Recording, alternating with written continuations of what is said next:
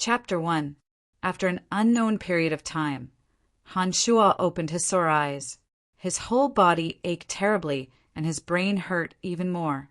It was as if he had a severe migraine, and his brain seemed to be filled with a mess of things. He looked around. The surroundings were dusky. Piles of ghastly white bones were scattered messily in all directions. In the distance, there were some strange black substances that emitted a strong stench that made people want to vomit. Sigh, I'm really dead. This must be the underworld.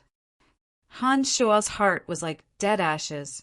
He thought to himself, I'm really unlucky to have died at such a young age. I was crippled in my previous life. I should quickly reincarnate and try to be different in my next life. Just as Han Shua was thinking about this, his brain suddenly hurt terribly. After holding his headache and crying for a while, he felt as if he had learned a lot of things. Brian, who is Brian? Half an hour later, Han Shua was dumbfounded.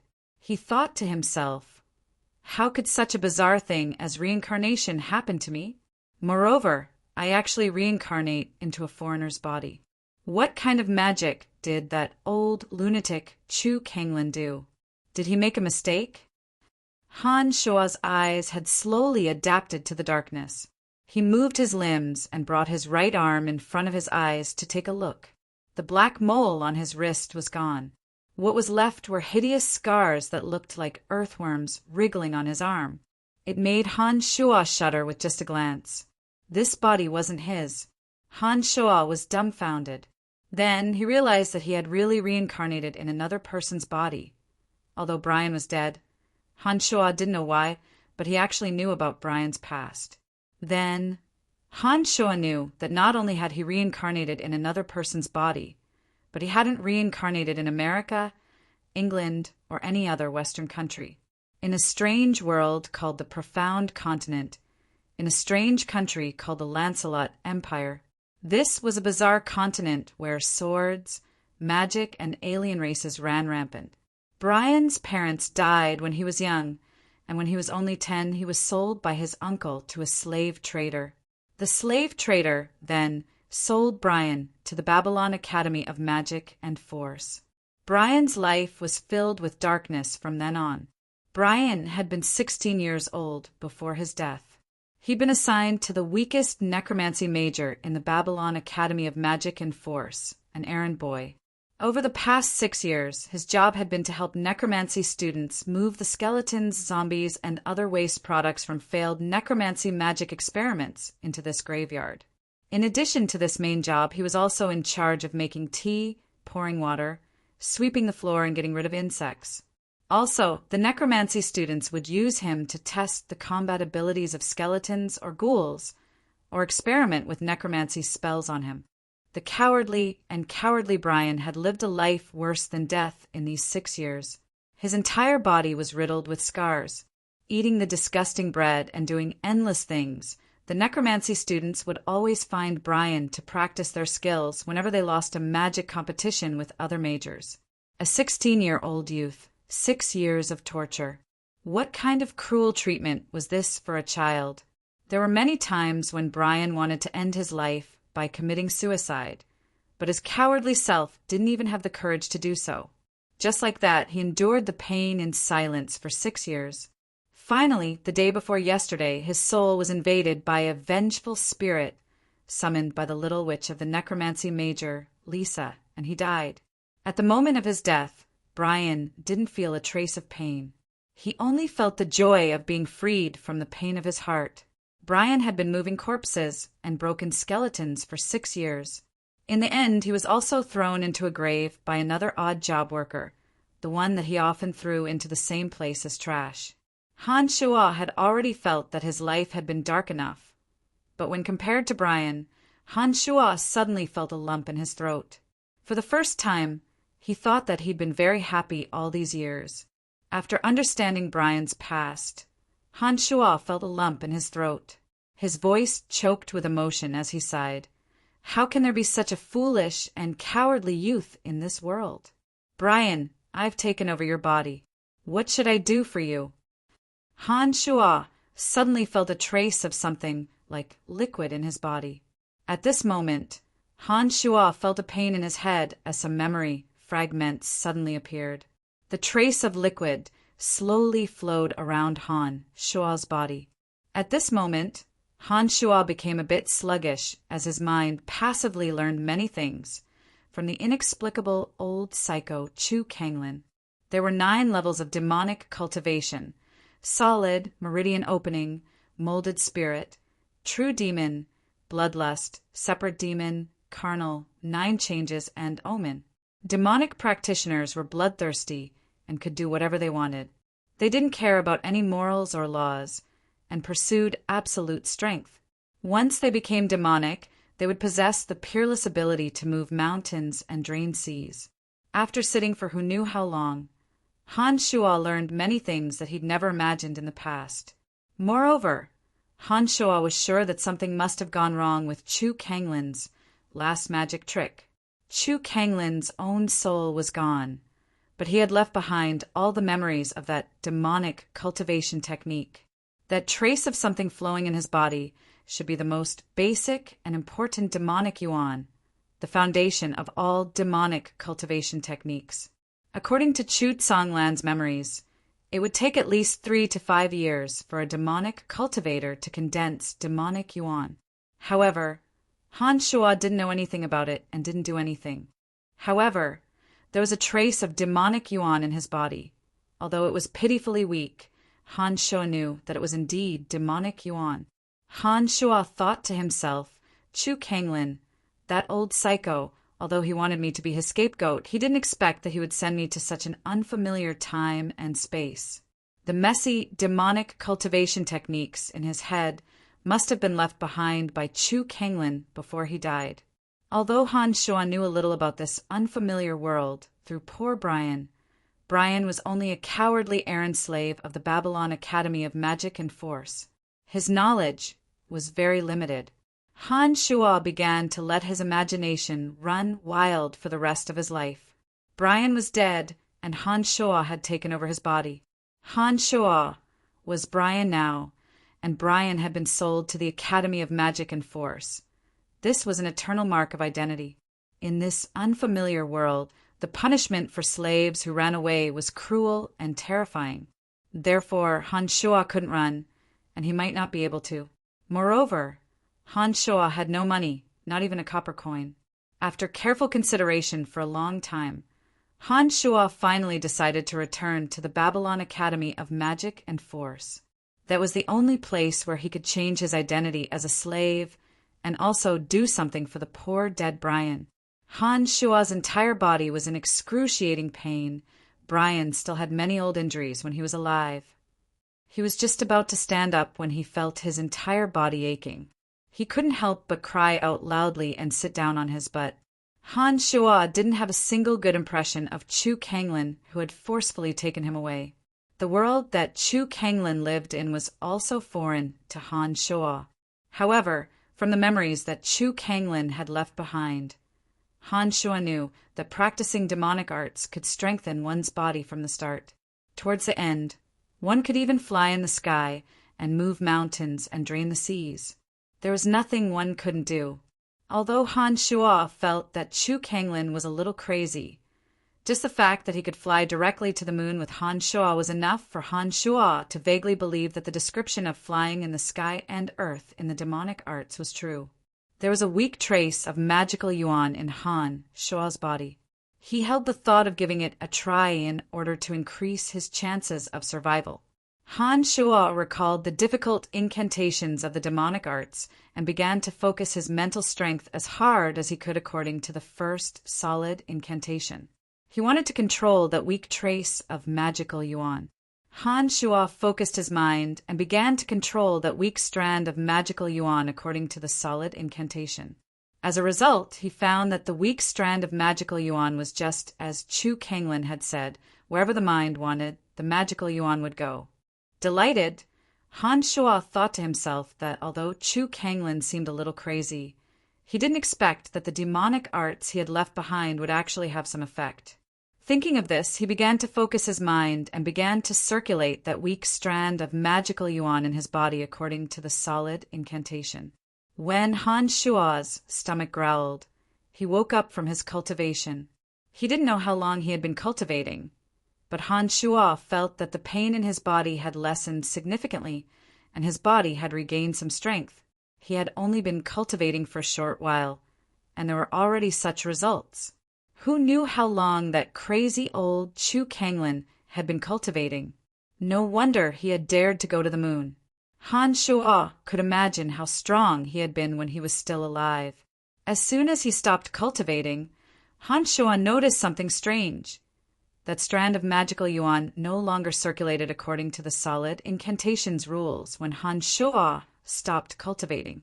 Instead, it wandered through Han Shua's flesh, bones, hands, feet, head, and every part of his body. The first solid realm was a kind of forging of the body. It was a process of strengthening the muscles, skin, and bones. In this solid realm, in addition to slowly refining magical yuan, some perverted masters who were obsessed with demonic arts would also use all sorts of methods to constantly beat their bodies, causing them to be constantly damaged and then tempered with magical yuan.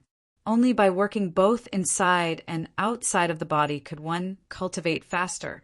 This demonic cultivation method is simply self-torture. But Brian has always been doing this. Perhaps I'll be able to cultivate the solid realm even faster when I return to the academy. It looks like being Brian isn't without its benefits.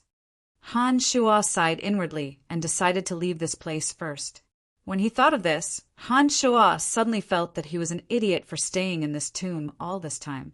He couldn't bear the stench any longer. The dim light came from above. According to Brian's memories, Han Shua knew that there was a large hole above where broken bones and skeletons had been tossed. He felt sore all over as he stood up, his body riddled with scars. 6 years of torture had long since weakened Brian's body. He had also been eating poor quality food, so it was only natural that he was all skin and bones. He was also only 6 meters tall. Stepping on the moss, Han Shua dragged his frail body up with all his might. After climbing for a while and falling 5 or 6 times, Han Shua finally crawled out of the tomb. When he saw the full moon illuminating the earth and the silver splendor of the cemetery, Han Shua felt the joy of being reborn as a human from the bottom of his heart. Feeling the magical essence still roaming through his body, Han Shua comforted himself that he would definitely have good fortune after surviving this calamity. Moreover, he still had something to rely on this time. The secret demonic cultivation method that Chu Kanglin had left behind for him might be able to help him realize a dream that he had never dared to dream of in the past. But what Han Shua didn't know was that the trace of magical essence that Chu Kanglin had left in his body not only helped him solidify, but was also a seed. As this seed changed his body, it also changed many of his thoughts. His mind had been filled with evil thoughts that he hadn't dared to carry out before. But this seed of evil now made it so that he couldn't control himself even if he wanted to. Chapter 2. Lancelot Empire's Babylon Academy of Magic and Force occupied an extremely large area and was renowned within the empire. It was the most important nurturing ground for the empire's mages and knights. The school of magic was divided into the light, dark, fire, water, wind, earth, thunder, summoning, and space majors. Each major had its own school building, library, laboratory, training field, and living quarters.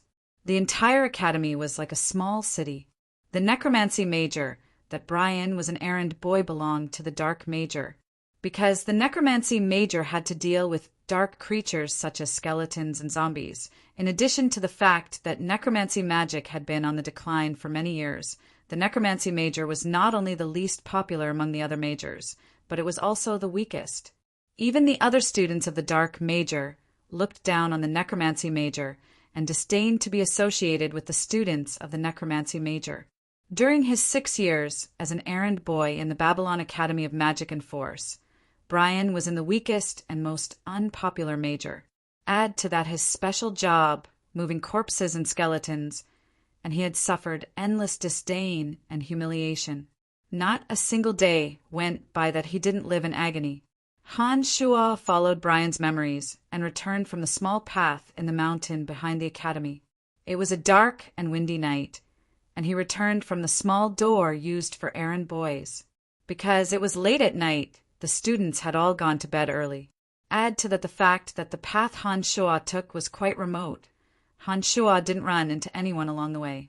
Han Shuo observed his surroundings along the way and discovered that the layout of the Babylon Academy of Magic and Force resembled the style of some Western European countries on Earth. After a while, Han Shuo finally returned to the necromancy major. Brian lived in a warehouse. This was completely in line with his errand boy status. The warehouse was filled with a messy assortment of items. Most of them were discarded junk or materials from experiments. Many of the items here were waiting to be disposed of, waiting for Brian to throw them away. The necromancy students would throw their unwanted items here through the windows, waiting for Brian to dispose of them. The hybrid library wasn't big to begin with. Other than some rubbish, there was only a small wooden bed. Even this small bed was filled with rubbish every day because the students didn't pay attention to it when they threw it. Brian worked until night every day. The first thing he did when he came back was to sort out the rubbish on his small bed. Early the next morning, he would throw away the rubbish that had to be dealt with before anyone woke up. When Han Shuo arrived at the hut and saw the junkyard warehouse, he felt a lump in his throat. He deeply sympathized with the poor boy. How did he get through these 6 years? The air in the hut was extremely foul. Even if the windows were opened, it would not be of much use. This was because the foul smell was emitted from the abandoned things. There was still a lot of rubbish on the small bed. It looked like even though Brian had died, others continued to throw rubbish here out of habit. Dragging his tired feet, Han Shuo found it difficult to take even a few steps. There was rubbish on the floor. He finally arrived at the small bed and planned to clean it up like Brian and have a good sleep.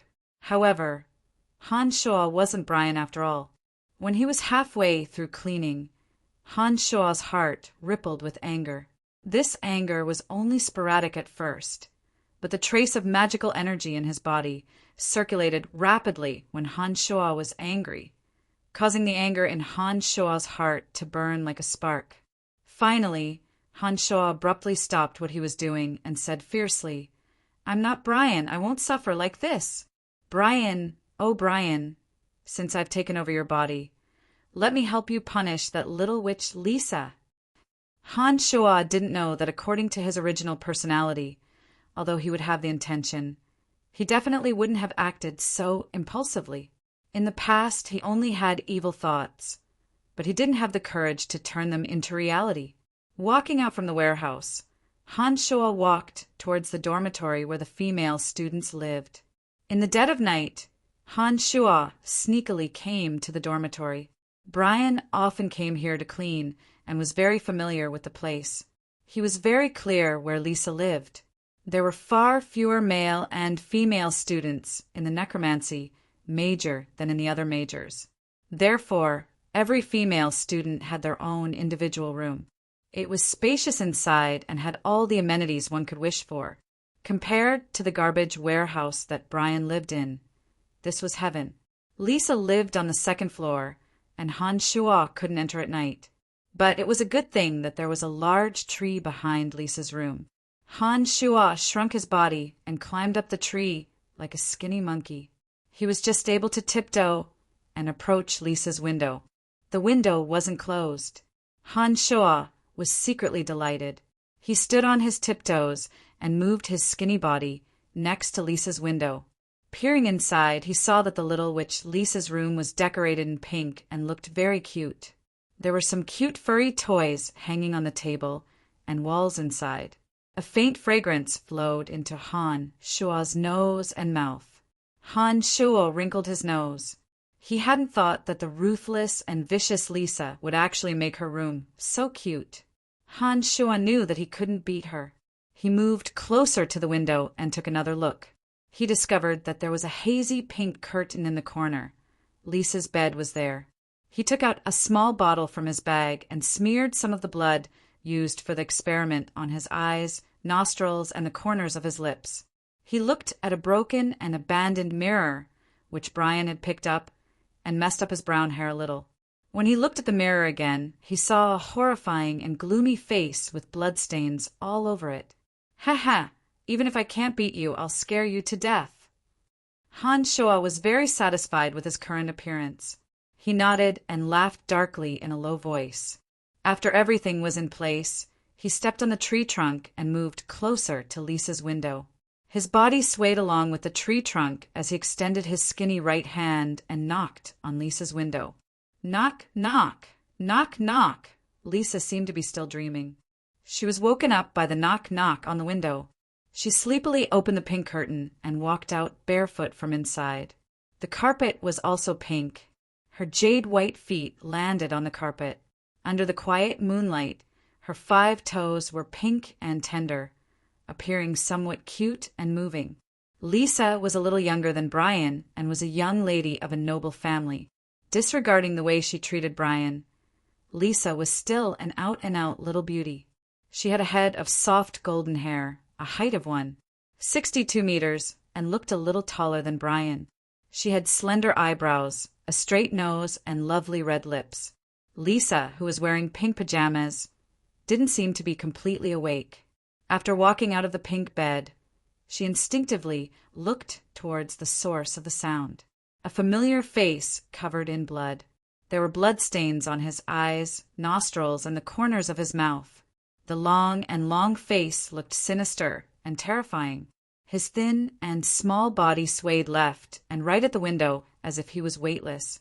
His eyes were empty and lifeless as he stared at her. "Wah!" A startled cry rang through the entire female students' residential area. Han Shuo laughed darkly in his heart. He thought to himself, "I'll scare you to death this time, or at least make you faint." As he thought this, Han Shuo's expression became more and more terrifying.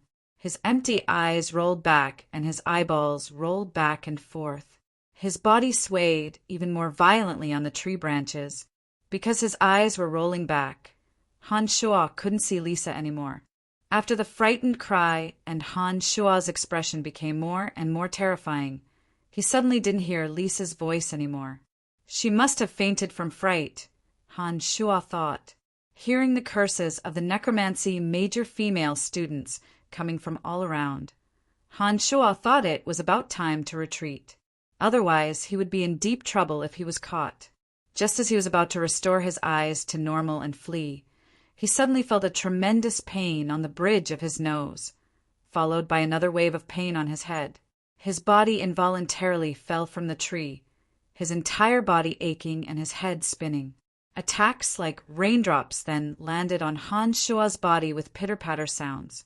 A voice scolded as it hit. "Brian, I didn't think you'd have a future. You didn't die last time, but is there something wrong with your brain? I cultivate necromancy magic and spend every day with skeletons and zombies. You idiot actually pretended to be a corpse to scare me. I really admire your idiotic behavior. Could it be that the future Grand Magus of the Necromancy Major, Lisa, can't even tell if a soul is in a body or not?" His body hurt greatly, but his heart hurt even more. This idiot Brian had stayed in the Necromancy Major as an errand boy for 6 years. How could he not know this bit of common sense? He had caused him to have the courage to do something bad for the first time, but he hadn't thought he would end up like this. Necromancy magic? This miraculous necromancy magic was actually able to tell even this kind of thing apart. It did have some skill. It looked like there were many things that he needed to learn in this foreign world. Otherwise, today's tragedy would have played out again. As the pain in his body intensified, Han Shuo's thoughts ran wild as he cried out in pain. He inwardly thought that Chu Tsangming's demonic magic had the word demonic in it, and necromancy magic didn't sound like a good path just from the name. If he cultivated the two together, would there be a conflict? Or would it be stronger? Chapter 3. As Han Shuo's thoughts ran wild, he felt pain all over his body. That little witch Lisa was still madly beating him up. Poor Han Shua's body was so weak that tears had flowed uncontrollably from his eyes when he'd been hit on the bridge of his nose. After falling down from the tree, the pain had made him dizzy and disoriented. He could only roll into a ball on the ground and expose the most fleshy parts for Lisa to hit, such as his buttocks. After a while, Han Shua suddenly discovered something miraculous. A trace of magical yuan in his body just happened to travel to his buttocks at this moment. When Lisa's foot landed on the area where the magical yuan had flowed through, his buttocks didn't feel as much pain anymore. After the magical yuan had passed through the originally burning area, the pain had greatly decreased, and there seemed to be a very comfortable feeling. Han Shua was baffled and thought to himself that the solid realm of magical yuan was truly a form of self-torture. As his thoughts ran wild, the trace of magical yuan had traveled to his right buttocks. Lisa's kick just so happened to land on Han Shua's right buttocks where the magical yuan was. Ah! Wah! Two cries, one high and one low, suddenly sounded from Han Shua and Lisa's mouths. Lisa suddenly felt that Han Shua's right buttocks were harder than iron and stone. Her little foot couldn't bear the immense pain, and she immediately shrank her foot back and cried out. Han Shua, on the other hand, felt the place where Lisa had kicked not only didn't hurt at all, but instead felt very comfortable. His entire body was hurting, and this sudden comfortable feeling from that place made Han Shua involuntarily cry out softly. This soft was also indescribably obscene, as if, "Brian, you idiot, why do you have rocks in your pants?" Lisa rubbed her jade-like little feet as she yelled angrily. Several female necromancy students also appeared around Han Shua and Lisa at this time. All of them had sleepy eyes as they looked coldly at Han Shua. His nose was no longer hurting, and his tears were no longer flowing uncontrollably. Han Shua moved his body and sat up on the grass. He looked around and saw that Amy, Athena, and Bella, who was also a novice magic caster, were all glaring at him angrily. Killing intent. Compared to Lisa, Amy, Athena, and Bella were a lot less good-looking. They were all 16 or 17 years old and weren't very pretty to begin with. Having their sleep disturbed would affect their beauty, so it was only natural that the three girls were in a very bad mood. "Idiot, what are you looking at? Tell me, why do you have rocks in your pants? You've kicked this lady's beautiful feet until they're purple. Ugh, it hurts." The little witch Lisa looked coldly at Han Shua and put her hands on her hips as she spoke arrogantly. Her left foot was tiptoeing and looked a bit odd. "What an idiot!" Han Shua laughed coldly in his heart and then crawled up with some difficulty with a face full of bewilderment. He laughed dumbly and said, "No, I don't have any rocks in my pants." Turning around, Han Shua faced the four necromancy girls with his buttocks. He undid his pants as he spoke, but before he could pull them down, for screams pierced through the air, followed by the sound of panicked footsteps. "Brian, you idiot, put your pants back on right now, or I'll kill you." Lisa hurriedly yelled loudly, but there was an obvious sense of panic in her voice. "Oh," Han Shua responded dumbly, but he was laughing sinisterly in his heart. "Do you think I can't handle a few tender little daisies?" When the man and four girls stood face to face again, Lisa looked closely at Han Shua a few times and said indignantly, "I'll let you off the hook for hiding rocks in your pants. What were you planning to do by climbing up the tree by my window in the middle of the night?" "Ha!" Laughing dumbly, Han Shua pointed at a tattered bag on the tree and said matter-of-factly, "Take that tattered bag down!" "What are you doing in the middle of the night, taking a trash bag?" Lisa felt like she was about to go mad with anger as she roared angrily. Beginner Mage Bella sighed lightly at this moment and said to Lisa, "Ai, Lisa, can't you see by now that this Brian has gone mad? It looks like your wraith didn't kill him but made him mad. Why should we bicker with a madman?" She covered her mouth and yawned, saying, "Oh, I still have class tomorrow, so I'm going back to sleep. Senior Lisa, do as you see fit." Amy seemed to sympathize with Han Shuo a bit and looked silently at Han Shuo. She shook her head lightly and sighed. She didn't say much and also turned to leave with Bella. If Han Shuo hadn't acted so crazily apart from Lisa, he would likely have to suffer the wrath of the three girls. However, since he was a mentally unstable person, the three girls naturally wouldn't bicker with a madman. They let Han Shuo off just like that and went back to their sweet dreams. After the three girls left, only Lisa and Shuo were left. Lisa glared fiercely at Han Shuo and said coldly, "Go do what you need to do. I'll deal with you in a couple of days. I'm tired today. If you dare disturb my sleep again, I won't just punch and kick you. I'll use magic to make you go crazy again." Lisa glared at Han Shuo again after she'd finished speaking and left with a bit of an unnatural gait. She even cried out softly as she walked through the door, "That hurts. That idiot had rocks in his pants. My wraith has indeed driven him mad." The place resumed its silence after Lisa had gone in. Han Shuo also felt a bit of lingering fear when he saw her go in. It was a good thing that Lisa hadn't used necromancy magic. Otherwise, with her magical powers as a beginner mage, Han Shuo would have really gone mad if she'd shot another wraith at him. When the song had ended and everyone had dispersed, Han Shuo didn't continue to stay here. He cursed lowly as he dragged his weak and frail body back to his warehouse in a sorry state. When he returned to the warehouse, he carelessly pulled out the mess of trash on his little bed and lay down to sleep. The next day, Han Shuo was sleeping soundly when the door to the warehouse was suddenly pushed open, followed by a loud wah cry. Opening his drowsy eyes, Han Shuo turned around and saw a little fatty with short golden hair and a dark green left eye, wearing the same rough clothes as Han Shuo. He pointed at Han Shuo with a face full of panic. "You!" He couldn't form a complete sentence. "Oh, it's Jack. What are you doing in my room?" Little fatty Jack was the same age as Brian. Perhaps it was because they were in the same boat, but Jack was one of the few in the necromancy major who treated Brian rather well. Little fatty Jack came from a poor family. 2 years ago, his father, old Jack, had sent him to the Babylon Academy of Magic and Force to work as an errand boy, earning a few silver coins every month. Although Jack and Brian were both errand boys, he wasn't sold to the Babylon Academy.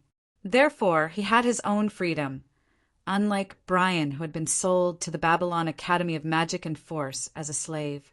This was because Jack wasn't a slave, although he was also an errand boy and would be bullied by the necromancy major students. The necromancy major students wouldn't treat him like Brian.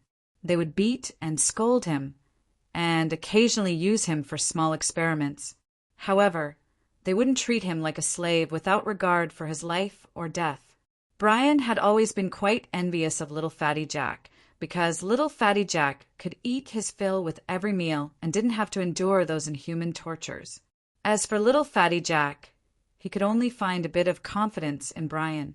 Hence, the two of them were very close.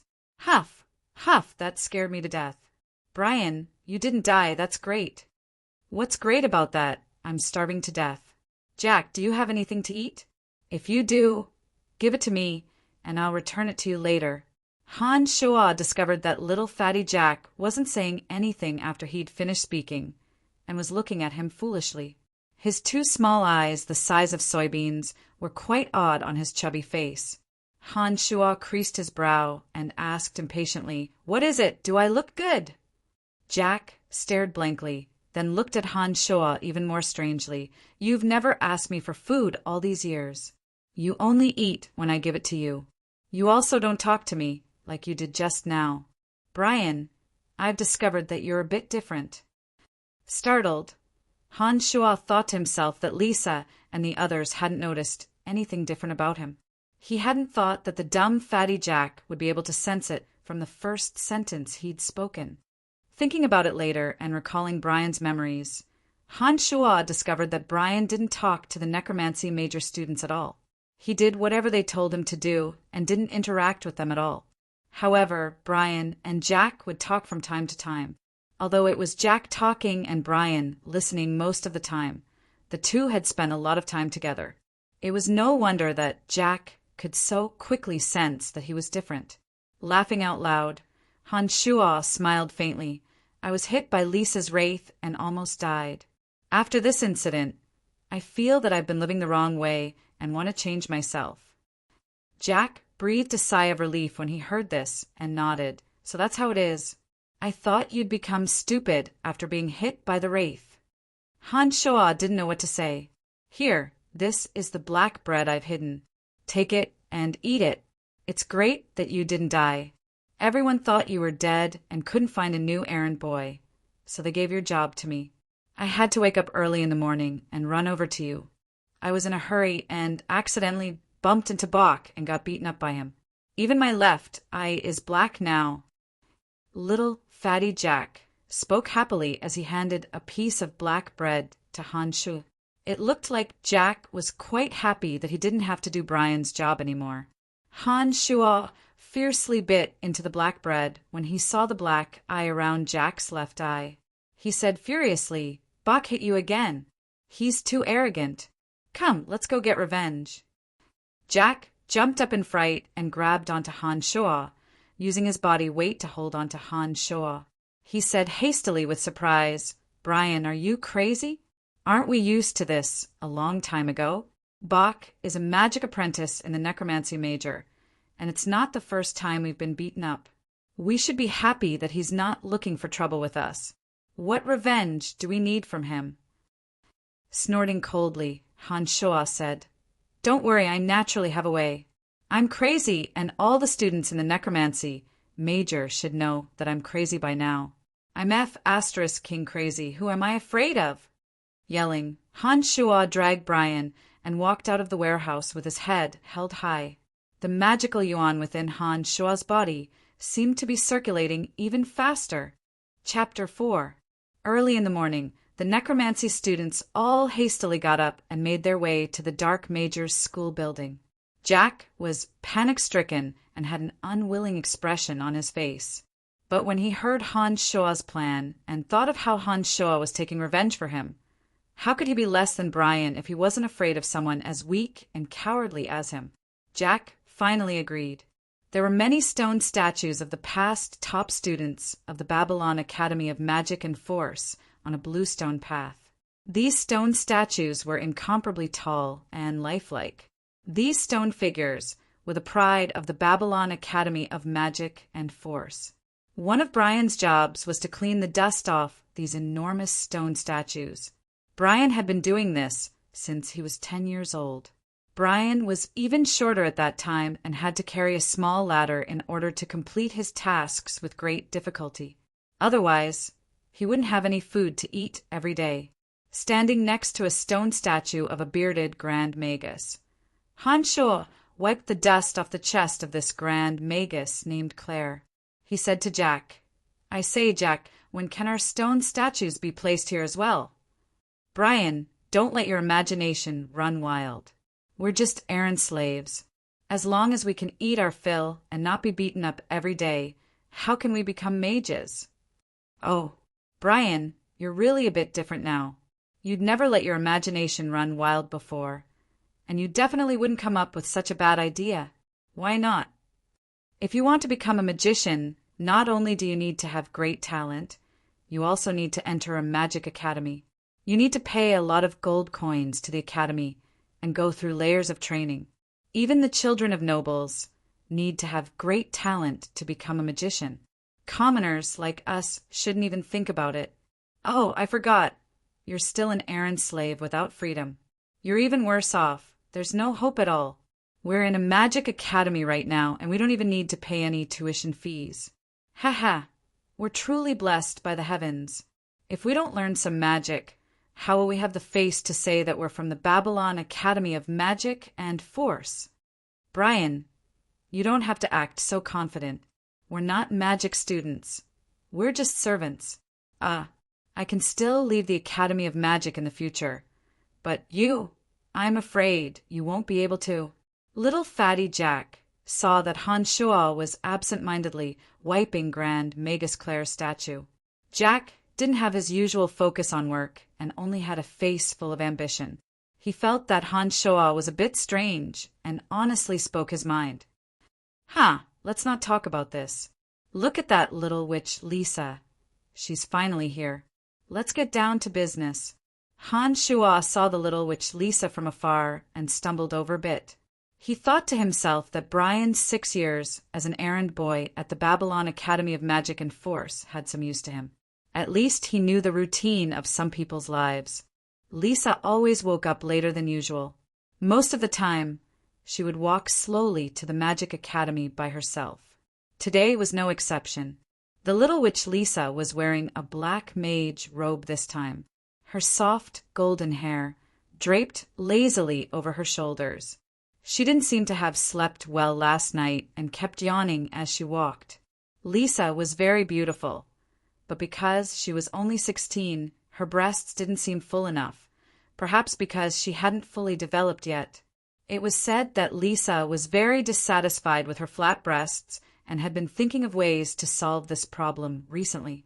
Han Shua and Jack watched as Lisa walked over and continued wiping the dust off Grand Magus Claire's statue with a straight face. They seemed to be completely unaware that Lisa was walking in their direction as they murmured softly, "How is this possible? Did you hear wrong, Brian? Why would Bach say that about Lisa?" Suddenly, Jack, who had been mumbling in a low voice, suddenly raised his voice and shouted out in surprise. Lisa, who had been walking absent-mindedly, immediately focused all her attention when she heard someone mention her. She looked ahead vigilantly. Every girl wanted to know what others said about them behind their backs, and the little witch Lisa was naturally no exception. In addition, in order to prevent the two in front of her from seeing her and not daring to continue speaking, Lisa cleverly hid behind another statue and pricked up her ears with a face full of gossip, her eyes sneakily looking in that direction. So it was this half-crazy, half-stupid Brian. Lisa was infuriated and prepared to settle the score with him later. But before that, she wanted to hear what Bach had to say about her. Han Shua had a silly smile on his face as he said dumbly, "I didn't hear wrong." Bach said to the other students on the way here that Lisa's breasts were as flat as a piece of bread that had been stepped on. Jack fiercely stifled his laughter as soon as these words left his mouth. His chubby face flushed red and his body trembled. On the other side, Lisa's ruddy face suddenly turned green as a fierce light flashed through her beautiful eyes. Her adorable lips slowly twitched as she ground her teeth so hard that they made crunching noises. She trembled behind the statue for a few seconds, and then walked quickly towards the school building with a murderous aura. She'd even forgotten that she'd originally planned to settle the score with Brian. Jack finally couldn't hold it in any longer as he watched the little witch Lisa leave the other way with a green face and a murderous aura. Waha! He exploded with laughter, feeling indescribably carefree in his heart. He said as he laughed, "Brian, you're just too evil. Even an errand boy like me knows that Bach likes Lisa. Lisa also hates it when people say that her breasts are small, judging from her current appearance. Bach is sure to be in big trouble." Han Shua chuckled sinisterly and immediately put away the brush in his hand. He urged Jack, "Let's not brush this Claire anymore. Let's go take a look first." Little fatty Jack was egged on by Han Shua and also heroically put the brush into the cloth bag at his waist. He laughed heartily and said, "Let's go. I want to see how Bach gets beaten up by Lisa. Damn it, I want him to beat me up this morning." The two little necromancy errand boys followed behind Lisa in high spirits as they quickly ran towards the necromancy major's school building. Some of the necromancy students were baffled along the way, wondering why the two most timid errand boys had taken the wrong medicine today.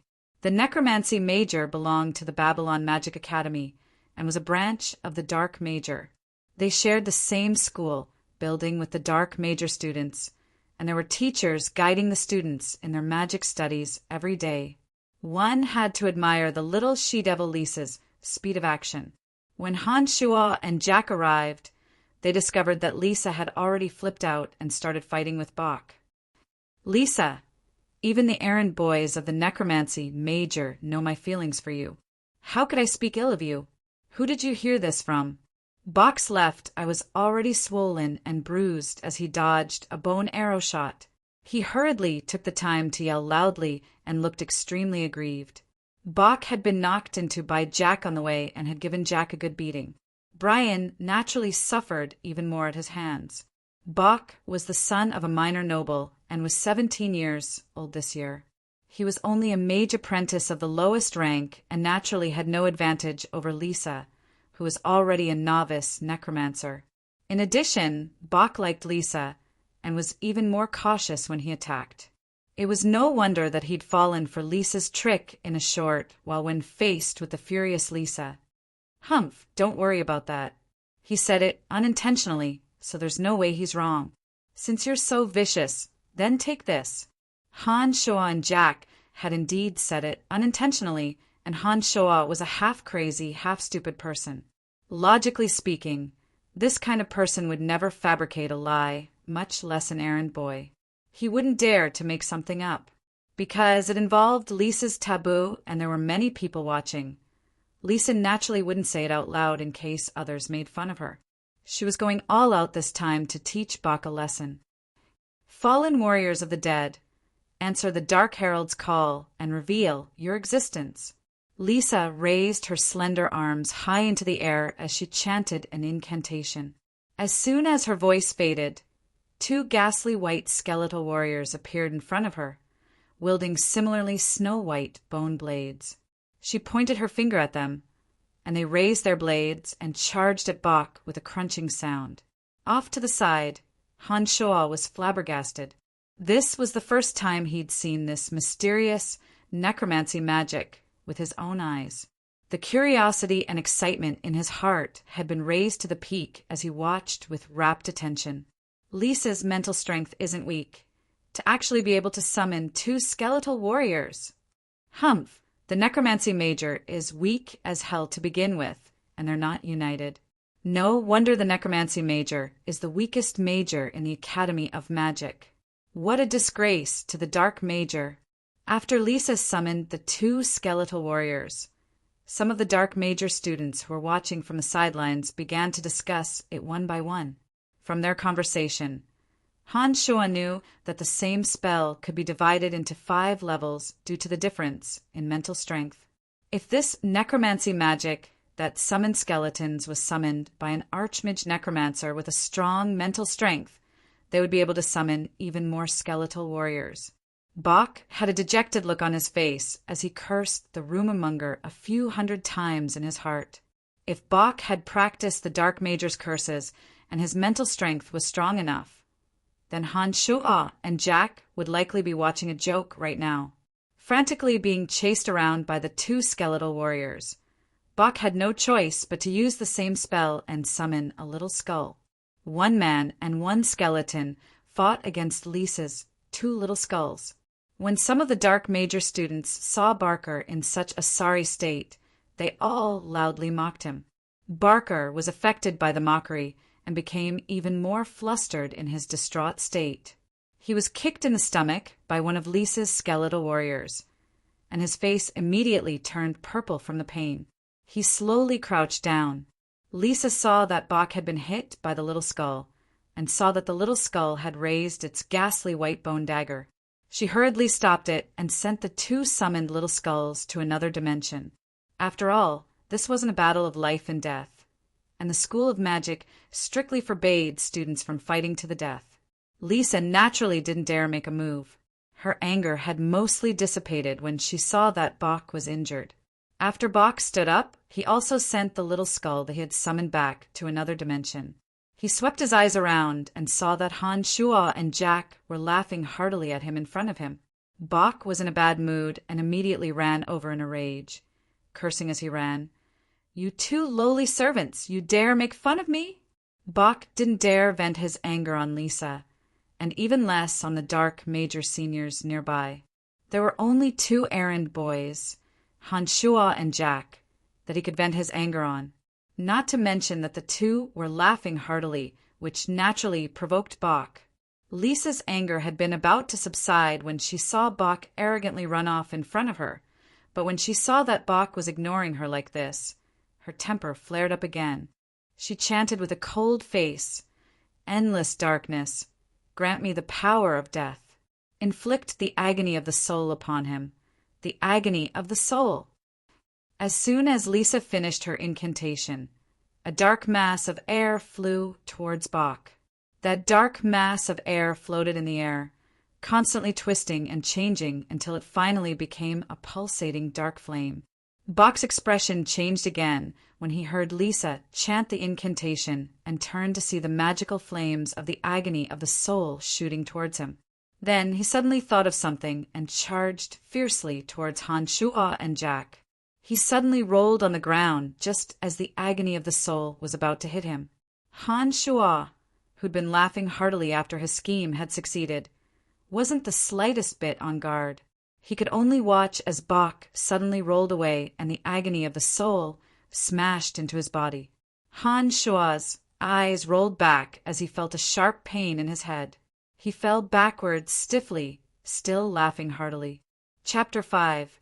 When Han Shuo woke up, he discovered that he was lying on a small wooden bed in the warehouse.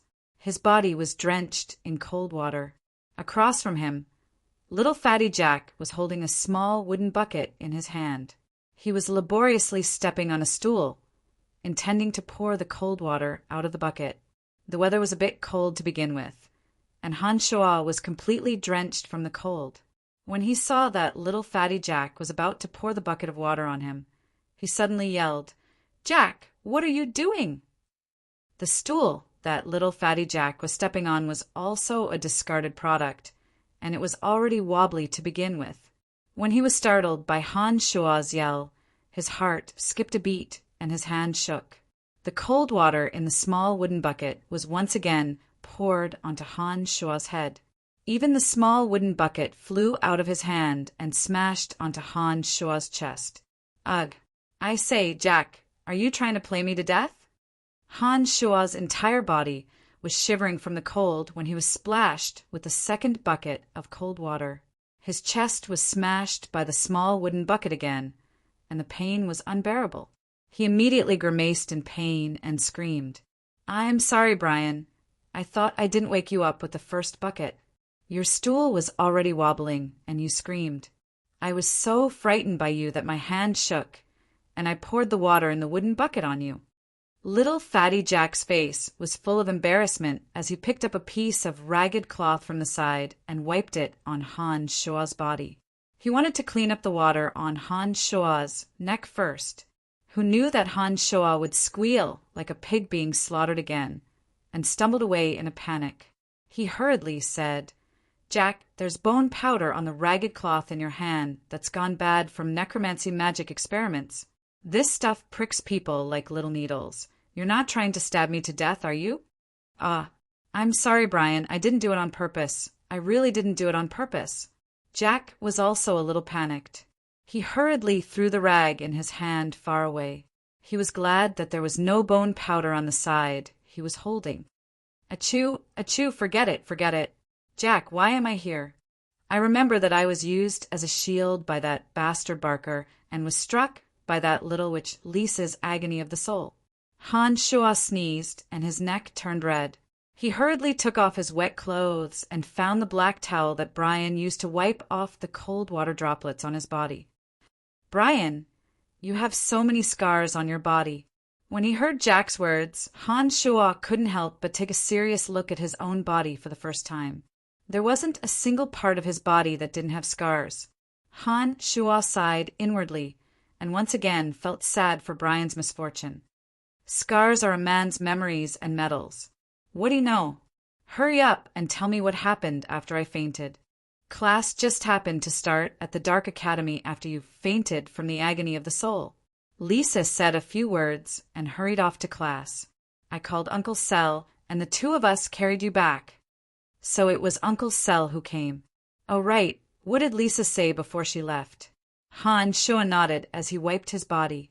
Uncle Sel was the oldest errand boy in the necromancy major.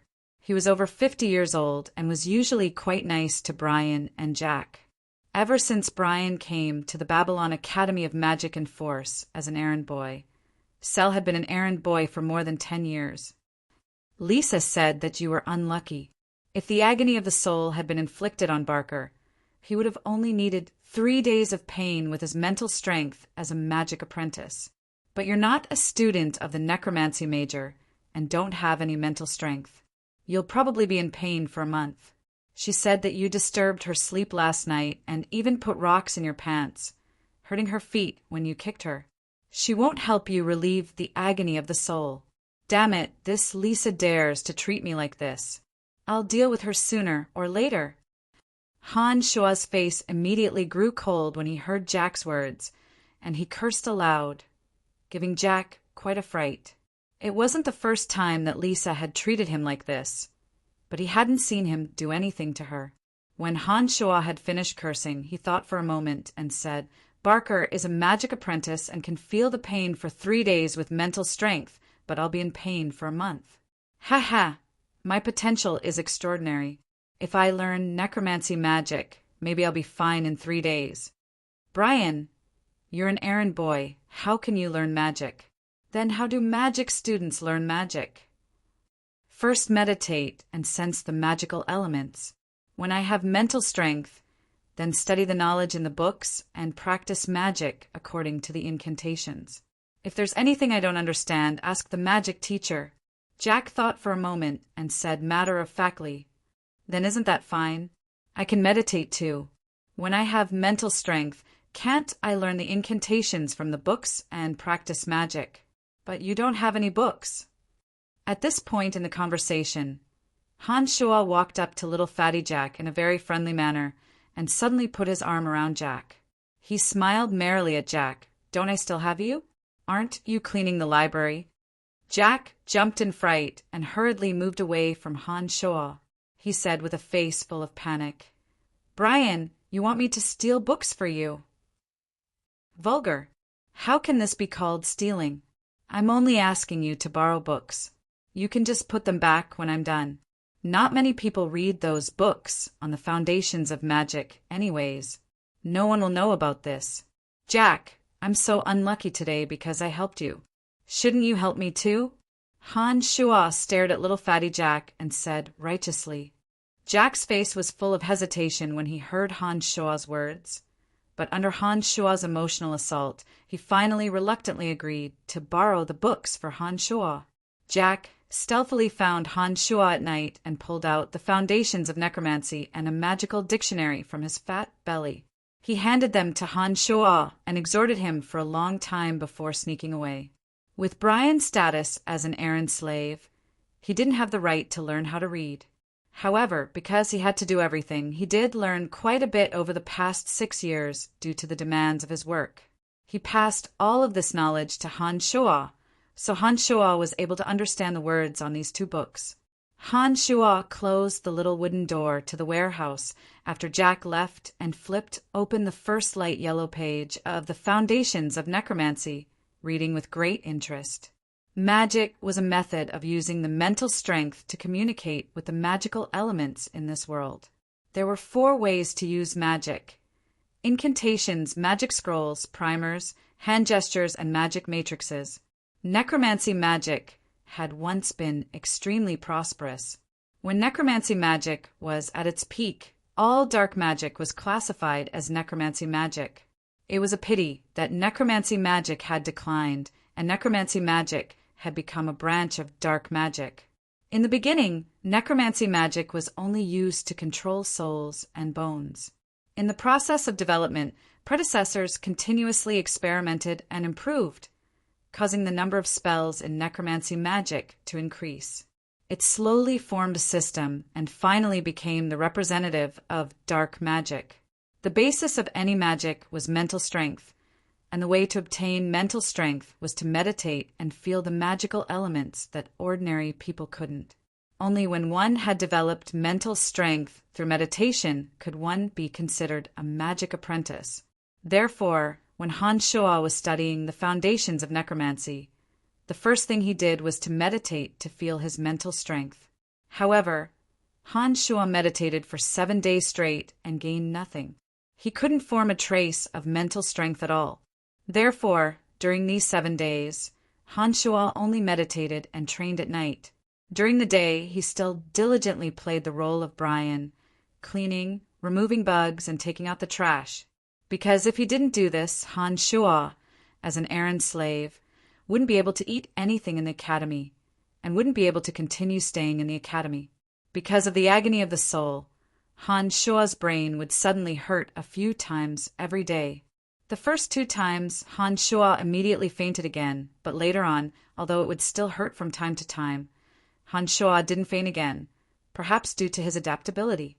During this period of time, Han Shuo's reputation of being half crazy and half foolish had also spread. However, although Han Shuo looked crazy and foolish, he still did what he was supposed to do every day.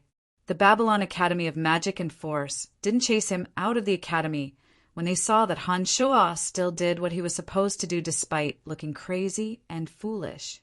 The necromancy students all agreed that Han Shuo's strange behavior was that Han Shuo had been doing this for 6 years and had formed a habit. Therefore, although he was a bit crazy, this habit couldn't be changed, and he still did what he was supposed to do every day. However, during these days, whenever the students who wanted to find Han Shuo to experiment with magic found him, Han Shuo would suddenly have a headache at the right time. When he had a headache, he would go even crazier. Sometimes Han Shuo would mess up the experiment. The students all knew that Han Shuo had been hit by Lisa's agony of the soul, and that he was a bit crazy and foolish, so they couldn't do much to him. No one knew why Lisa had beaten Bok up, but Bok had been quite depressed during this time and would find excuses to beat Han Shuo up. Bok was a magic apprentice, and his body was stronger than Han Shuo's. Even when Han Shuo pretended to be crazy and fought with him, he was still beaten up quite a bit. When he returned to the warehouse at night, Han Shuo immediately cursed as soon as he walked in. "Bok, you scum! Just you wait. I'll beat you up so badly that even your parents won't recognize you." Today, Han Shuo had been beaten up by Bok again. Bok and a little skull were fighting Han Shuo alone, so Han Shuo naturally couldn't beat them. He was covered in bruises all over his body. But these days, Han Shuo felt that his strength was increasing, and his appetite had also increased greatly. Every time he didn't have enough food to eat, he would have to ask Jack for more. And every time he was beaten up by Bok, although it was painful, Han Shuo only needed to practice the solid method of magical yuan after returning to the warehouse. Not only would his body not hurt at all when he woke up the next day, he would even be in very good spirits. When he fought Bok again, he discovered that the pain on his body was getting lighter and lighter. Therefore, every time Han Shuo was beaten up, he would immediately return to the warehouse and start practicing magical yuan. That bit of magical yuan in his body had also unknowingly grown a little during this period of time. It seemed that every time Han Shuo was beaten up and returned to practice magical yuan, his body was slowly being forged, and his magical yuan had gradually grown from the size of a fingernail to the size of a thumb. This made Han Shuo both excited and afraid. He was excited that the magical yuan was growing stronger, and that his body and spirit were getting better and better. He was afraid that because the magical yuan was slowly growing, Han Shuo would sometimes find it harder and harder to control his temper, and would easily do things that he was afraid of and would regret later on. Han Shuo pulled out the foundations of necromancy from under the little wooden bed. After reading it for a while, Han Shuo once again started meditating out of habit. The magical yuan in his body also continued to roam around every part of his body irregularly. Han Shuo felt very comfortable after the magical yuan flowed past the areas that hurt. As Han Shuo meditated, that strand of magical yuan slowly flowed from his neck to Han Shuo's brain. It was at this moment that a familiar pain suddenly radiated from Han Shuo's brain. At this moment, Han Shuo knew that the agony of the soul that Lisa had released was acting up again. Suddenly, that strand of magical yuan seemed to have entered the center of Han Shuo's pain, just as his brain was in pain. This was the first time that the agony of the soul had acted up, and the magical yuan had just so happened to enter his brain. Han Shuo felt as if a cannon had been set off in his brain, and then his head ached again as he fainted. Chapter 6. When Han Shuo woke up, he discovered that it was already late at night. The magical yuan in his body was still flowing irregularly, but there seemed to be something more in his mind. Everything around him seemed to be much clearer. A thought struck him as Han Shuo once again held his breath and focused his mind into meditation. Han Shuo carefully sensed his body according to the basics of necromancy, and finally confirmed that the magical yuan had flowed into his brain when the agony of the soul had flared up, and that he'd inexplicably cultivated mental strength. Waha, looks like I'm a genius to be able to cultivate mental strength so quickly. Haha, maybe I should try out the lowest level of necromancy magic and see if I can summon a skeletal warrior. He hurriedly took out the basics of necromancy from his bed and flipped through it for a long time, but he couldn't find the incantation to summon a skeletal warrior. It was then that Han Shuo discovered that this book only recorded the basics of necromancy magic and didn't contain any incantations or magic spells. Han Shuo frowned as he thought for a while and remembered Lisa's summoning incantation from back then. He immediately raised his hands high and focused all of his mental strength, chanting the summoning incantation for necromancy magic. Fallen warrior of the dead, heed the dark emissaries' call and reveal your existence. When Han Shuo finished reciting the incantation, he suddenly felt the weak mental strength in his brain rapidly drain away. It was all sucked away in an instant. He vaguely felt something, and then his head hurt. His body collapsed onto the bed, panting heavily. As Han Shuo sat down weakly, a black light flashed in his small warehouse, and a ghastly white little skull that was half the size of the one Lisa had summoned last time appeared. Han Shuo was wild with joy as he looked at this snow-white little skull that held a dagger-like bone knife in its hand and its two empty eyes facing him. Although this little skull was a size smaller than the one Lisa had summoned, it was still a little skull. This also meant that his necromancy magic had succeeded. His body collapsed and his mind felt groggy. Han Shuo knew, through the basics of necromancy, that his mental strength was too weak. Even summoning this little skull had exhausted all of his mental strength. Looking at the little skull in front of him, Han Shuo felt that he had an inexplicable connection with it. However, Han Shuo's mental strength was pitifully weak, and he couldn't even send a command with his mental strength, let alone send the little skull back to the other dimension. The man and skeleton looked at each other for a while. Han Shuo thought to himself that no one would come to this warehouse anyway. This little skull wouldn't run around without Han Shuo's orders, so it didn't matter. It was already the middle of the night. Han Shuo had been tossing and turning for so long and was exhausted. After the surprise just now, Han Shuo felt a little tired and fell asleep in a daze. The next day, before the sky was completely bright, Han Shuo had already woken up.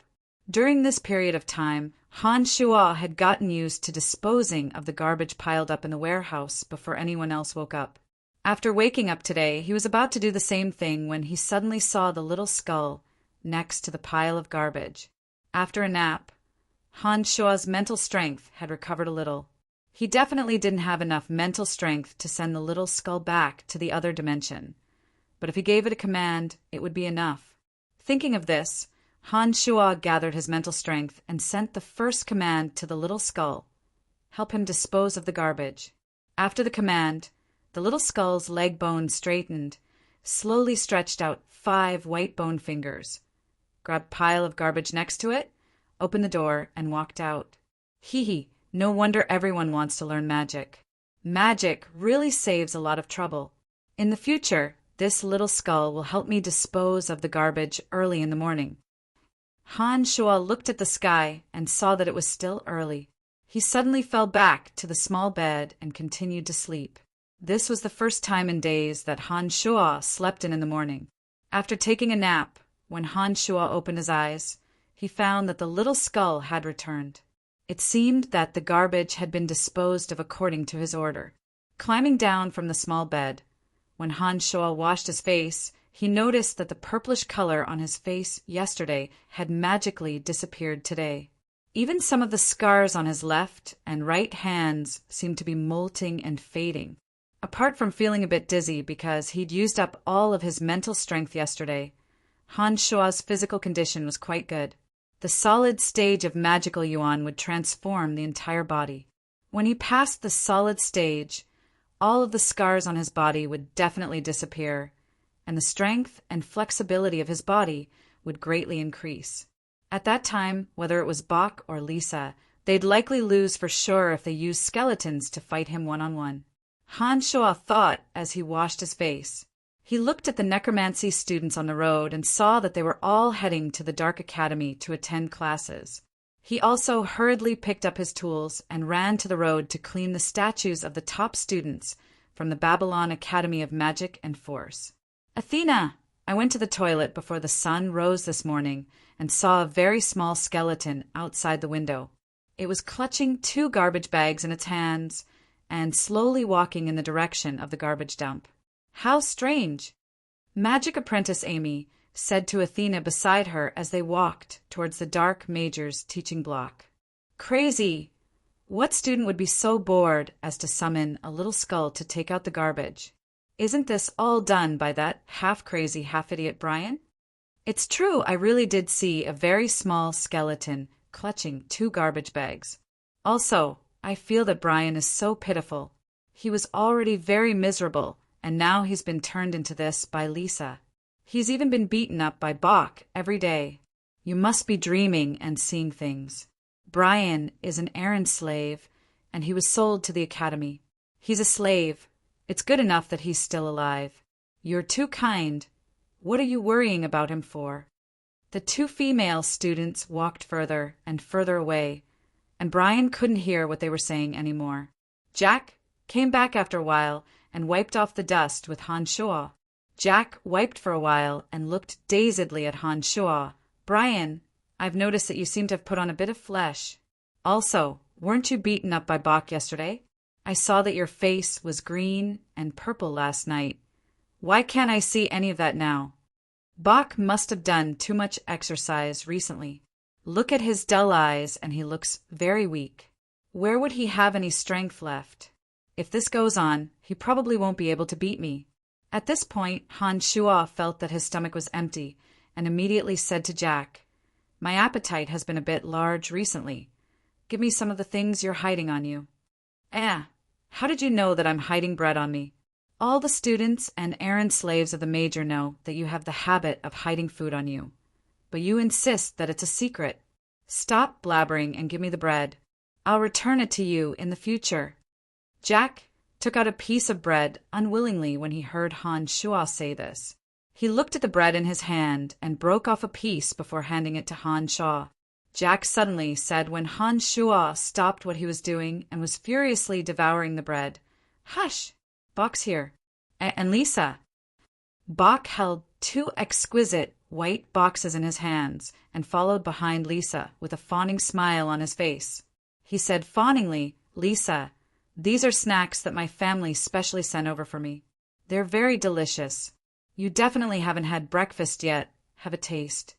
When Bok had beaten up Han Shua yesterday, he'd accidentally received a punch on the right side of his face from Han Shua.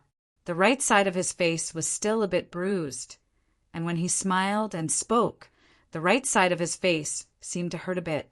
He grimaced and twitched, making his smile appear a bit ugly. Humph, I'm not hungry. Don't give me that. I hate people like you the most, people who fawn on the surface and badmouth others behind their backs. Lisa didn't even look at Bok and only cared about walking forward. When she reached Brian and Jack's side, she looked coldly at Brian and said, Brian, when your agony of the soul ends in a month, I'll find you to properly practice with then. After hearing Lisa's words, Han Shua finally remembered that the agony of the soul hadn't acted up since this morning.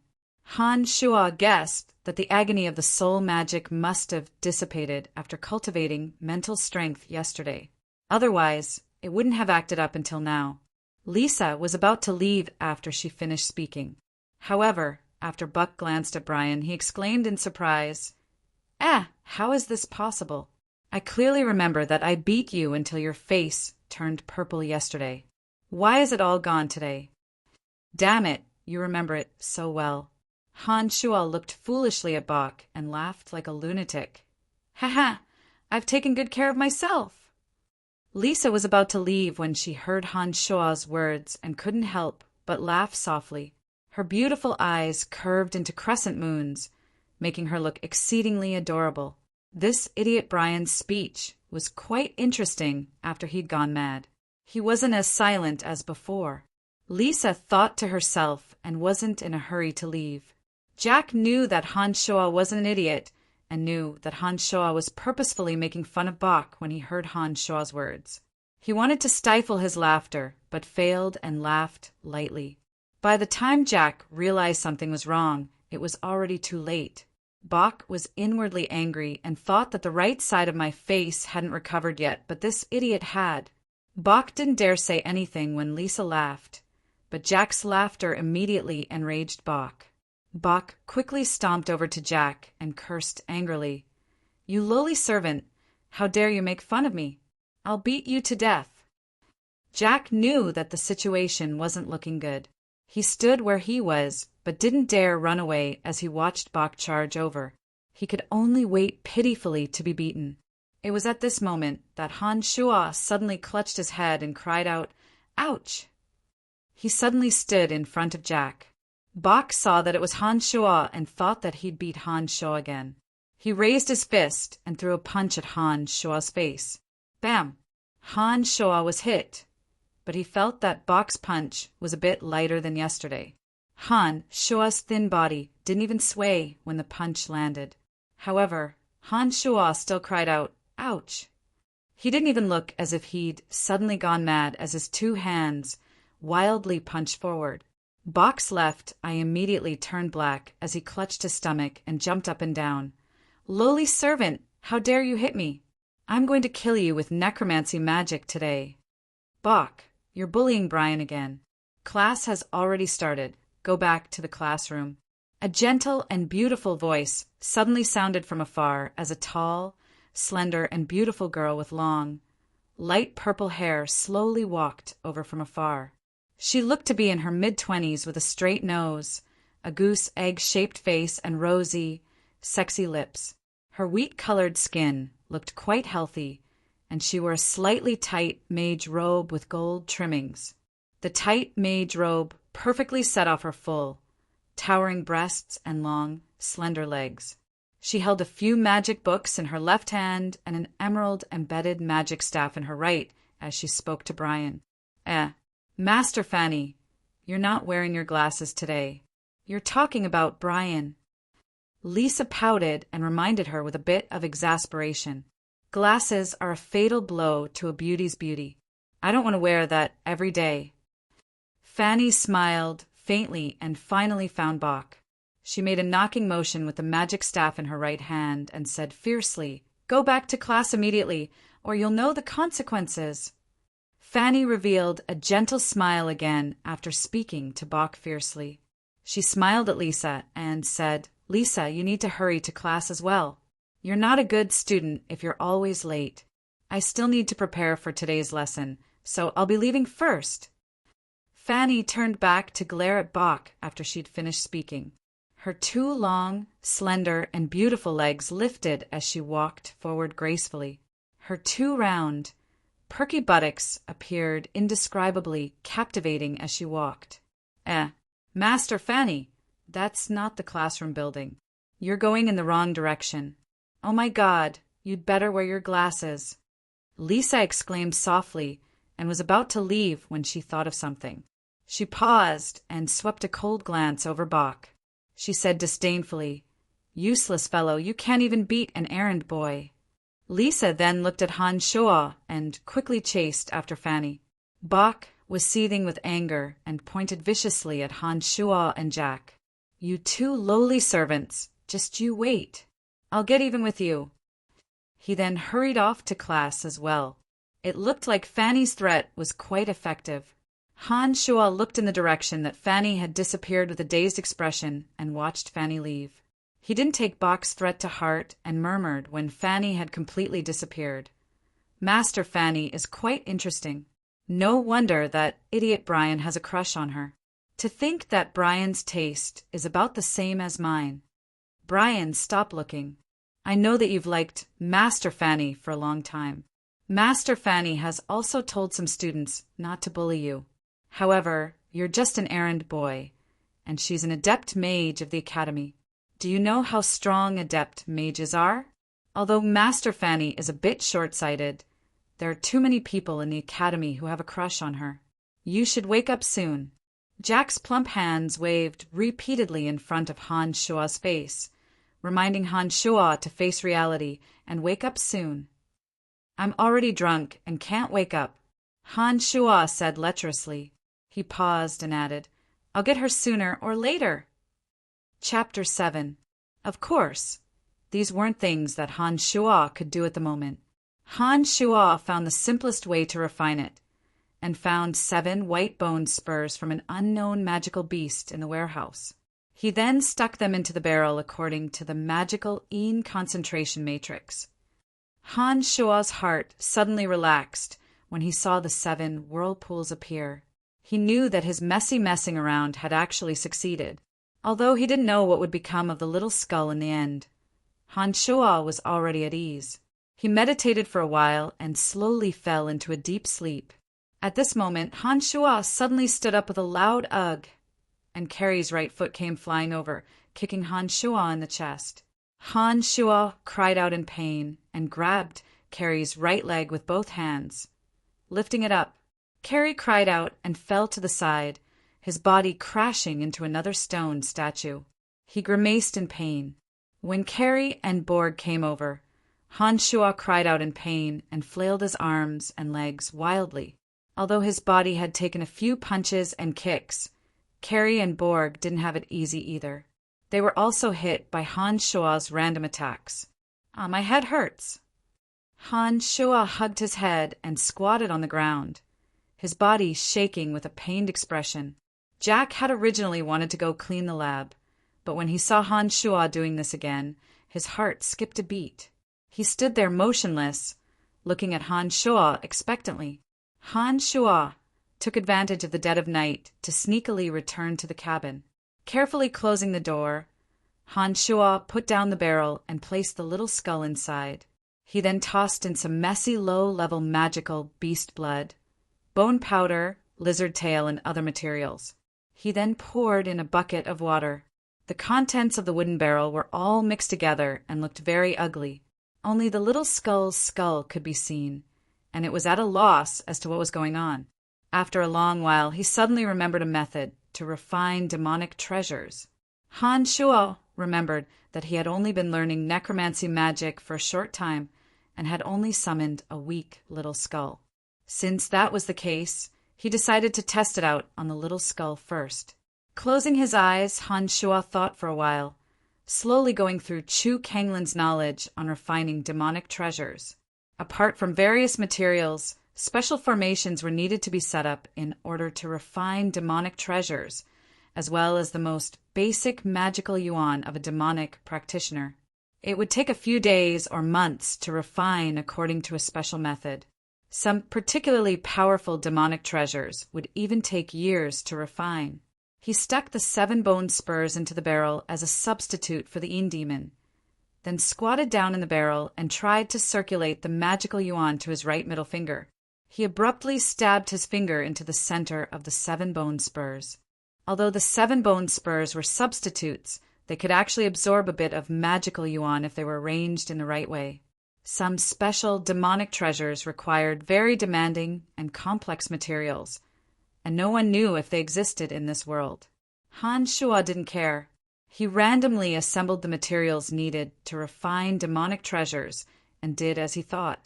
He got up and returned to the laboratory, where he took out a small barrel that no one was using and some necromancy materials that the students hadn't finished using. Han Shua didn't know the names of those materials. That night, when he returned to the small wooden hut and was about to habitually meditate, he suddenly remembered the mysterious records on refining demonic treasures that old lunatic Chu Kanglin had left in his mind. He thought to himself that although the demonic arts he practiced and the necromancy magic he was learning now belonged to two different worlds, they both belonged to the path of evil, and there seemed to be some similarities. He wondered if he could combine them.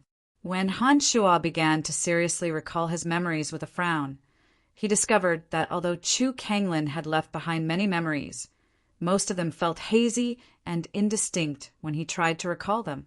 It was as if he was looking at something through a thin, blurry piece of paper and couldn't see everything clearly. Han Shuo was used to being beaten up. Add to that the fact that the magical yuan had transformed his body through the solid circulation method. He was able to completely withstand the punches of Carrie and Borg. His physical strength had also improved, and Carrie and Borg's faces were red and blue when their fists danced in the air. They looked much more wretched than Han Shuo. After studying the foundations of necromancy during this period of time, Han Shuo understood that his mental strength was very weak. He would focus on meditation every day when he returned to the small wooden hut. Little Skull was the weakest dark creature in the other dimension.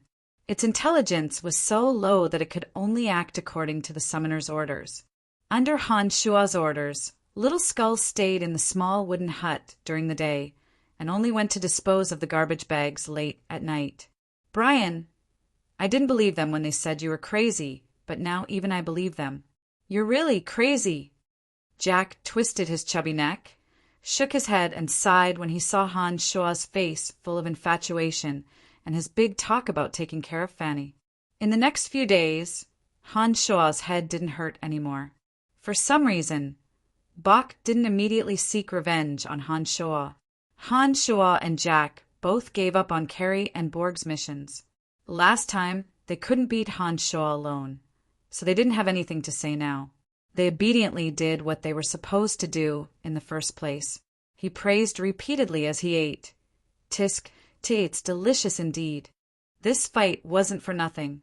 Here, I just borrowed half a loaf of bread from you, and now I'm returning you a box of exquisite pastries. You've earned big this time. I even dared to beat up Bok, not to mention you two idiots. Han Shuo still clutched his head in pain, but a hint of a grim smile appeared on his lips. After an indeterminate amount of time, 7 miniature whirlpools suddenly appeared in the water with the 7-boned spurs as the center. Those are the pastries that Bok used to curry favor with Lisa. Haha, we're so lucky. I haven't tasted the delicacies of nobles yet. Han Shuo saw that Bok was in a hurry to leave and didn't take the pastries with him.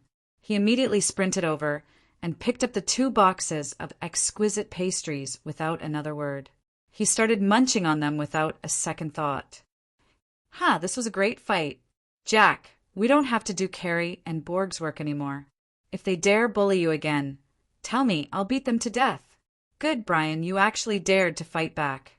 Borg, let's go together and teach this kid a good lesson today. Carrie crawled up with a pained cry and charged at Han Shuo again, yelling at Borg to attack together. To refine Een Demon, one must first have a nether spirit.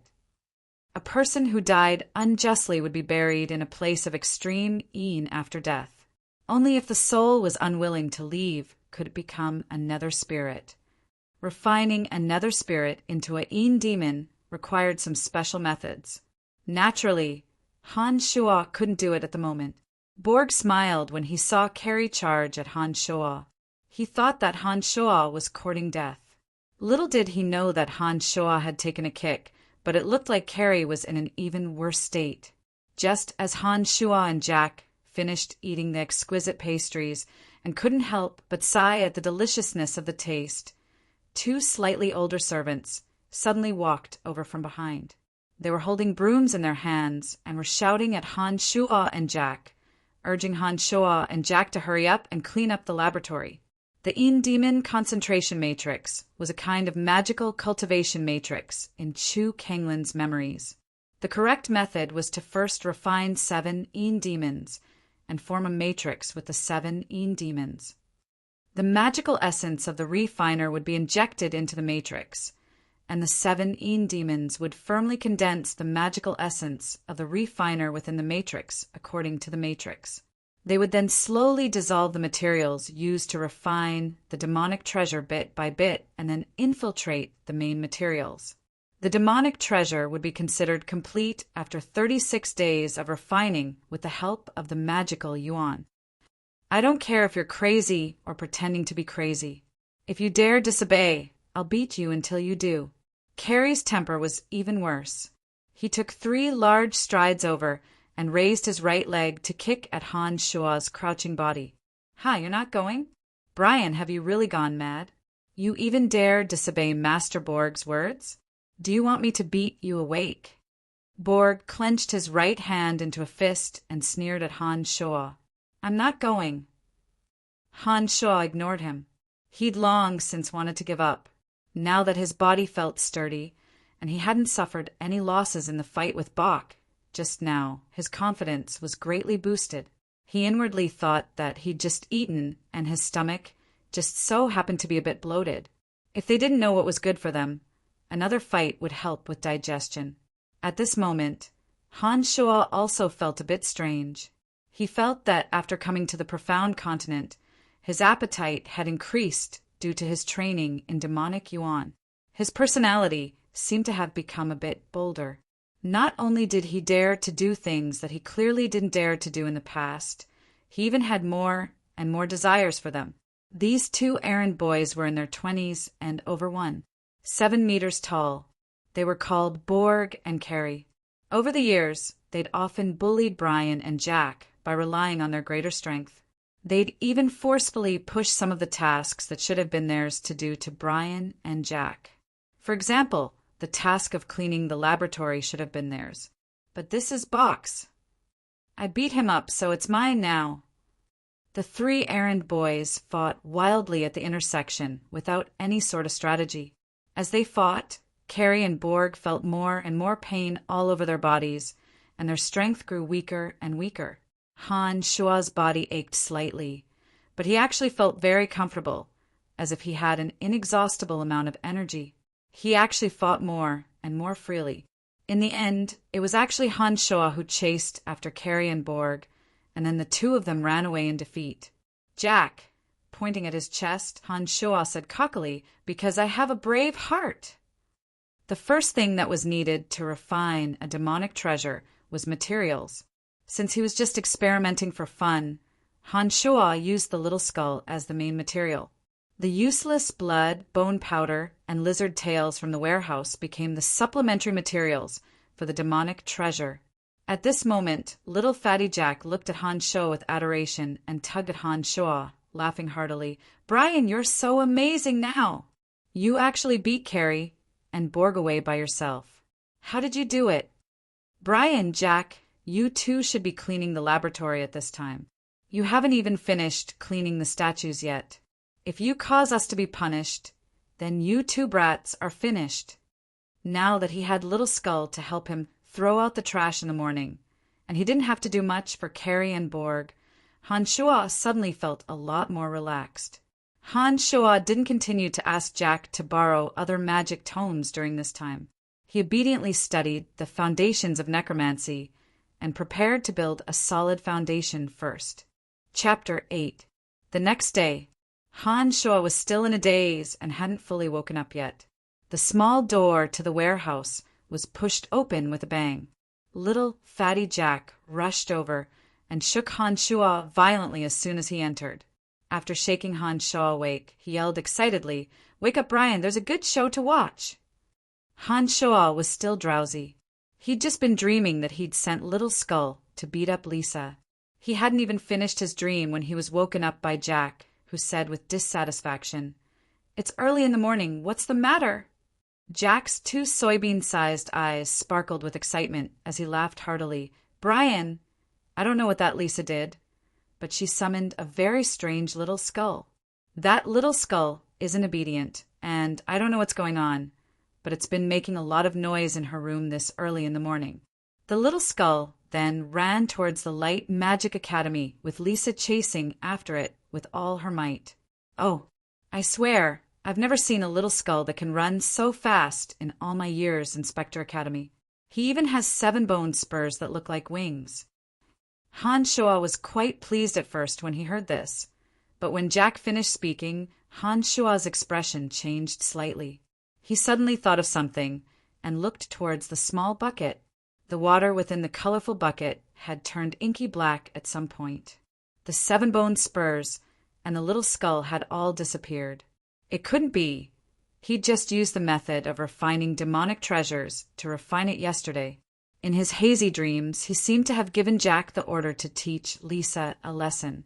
But didn't this demonic treasure require 36 days to refine? How could this be?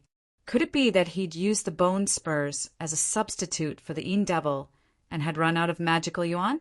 At this thought, Han Shuo felt a chill in his heart. He abruptly jumped out of bed. He didn't even care about cleaning the stone statues in the morning. He dragged Jack and ran towards the Light Magic Academy. Han Shuo was anxious as he ran. Han Shuo wasn't a pure necromancy major student and couldn't be as indifferent to his summoned creatures as they were, completely disregarding the life and death of the summoned creature. During this time, Little Skull had been helping Han Shuo throw out the trash, which saved Han Shuo a lot of effort. Han Shuo had unknowingly developed feelings for Little Skull, so he naturally didn't want anything to happen to him. It wasn't just Han Shuo and Jack. Some of the necromancy students also had strange expressions on their faces as they hurried to the School of Light Magic, chattering nonstop along the way. How strange! What a small skeleton. It's black, and there are 7 bone spurs on its back. I really don't know how Lisa managed to summon it, Amy said as she walked. Yes, what's even stranger is that this little skull is running so fast. Oh my gosh! Can it be that Lisa's mental strength is stronger than ours, so the skeletal warriors she summons are different from ours? Athena also had a face full of surprise as she made a big fuss as she and Amy sped towards the School of Light Magic. Novice mage Bella's brow furrowed slightly when she heard Athena's words. She snorted, "I'm also a novice mage, but I've never summoned such a strange skeleton. What's even stranger is that this little skull doesn't listen to its summoner. This doesn't make sense at all." Han Shuo listened to the conversations of the necromancy students as he ran with Jack. From their words, Han Shuo knew that this little skull of his, which had been refined using the method of refining magical treasures, was extremely unusual. Secretly anxious, Han Shuo tried to contact the little skeleton with his mental strength and discovered that he could contact it.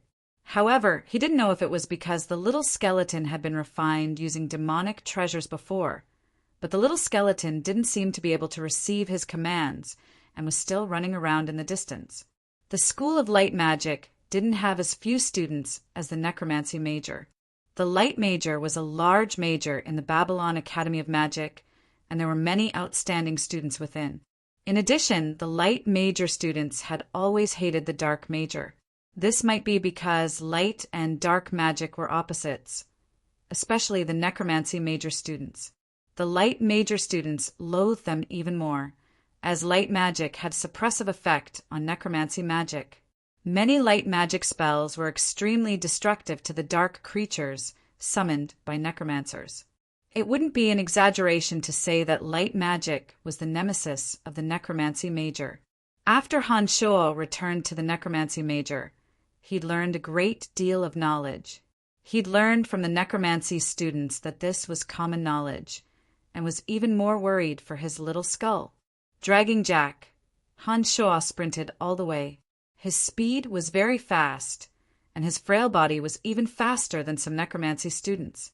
The necromancy students behind him all jumped in fright, thinking, since when did this idiot's stamina become so good after he'd gone crazy? By the time Han Shuo reached the Light Major students, Jack had already collapsed from exhaustion. He sat on the ground and panted heavily, yelling, "Brian, you run so fast. I'm about to die of exhaustion from being dragged by you, but you don't even have a sweat on your head." At this moment, Han Shuo's attention was completely focused on the little skull that was bouncing here and there in the School of Light Magic, and he completely ignored Jack's complaints. In the middle of the magic plaza of the School of Light, a little skull that was as black as ink, with 7 bone spurs sticking out of its back, and a bone knife that looked like a small dagger in its hand that sparkled with a dim light was scurrying around in the plaza. The black little skull's bones had been refined by Han Shuo and seemed to shimmer with a faint halo of light. The bone spurs sticking out of its back looked natural and didn't give off any sense of awkwardness, as if they should have been there in the first place. As it ran, its 2 calf bones stretched out like springs, and the 7 bone spurs on its back would flap continuously as it ran. Although they couldn't carry it through the air, they seemed to act as a support, making it very fast. Lisa, who was chasing behind him, couldn't hit it with any of her necromancy spells. There were quite a few light magic students in the plaza of the School of Light, as well as some enormous stone pillars carved with intricate patterns. The little skull darted between the students and the stone pillars with an unspeakably nimble and strange body, leaving Lisa helpless. Han Shuo was a bit taken aback when he saw the little skull suddenly become so nimble. He hastily gathered his mental strength and wanted to order the little skull to return to the warehouse, but the little skull didn't seem to receive Han Shuo's mental commands at all. It continued to dart between the stone pillars and the light magic students, causing the light magic students to yell and run in all directions. The plaza was a scene of chaos. Lisa, your necromancy major has really become more and more unbridled lately. You've actually brought these filthy dark creatures into our School of Light. Are you still not convinced of your loss to me last time and want to take this opportunity to show off the power of your skeletal warriors? Novice Light Mage Irene looked provocatively at Lisa and said coldly. Irene was 17 years old, with short, light green hair and a beautiful fringe on her forehead. Her sky-blue eyes were like 2 resplendent sapphires, and she wore a sacred light magic robe with a diamond-shaped sapphire embedded in the chest area. The sapphire sparkled with a misty blue light and contrasted with her eyes, making her look even more beautiful. She was also a little beauty. Han Shuo stared at Irene and secretly compared her to Lisa. He discovered that Irene wasn't the slightest bit inferior to Lisa, and her chest was beginning to show signs of plumpness, much more than Lisa's. Irene, I don't need you to meddle in my affairs. Don't think that I'll be afraid of you just because you're from the Camplin family. Lisa temporarily stopped chasing Little Skull and snorted coldly at Irene. Humph! Filthy dark creatures must not be allowed to appear in the sacred School of Light. Since you can't take him away, then I'll help you. Irene raised her 2 hands with a saintly expression and slowly chanted, "O sharp blade of light, transform into a long sword that purifies evil and cleave apart this lowly life. Light sword slash!" A long sword made of pure, blinding light appeared after Irene finished her incantation. Under Irene's command, it swiftly charged towards the little skeleton. Han Shuo's little skull had been hiding all this time. When Lisa had stopped just now, Little Skull had also foolishly stopped as well. He didn't seem to be able to react until Irene's light sword slashed at him, and the light sword pierced directly into the skeleton in front of his chest. The dark, ink-colored skeleton seemed to suddenly light up with a faint eerie light the moment the light sword pierced into it. The light sword then disappeared, and a faint puff of black smoke rose from the little skull's chest. Little Skull wobbled a bit after being hit, but steadied himself again. He held the little dagger that shone with a cold light and looked around, as if trying to see who had hit him. Phew, this dark creature didn't immediately fall apart after being hit by the holy light of light magic. Yes, this is really strange. Light magic is the bane of dark creatures. His skeleton should have turned to dust under the holy light. What's going on? Could it be that the necromancy major has already researched a way for dark creatures to not be afraid of the holy light of light magic? How is this possible? If this is the case, then aren't the dark creatures of the necromancy major too powerful? Han Shuo looked around and discovered that the surrounding light major students all had shocked expressions on their faces. All of them looked in disbelief at the little skull that was looking around. When dark creatures of the necromancy major were hit by light magic, they would suffer additional damage in addition to their normal attack power. Higher-level dark creatures would begin to rot, and low-level ones like the skeletal warriors should have immediately turned to dust and disappeared. But now this little skull that Han Shuo had refined with the demonic treasure had subverted the common sense of magic and proved an unimaginable truth to the light and necromancy major students. Cries of surprise continuously rang out from the mouths of the light major students. Even Lisa was dumbfounded, stunned by this valiant little skull. But just as everyone was in shock, the little skull looked around for a long time and finally found who had hit him. Its 5 bony fingers grasped the small bone dagger that glittered with a cold light and rushed towards Irene. 7 bone spurs flapped rapidly as it appeared in front of Irene with a speed that shouldn't have been possible for a skeletal warrior. The little bone dagger gripped in its hand and suddenly stabbed towards the panicking Irene. Irene paled in fright as she watched the little skull rush in front of her. She knew that she didn't have time to chant another incantation, so she hastily used all her strength to dodge to the left. Irene suddenly cried out in surprise when she heard a ripping sound. Because Irene had dodged quickly, the little skull's dagger didn't stab her. Instead, it tore open Irene's magic robe from her right shoulder to her chest, revealing her snowy white skin. The little skull still had a small piece of her chest on top of the bone dagger. He stood there in a daze and didn't take advantage of the situation to continue attacking. Damn it, that was beautiful. I'd like to see her use her lightsaber slash and tear open all her clothes. Han Shuo thought to himself in a carefree manner. As soon as this thought came to mind, Han Shuo suddenly felt his mental strength become extremely focused. The little skull's calf bone straightened and its body stood ramrod straight. The bone dagger in its hand flashed with a cold light as it once again rushed towards the flustered and embarrassed Irene who was covering her upper body. It was obvious that it wanted to carry out Han Shuo's order, to tear open all her clothes. Now it's receiving an order. This perverted skeleton. Chapter 9. Erin's shirt was slashed open, revealing her snow-white skin. Even a small part of her right breast could be vaguely seen. At this moment, she was so embarrassed and panicked that she couldn't help but scream. That snow-white area attracted the fiery gazes of the male students of the light major. Erin was a beautiful girl to begin with, and she had an awe-inspiring and inviolable aura of holiness about her. This made her even more beautiful. Some of the male students nearby were in the phase where they were most curious about females.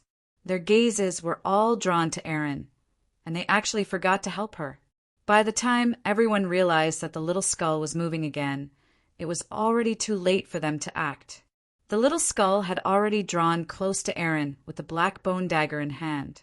In order to avoid accidentally hurting Erin with their magic, they didn't dare to act rashly. Erin felt a sense of despair and helplessness when she saw the dark holes in the little skull's eyes. She seemed to have been frightened and stopped moving. Erin's face was full of grief when the little skull raised the gleaming bone dagger close to her. She hadn't thought that she would be killed by the dark creature she hated the most, and by the weakest of dark creatures, a skeleton warrior at that. It was quite sad. Rip! Erin felt a chill on the right side of her waist. She thought that she had been stabbed, but when she turned her head to look, she discovered that she hadn't been stabbed. However, the magic robe from the right side of her waist to her calf had been slashed open again, revealing even more of her breasts. Her firm and smooth waist and smooth, firm, and beautiful legs were revealed once more after the slash. Even the light green, tight-fitting lace underwear had been torn open from the right side. Erin could already hear the sounds of some of the male students swallowing their saliva and the female students chattering. To her it was indeed terrifying to be killed by the little skeleton with a single slash, but to be stripped naked in front of everyone's eyes was worse than death. An ear-piercing shriek came out of Erin's mouth. She covered her lower body with one hand and her upper body with the other as she ran in an extremely disorientated manner. What's with this little skull? Why would it cut Aaron's clothes? Don't just stand there. Quickly eliminate him. Amidst the heated discussion, the students of the School of Light Magic finally reacted. One by one, they raised their arms, as if they were going to chant an incantation to attack the little skull. After the attack, the little skull stood there in a daze, as if he needed Han Shuo's continuous command before he knew what to do. Seeing the little skull's dumbfounded look, Han Shuo became anxious and did not know what to do. Lisa seemed to be about to say something, but when she saw that Aaron's magic robe was torn, she hesitated for a moment and didn't say anything in the end. Damned dark creatures! How dare you attack the beautiful Miss Irene? Accept the punishment of Claude, a mid-ranked knight. At this moment, a figure sprinted over from the distance. Because his speed was too fast, Claude had already appeared next to the little skull by the time he'd finished speaking. Claude's figure dashed agilely towards the little skull as soon as he appeared. His right hand punched out, and a beam of pale green light shot fiercely at the dazed little skull, who was completely unaware of the danger. The little skull was flung into the air involuntarily after receiving the blow, landing with a thud on the ground. Beautiful Miss Irene, I've come a step too late, and I've startled you. Claude bowed courteously to Irene after sending the little skull flying with a punch, speaking humbly. Claude was 18 years old, and his silver hair was tied up and casually draped over his back. He wore a white training robe, and his features were extraordinarily handsome. The female students of the light magic cast furtive glances at him as soon as he appeared, their faces bright red as they whispered to the girls around them. Wow, it's Claude. He's a journeyman knight at 18, and the youngest son of the commander of the Griffin Legion. So strong. Love-struck fool, Claude likes Irene. You're only from a small family, and you're not as beautiful as Irene. He won't take a fancy to you. The female students of the light major nearby discussed in low voices, all of them sneaking furtive glances at Claude as if he were the prince charming of their dreams.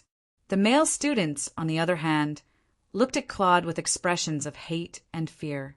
Just as the crowd was discussing in low voices, the little skull that had been sent flying by Claude's sword stood up shakily. The dark ribs in front of his chest wobbled along with his short, skinny body. Irene covered her upper and lower body with a bedraggled expression. Her face was bright red, but she breathed a sigh of relief when she saw Claude appear. She was about to speak to Claude when she saw the little skull standing up shakily behind Claude. Irene's pure and holy beauty immediately revealed an expression of panic and disgust. She pointed behind Claude and said frantically, "Claude, destroy that ugly dark creature, and I'll eat with you." Claude turned back when he heard Irene's words and made a light sound, as if he hadn't thought that the little skull would still be alive. He then smiled brightly and bowed to Irene. "I'm willing to serve you." Claude's aura changed abruptly as he turned around. His previous refined and courteous demeanor faded away, replaced by a fierce light in his eyes. He also punched out with his right hand, and the light green light appeared once again, quickly shooting towards the little skull. Who would have thought that at this moment a small, skinny figure would suddenly rush out from the left and stand right in front of the little skeleton? The light green light that Claude shot out from his fist landed on the small, skinny figure. With a bang, this thin figure stumbled a few steps back and suddenly fell with his head facing upwards. Who's this errand boy? Why did he suddenly rush out? Surprised voices sounded from the surroundings. "Damn it, Brian, have you gone mad?" Jack was equally baffled as he cried out with a face full of grief. Lisa was also stunned, her mind a bit sluggishly looking at Han Shuo, who had suddenly rushed out and blocked the blow for the little skull. Something even more unexpected happened. Han Shuo didn't immediately spit up blood and die after being hit by the light green light. Instead, he stood up shakily, just like the little skull, with a confused and silly expression on his face and a silly smile on his face. As for the little skull, he suddenly swayed as if he was having a seizure, then suddenly turned around. Before anyone could react, His two calf bones suddenly bent and straightened, and he ran swiftly in the direction of the school of necromancy with a whoosh. As for the attacker, Claude's body suddenly staggered for some reason, and he also fell to the ground. He panted heavily a few times before standing up, as if he'd used too much strength. But when he stood up, Claude's handsome face was full of astonishment and surprise as he looked oddly at the silly Han Shuo. As the person in question, the bewilderment on Han Shuo's face wasn't completely feigned. Claude's light green light had just entered his body through his chest, and in that moment, Han Shuo felt a heart-wrenching pain in his chest.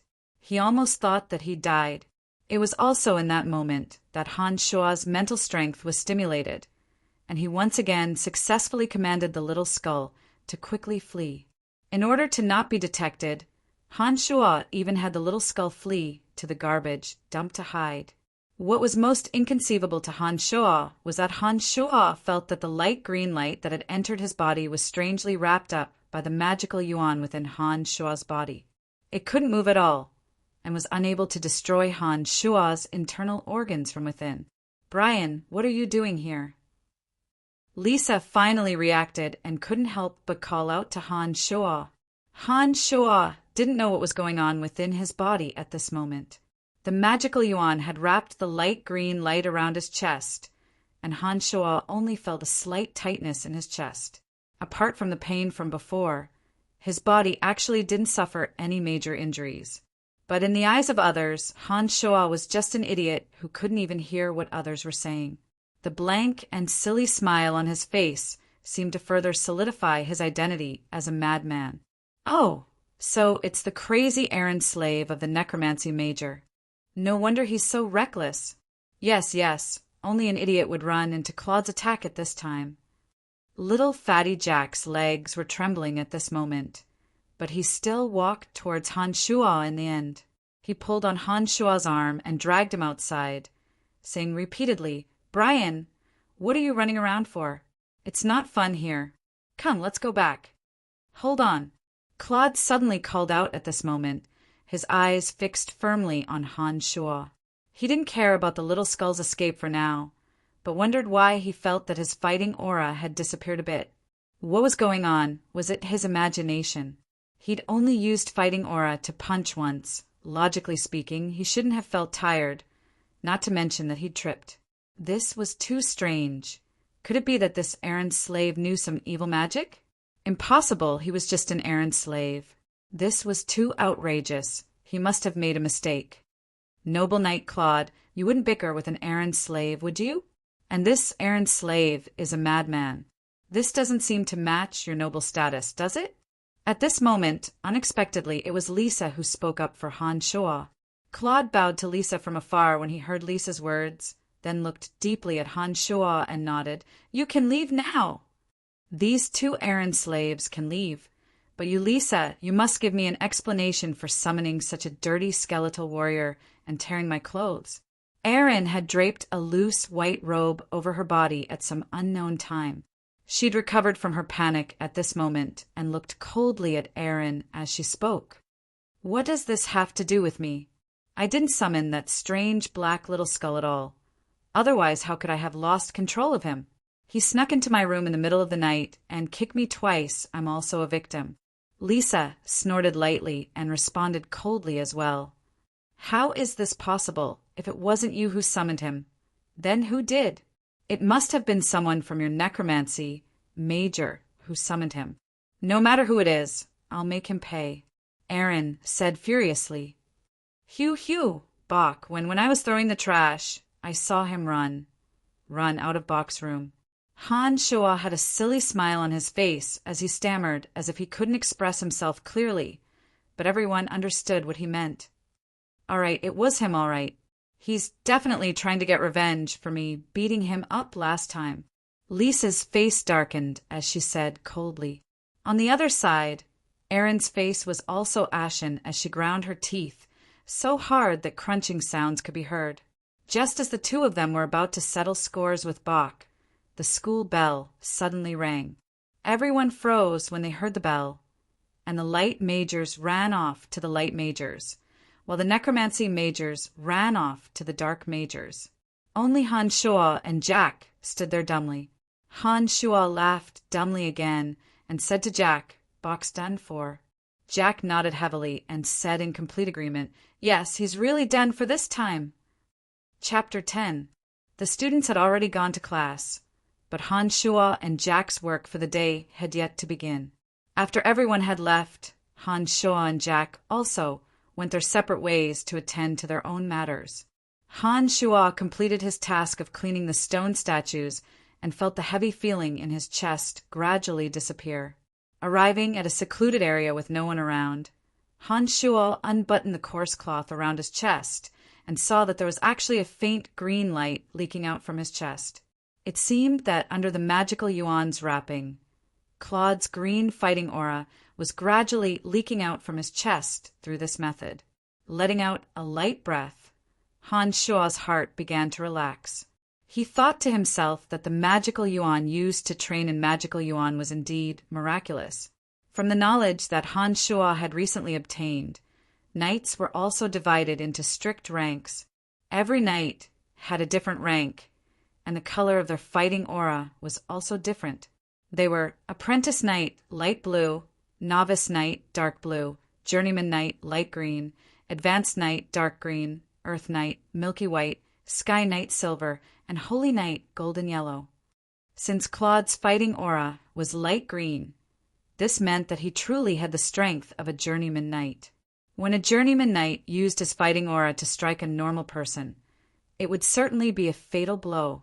There was absolutely no luck involved. The reason why Claude was able to survive without any serious injuries was obviously because he had trained in magical yuan. Feeling the magical yuan tightly wrapping around the light green fighting aura, Han Shuo let out a sigh of relief. But he didn't dare to train in magical yuan anymore. He was afraid that the magical yuan would follow his will and flow to other parts of his body. Without the restraint, the light green fighting aura would suddenly explode and damage his internal organs. It was a good thing that as time passed, the magical yuan gradually dissipated in the form of specks of light. This made Han Shuo feel less worried. Because class had already started, no one had come to search for the little skull when he was hiding in the garbage dump. This storm wouldn't end so quickly, and it was broad daylight right now. Han Shuo didn't dare to order the little skull to return to the warehouse, lest he be discovered on the way back. In the afternoon, in the dark, major training field, the facilities of the Babylon Academy of Magic and Force were very complete. Every department had their own training field, and the training field was for the students to use to test their magic. There were all kinds of testing equipment inside, such as the divine testing stone for testing mental strength and magic refining equipment for testing the power of magic. The necromancy major also had a few spacious rooms for students to conduct magic tests. Han Shuo was holding a mop and mopping a few practice fields belonging to the necromancy major when he suddenly saw some necromancy students walking over. Among them was Bach, who hadn't come looking for trouble for a long time. Bach's face was swollen, and he looked miserable. It seemed that Irene and Lisa had already taught him a lesson. Barker's face suddenly turned ashen when he saw Han Shuo mopping the floor. His face, which was already ugly to begin with, became even more distorted.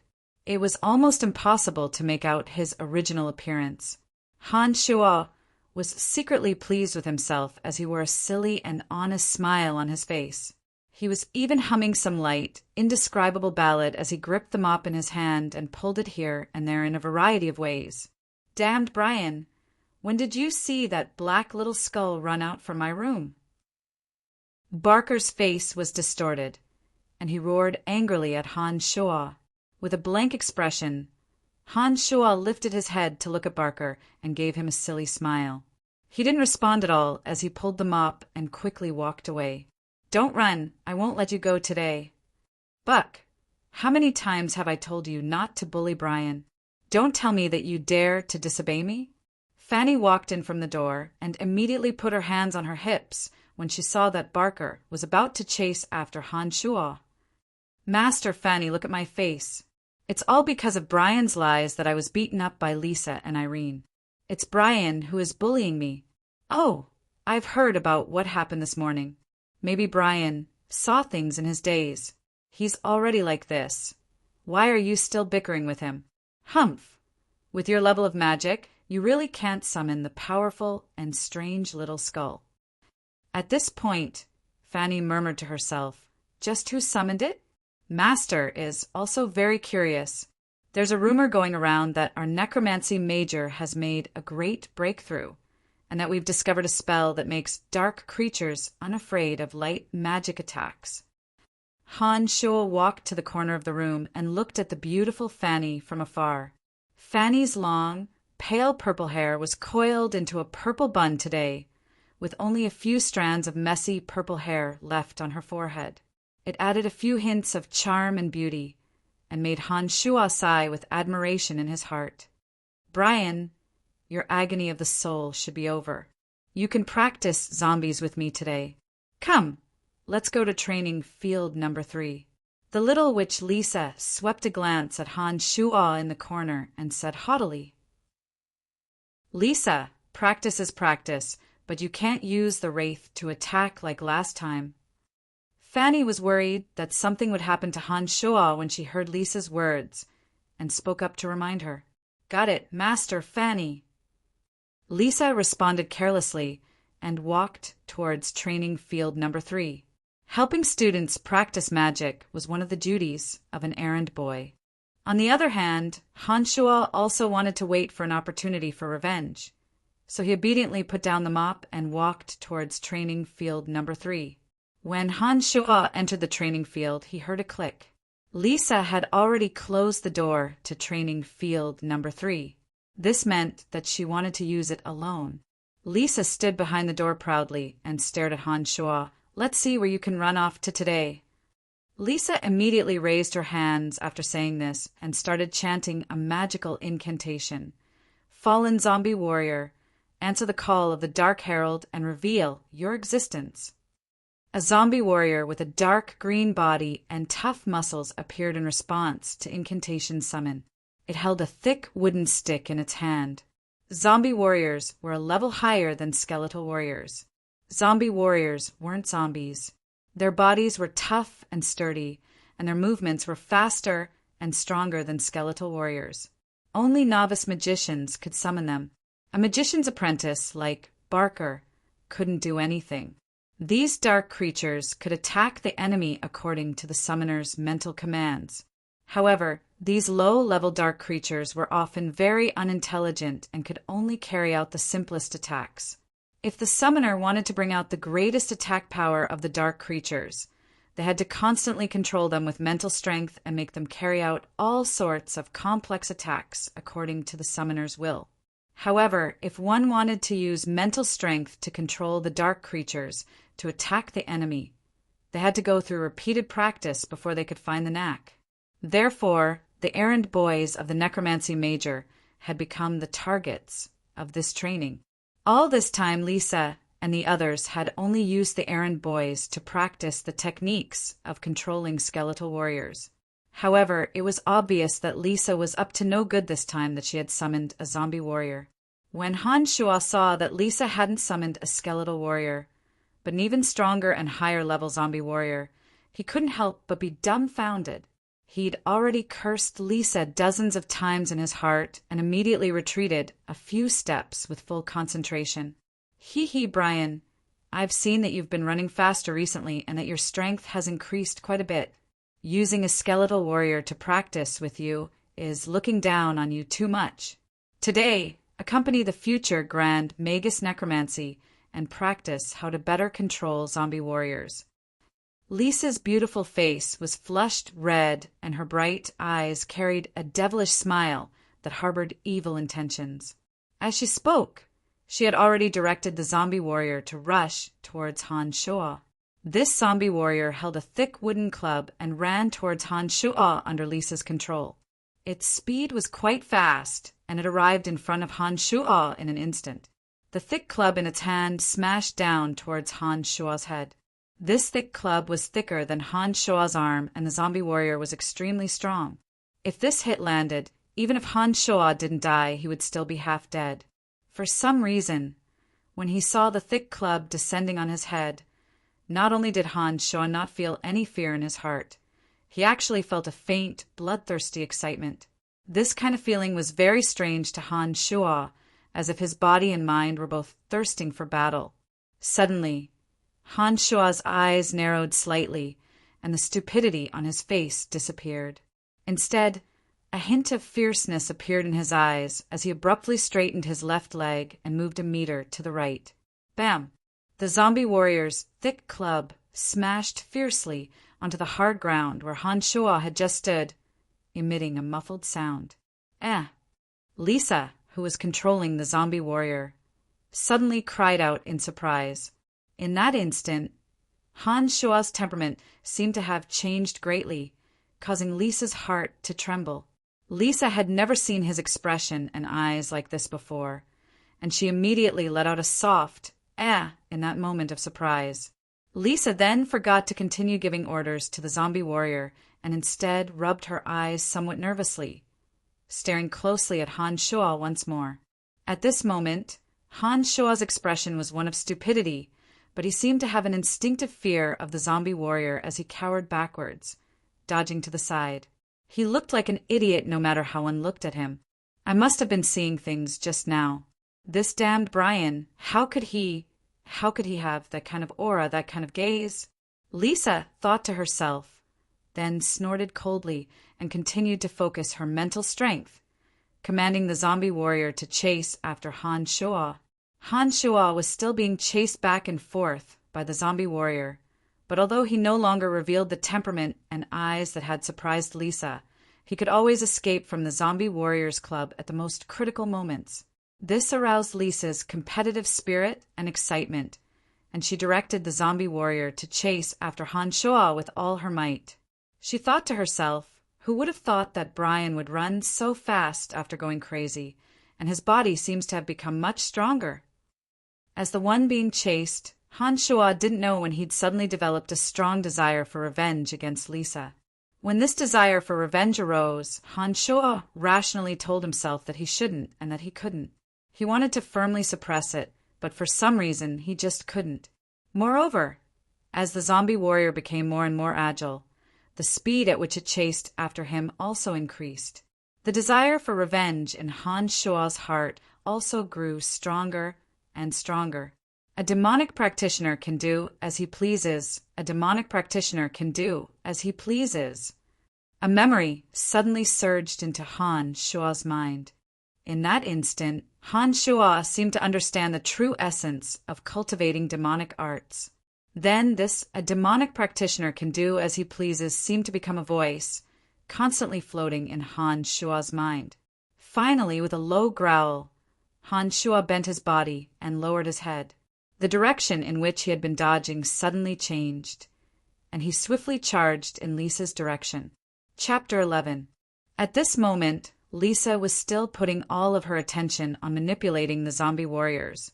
Han Shuo suddenly changed directions and charged straight at her. Lisa was a bit stunned and then panicked. She hurriedly controlled the zombie warrior to follow Han Shuo, while she gave a soft cry and dodged to the side. Han Shuo was hunched over with his head down, so Lisa couldn't see the expression on his face. However, Han Shuo's frail body had an aura that was as sharp as the edge of a sword as he ran. This aura was completely different from Han Shuo's usual behavior, and was the source of Lisa's panic. Because the zombie warrior was a beat slower, its speed couldn't catch up to Han Shuo. It looked like it wouldn't be able to help Lisa in the short term. Lisa could no longer maintain her previous composure at this moment and ran around with a face full of panic.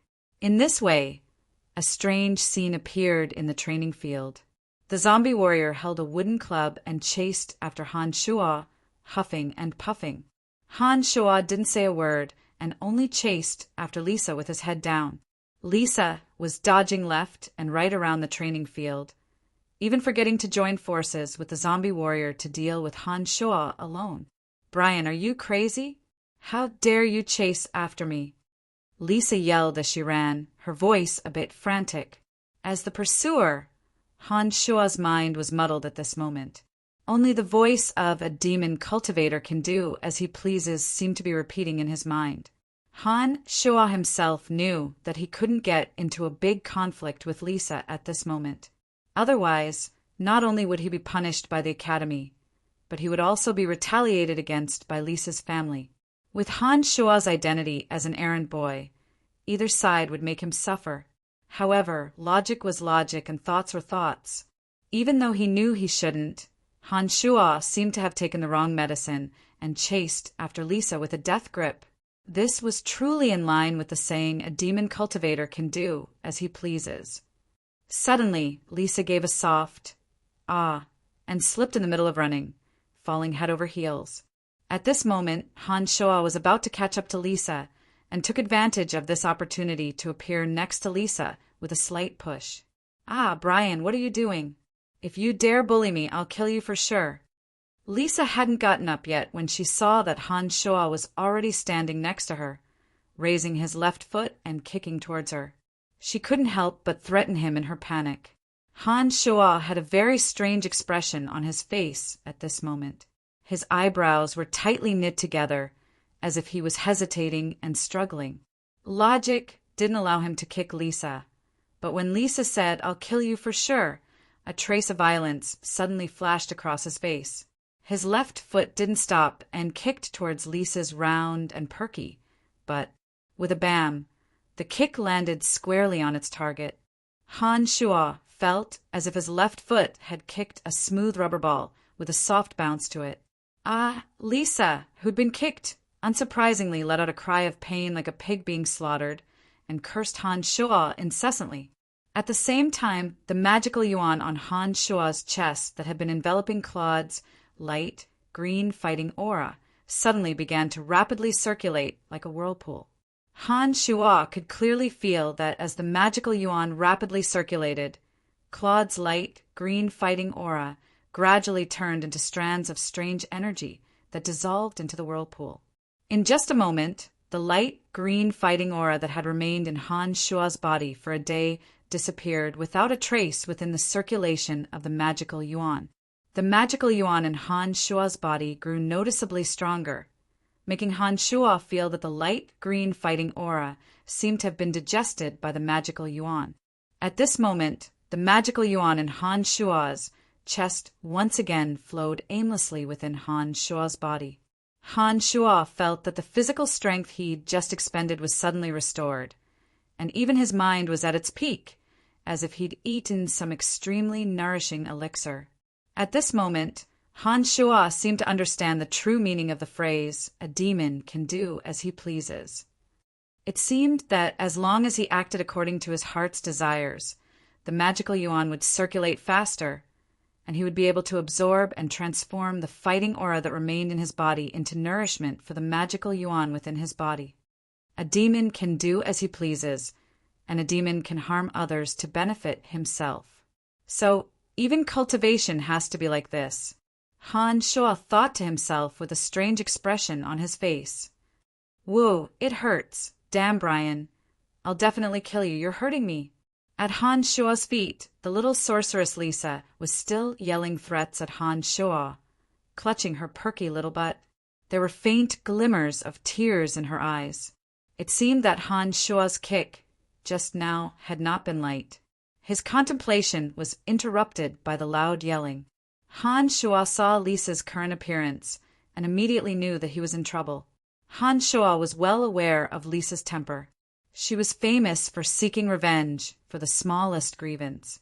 She would definitely not let this matter rest after kicking her this time, especially since Lisa was already crying. Looking at her appearance, but seemed to have suffered quite a bit of damage. If the school found out about this, Han Shua would definitely be finished. At this moment, the zombie warrior finally arrived in front of Han Shua with the wooden club in hand. Under Lisa's control, the club smashed towards Han Shua's head. Looking back, Han Shua was startled to see the wooden club descending towards his head. However, he suddenly felt that the speed of the club's fall seemed to have slowed down. Han Shua's feet moved, and he actually easily dodged the attack this time. Han Shuo was a bit surprised. He watched as the club fell again, and he also easily dodged to the side. Then Han Shuo understood that it wasn't that the zombie warrior's movements had slowed down, but rather that his speed and eyesight had improved. "Haha, still missed." With a strange laugh, Han Shuo set aside his thoughts and continued to dodge the zombie warrior's attacks. Every time he ran, Han Shuo could feel that his body was becoming more and more nimble. He actually had the leisure to tease Lisa. The little demoness Lisa had originally controlled the zombie warrior to take revenge for herself. But who would have thought that the despicable Han Shuo would suddenly become as nimble as a little monkey, jumping left and right to avoid the zombie warrior's attacks. He even shamelessly opened his mouth to yell again and again, as if mocking her helplessness. "Damned Brian, I won't let you get away with this." Lisa saw that the zombie warrior was helpless against Han Shuo, and that her butt was sore and her spirit was a bit low. She screamed a threat and immediately sent the zombie warrior back to the other dimension. At the same time, Lisa wanted to get up from the ground, but her butt was kicked by Han Shuo. It hurt so much that she cried out in pain as her legs gave out and she once again sat on the ground. After the zombie warrior disappeared, Han Shuo no longer felt any pressure. Instead, he smiled foolishly and came to Lisa's side. He even stupidly extended his skinny left hand and said foolishly, "I'll take you to the infirmary." "That's none of your business, you damned lunatic." Traces of tears were still on Lisa's small face as she felt the pain on her butt. She immediately said fiercely to Han Shuo. Han Shuo seemed to be a bit dazed when he heard these words, and then a mischievous light burst forth from his eyes. He actually reached out his left hand and suddenly felt Lisa's smooth, perky butt. He said foolishly, Then I'll help you rub it." Although this little she-devil Lisa had an exceedingly bad temper, she was indeed a beautiful little girl. Although her breasts weren't fully developed yet, her little butt was abnormally full. Han Shuo's heart immediately skipped a beat when he touched it. It felt exceedingly soft and perky, extremely nice to the touch. "Ah, Brian, go to hell. Don't come near me." There were still traces of tears on Lisa's face when she felt her buttocks being rubbed by Han Shuo. She immediately screamed like a madwoman and used all her strength to hit Han Shuo's body with all her might. In particular, Lisa's kick landed squarely on Han Shuo's ankle. Han Shuo lost his balance and fell face to face with Lisa, his left hand still on Lisa's butt. A delicate fragrance seeped into Han Shuo's nose. This fragrance came from Lisa, and Han Shuo's heart skipped a beat when he smelled it. Lisa's body was soft beneath him, and his left hand was still supported by Lisa's butt. Han Shuo could clearly feel Lisa's softness. In that instant, it was as if Lisa had suffered a heavy blow. She stood there dumbly, staring blankly at Han Shuo. However, Lisa only stared blankly for a moment before she stopped making a fuss. She suddenly raised her 2 hands high and chanted an incantation with a frosty expression. "Endless darkness, transform into annihilating bone arrows, destroy with my will." Han Shuo was horrified as he knew that this was the starting incantation for the necromancy spell, Bone Arrow. At such a close distance, Han Shuo wouldn't even be able to dodge if the bone arrow were to shoot at him. Who knew if some part of his body would be pierced through by the bone arrow? That wouldn't be a laughing matter. Moreover, Lisa's expression was frosty, and it was obvious that she wasn't joking. She seemed to really want to kill Han Shuo. Lightning flashed through his mind. Without waiting for Lisa to finish chanting the incantation, Han Shuo immediately stretched out his 2 hands and abruptly pressed down on Lisa's jade-like arms, hugging her tightly. He then abruptly moved his face closer to Lisa and hurriedly opened his mouth to kiss Lisa's rosy little lips. "Destroy in front of Wu Wu." Lisa's incantation stopped there, and she finally didn't finish chanting. The 2 kisses met, and a soft, wet feeling drifted into Han Shuo's heart. Han Shuo's entire body was muddled, and he felt as if he had fallen into the clouds. His entire body was floating, and he didn't know what was going on. Even before he attached himself to Brian, Han Shua had never kissed a woman before. The feeling of kissing only existed in his theoretical imagination. Now that he'd actually done it, he was dazed for the first time. He only felt that this feeling seemed to be even more wonderful than he'd imagined. Lisa's face was crimson red, and her breathing was ragged. Her eyes were dazed, and she was as stupefied as Han Shua. She was completely unaware that she was being violated by Han Shua at this moment. After a while, Lisa suddenly pushed Han Shua away and pointed at Han Shua with a red face. "Idiot Brian! Why do you always carry so many random things in your pants? Last time it was a rock, this time it's a stick." Han Shua. Chapter 12. Han Shua opened his mouth, but before he had time to speak, Lisa had already launched a flurry of punches at Han Shua. She cursed as she hit him.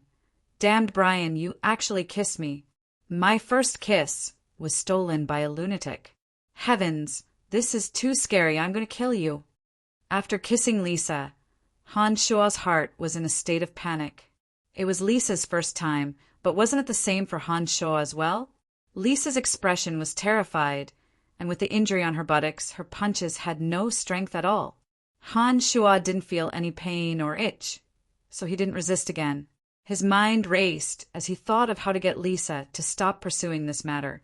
Lisa seemed to be tired after hitting him for a while. Her eyes were a bit red and swollen, but she still stared at Han Shua with an ominous glint in her eyes.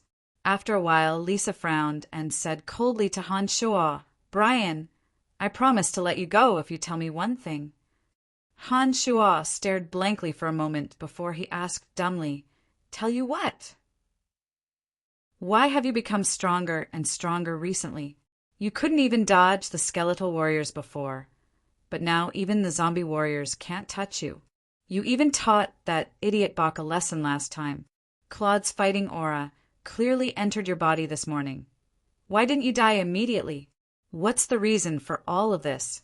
Lisa stared closely at Han Shua as she inquired. Startled, Han Shua cursed inwardly.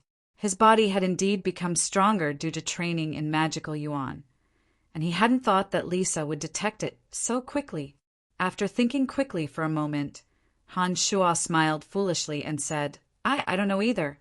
I just ate something recently that made my body feel stronger and stronger." Han Shua saw Lisa's eyes light up when she heard this. Lisa then approached Han Shua in high spirits. Her eyes focused on Han Shua as she said, "What did you eat? If you tell me, I won't pursue this matter any further.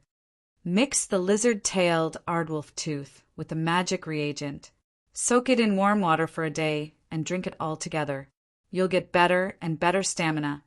Han Shua frowned and thought for a while before telling Lisa with a silly smile. Lisa's face was solemn as she listened attentively to Han Shua. She repeated Han Shua's words and then muttered to herself, Can it be that these disgusting things have this kind of effect when mixed together?" Han Shua didn't answer and just looked at Lisa with a silly smile. I'll let you go today. I'll find you to practice my magic next time." Lisa thought for a bit and got up from the ground to leave.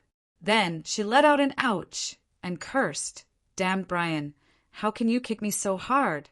Why am I so unlucky every time I run into you lately?" Lisa cursed as she rubbed her butt and walked out of the training field. As soon as Lisa opened the door and left the training field, Han Shua immediately followed and left when no one was paying attention. When night fell and no one was around, Han Shua snuck to the junkyard and tried to use his mental strength to command Little Skull to come out. Who knew that Little Skull wouldn't receive the command? With no other choice, Han Shua could only endure the stench and rummage through the junkyard. In the end, he found Little Skull underneath the garbage. Little Skull was paralyzed under the garbage and didn't seem to be breathing, as if he'd fallen asleep. The ribs in his chest seemed to have fallen apart, and he looked like he'd suffered heavy injuries. Based on his connection with Little Skull, Han Shua knew that Little Skull hadn't been crippled. When he thought about how Little Skull had received his orders to take revenge on Lisa and then looked at Little Skull's pitiful state, he felt a pang of sorrow in his heart. "Claude, oh Claude, just you wait. I'll settle this with you sooner or later." Picking up Little Skull, Han Shuo took advantage of the dark and windy night to sneak back to the junkyard. The broken ribs in front of Little Skull's chest still made clanging sounds as Han Shuo ran. This caused a bout of heartache for Han Shuo. After returning to the junkyard and carefully closing the door, Han Shuo thought for a moment and once again placed Little Skull into the wooden barrel. He then rummaged around and found 7 broken bones. Sticking them into the barrel and continuing to infuse magical yuan into it, he once again deployed the magical concentration matrix and attempted to use the method of repairing demonic treasures to repair Little Skull's body. This time, after Han Shuo infused magical yuan into the small wooden barrel, he discovered that his body seemed to feel much better compared to the previous time when he'd been completely drained. It was as if his magical yuan had increased after enveloping and melting Claude's fighting aura in the morning. This caused Han Shuo to have another thought in his mind. After placing Little Skull in place, Han Shuo took out the foundations of necromancy magic from under the small wooden bed and continued to study it. These days, Han Shuo would read the foundations of necromancy magic every time he returned home. Although this book was only a book on the basics of magic and didn't record any powerful necromancy magic, it was still too profound for a novice like Han Shuo who knew nothing about magic. Today, as he flipped through the pages of the magic dictionary and compared it with the foundations of necromancy magic, Han Shuo had unwittingly sunk into infatuation. However, even with the magic dictionary in hand, he still couldn't understand some of the terms within. Sighing deeply, Han Shuo put down the 2 books in his hands. He thought to himself that he had only understood magic for 10 days after all. If he could understand everything in the books, then there would be no need for the Babylon Academy of Magic and Force to exist.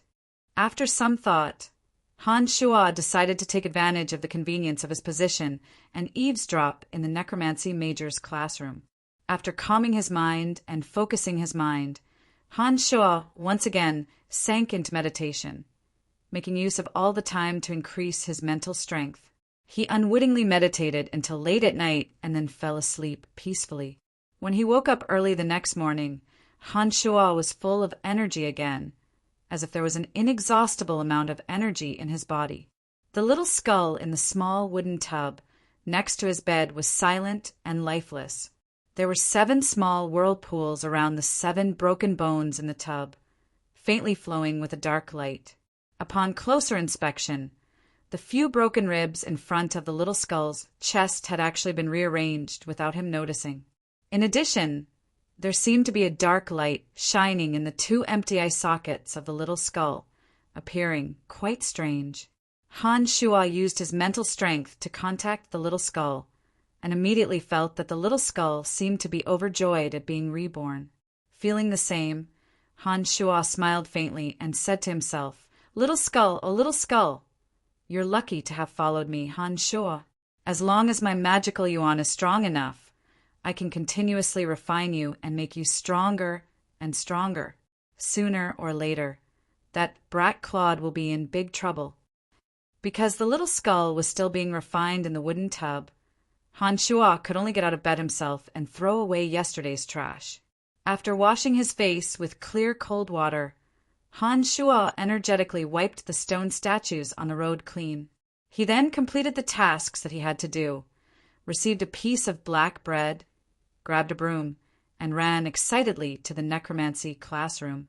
If magic is to be released perfectly, incantations and hand gestures are interconnected. If the incantation is not correct or the hand gesture is not correct, then the magic will not be released. Magic is a mysterious power. Through mental strength and some profound incantations, one can borrow power from the elemental energy of the sky and earth, and then find the target of the magic according to the hand gesture. The necromancy students were either lazily or attentively listening to Teacher Jean's lecture.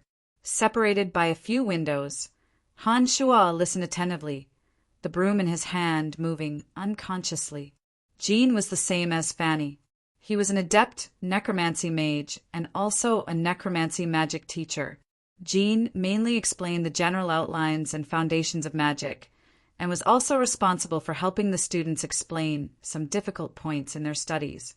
Fanny taught the students how to use some auxiliary necromancy magic, and was also responsible for leading the students to practice necromancy magic. In the entire Babylon Academy of Magic and Martial Arts, there were not only adept mages as teachers in other majors, but also archmages who were more knowledgeable and more powerful. However, because there were too few necromancy students, there were also only 2 of them as teachers, and both of them were only adept mages. On one hand, there was no need to invest too many teachers in a small necromancy major. On the other hand, because the necromancy major had declined, there were too few archmages. In the Babylon Academy of Magic and Martial Arts, as long as the students passed through the various trials and became adept mages, they could graduate. Of course, if the students wanted to continue their studies in the academy, they could still stay and study. Because there were more students in many majors, they were divided into classes of magic apprentices, beginner mages, and intermediate mages. However, there were too few necromancy students, so all the students were in the same class. At this moment, Han Shoa was incomparably focused. He lowered his head with a trace of a happy smile on his face.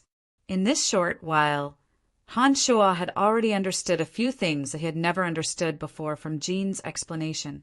In this moment, Jean's dull, old-fashioned voice was like the sound of nature in Han Shoa's ears. Han Shoa was completely intoxicated by it. With a plop, a student wearing a magic robe suddenly fell down in front of Han Shoa. He stuck his butt up, his face making intimate contact with the white jade floor. He then crawled up from the ground, grimacing, and turned to look at Han Shoa. He said angrily, "Brian, how dare you use a broom to rub my feet?" I was only sweeping the floor." When Han Shoa saw that it was Fitch who had stood up, he immediately spoke in a panicked voice. Fitch was 176 meters tall. He had light blue hair, a bony body, and a loose magic robe that made him look like a covered stick. He was a journeyman mage in the necromancy major and had always wanted to pass the trial to advance to adept mage. It was a pity that he hadn't passed the trial time and time again. He'd heard that he'd gone to another trial a few days ago and had only just returned. Han Shoa had been so enthralled by Jean's lecture on the foundations of magic that the broom in his hand had swayed unconsciously. It wasn't strange that Fitch had been caught in it. It's Fitch who's back. Haha, did you fail the trial again?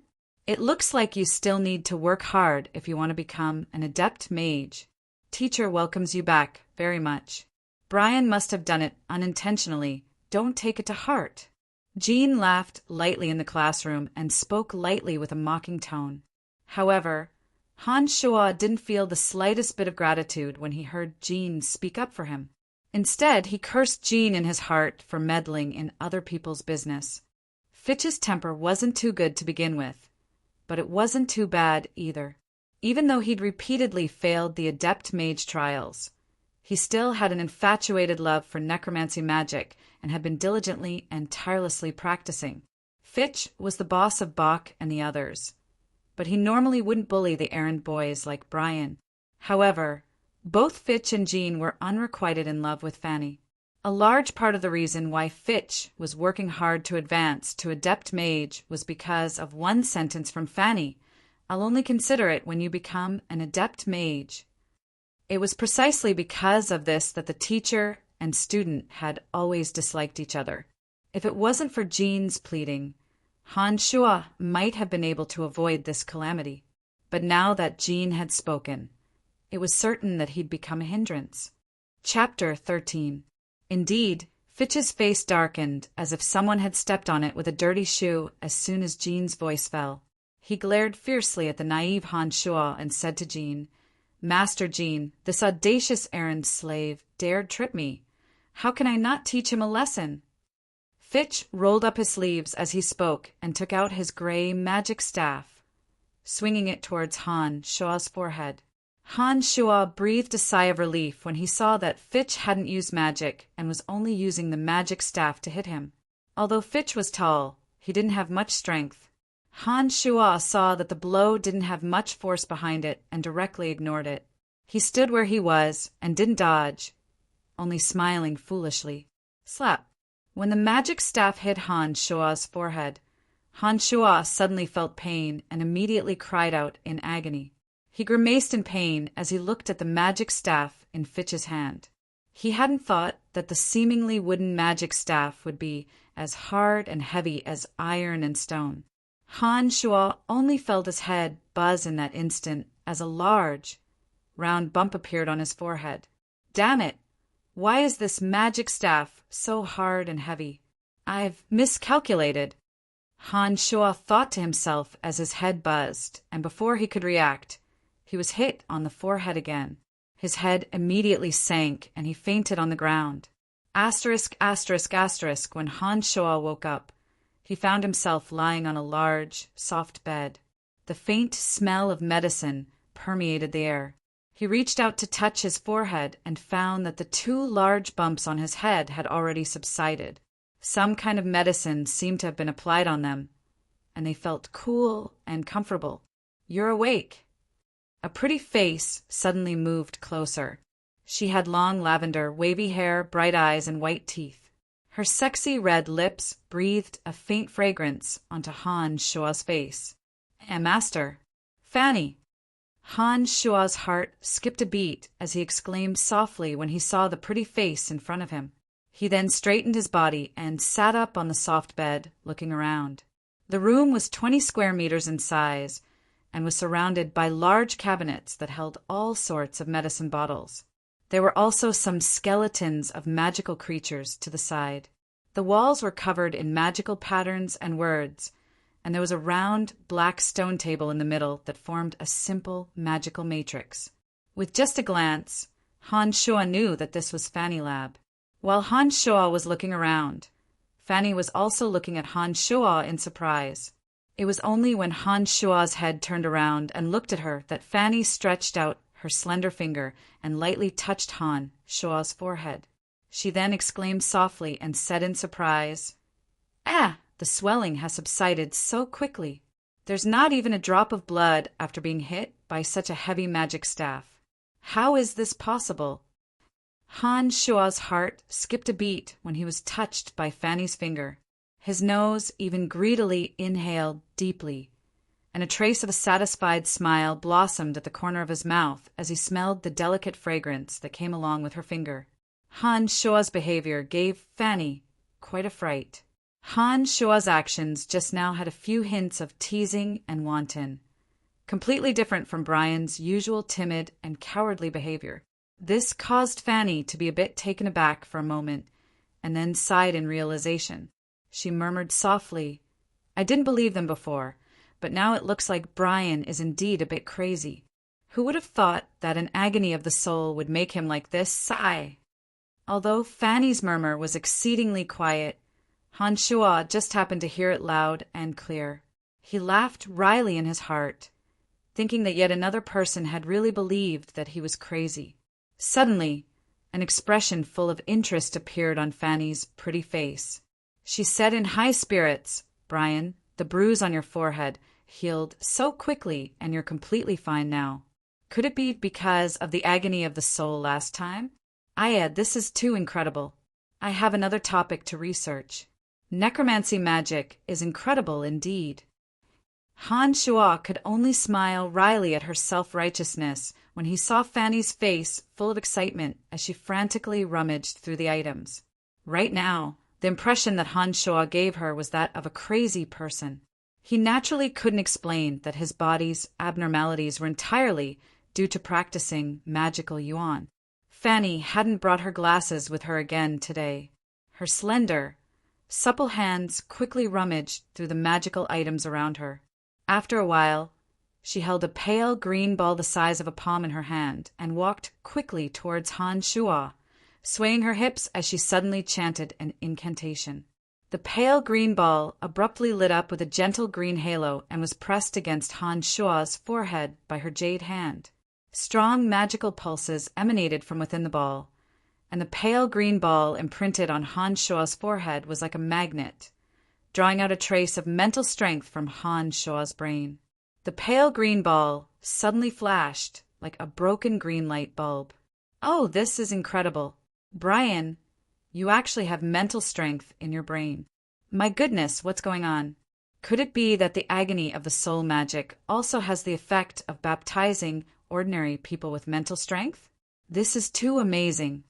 Fanny suddenly cried out, shock and astonishment written all over her face.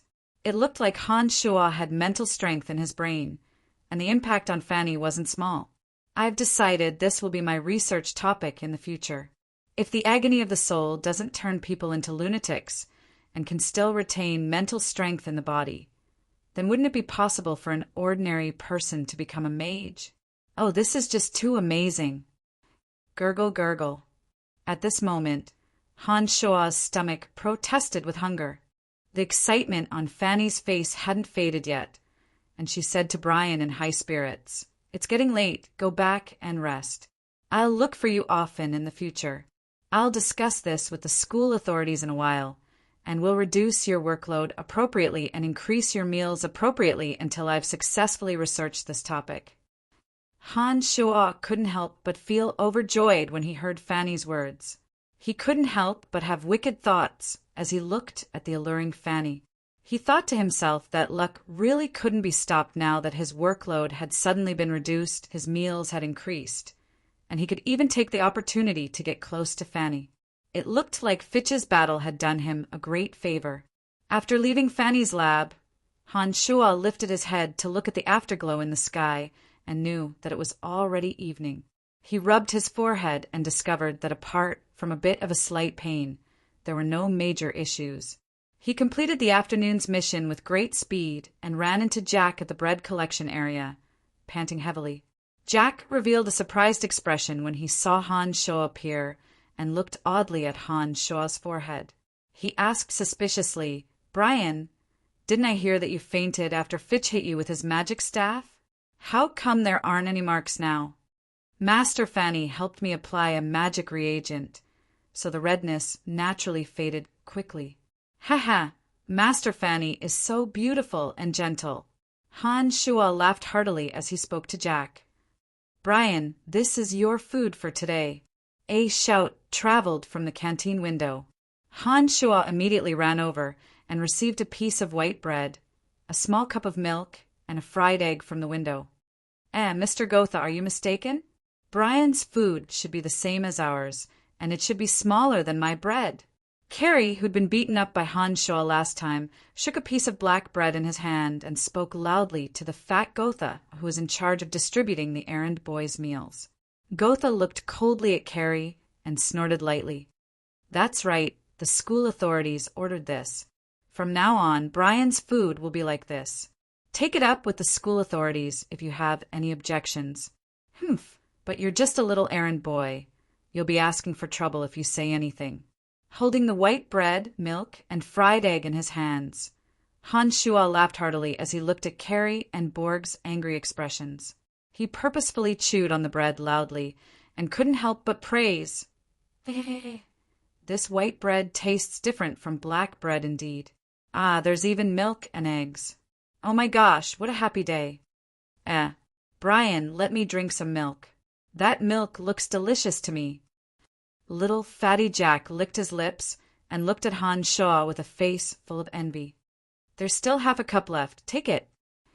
Han Shuo generously handed it over to Jack and then pulled Jack away with a wide grin, leaving behind a furious Carrie and Borg. When he returned to the warehouse that night, Han Shuo took a look at the little skull and discovered that the little skull was still lying in the small wooden bucket. However, the 7 small whirlpools within the bucket had stopped spinning. One look at Han Shuo and he understood that this was because the magical yuan had been used up.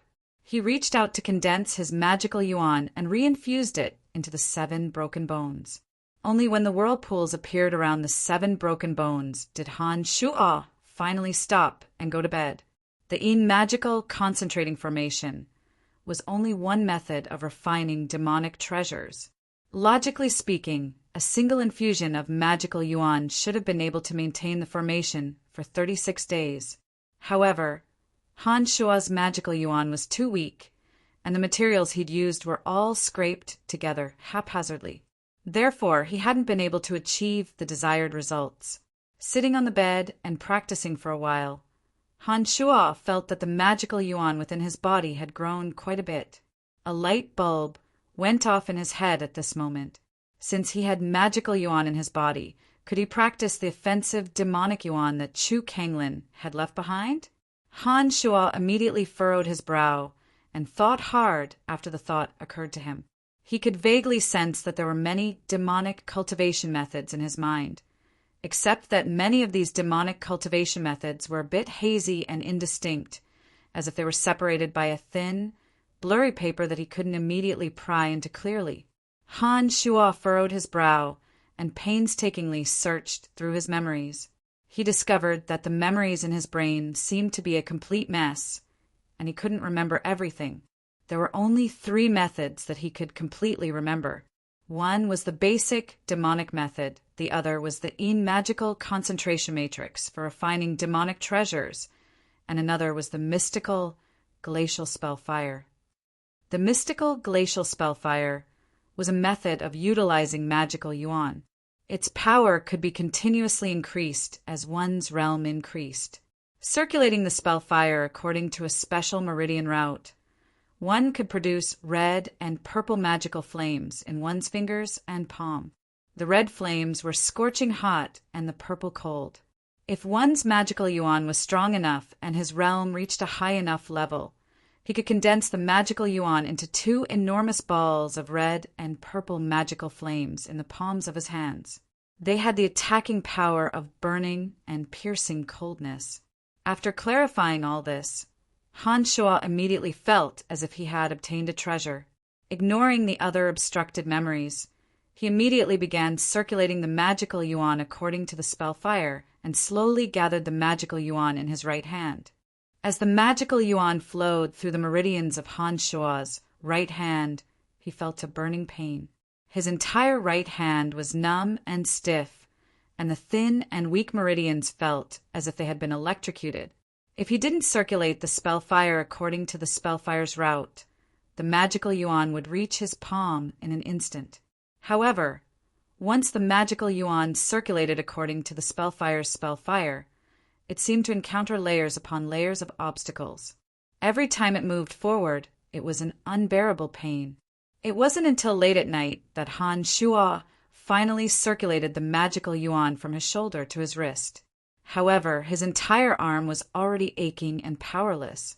Han Shua understood that the mystical glacial spell fire could only be truly used when he circulated all the magical yuan to his palm and fingers. The pain he was experiencing now was due to the process of opening up those tiny meridians and allowing them to adapt to the magical yuan. The prickling pain was unavoidable now, but it would be gone once all the meridians were opened up. Han Shua's eyelids were twitching due to the extreme fatigue. Remembering that he still had work tomorrow, and that training in magical yuan wasn't something that could be accomplished overnight, he threw himself onto the bed and slept first. Han Shua had another dream that night. He dreamt that the little skull had obeyed his orders and beat up Fitch, who had hit him on the forehead, to avenge him. Chapter 14. The next day, Han Shua was woken up by the impact of a heavy garbage bag. Han Shua, who had been in the midst of a beautiful dream, felt a heavy mountain pressing down on him. He hastily scrambled out of bed and rubbed his eyes to see that there was an extra heavy garbage bag on his bed. He immediately understood that it must have been someone who had thrown the garbage through the small window of the warehouse.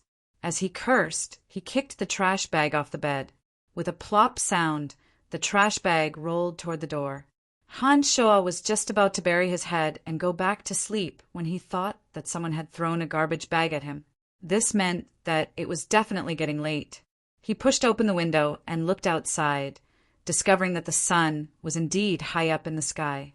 He immediately sighed to himself that he must have overslept today because he was too tired from practicing demonic magic yesterday.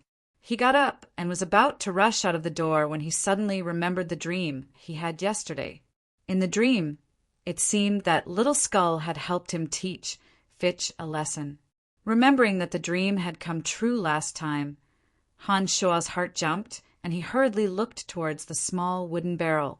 Inside the small wooden tub, the little skeleton's 2 dark hand bone rings were placed on the edge of the wooden tub. Its left leg bone was placed on top of its right leg bone, swinging back and forth as if it was enjoying a sauna. It looked very carefree and relaxed.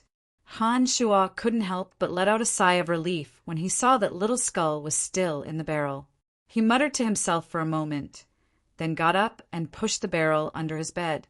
He used a garbage bag to block the bottom of the bed before opening the door and preparing for a new day of work. "Hey, Brian, why are you only here today?" Jack was wiping the stone statues on the road and greeted Brian with a smile from afar. Han Shua looked around and saw that there weren't any students passing by on this road. He knew that class must have already started by now. He had woken up late today. "Oh, I was hit twice on the head by Fitch yesterday.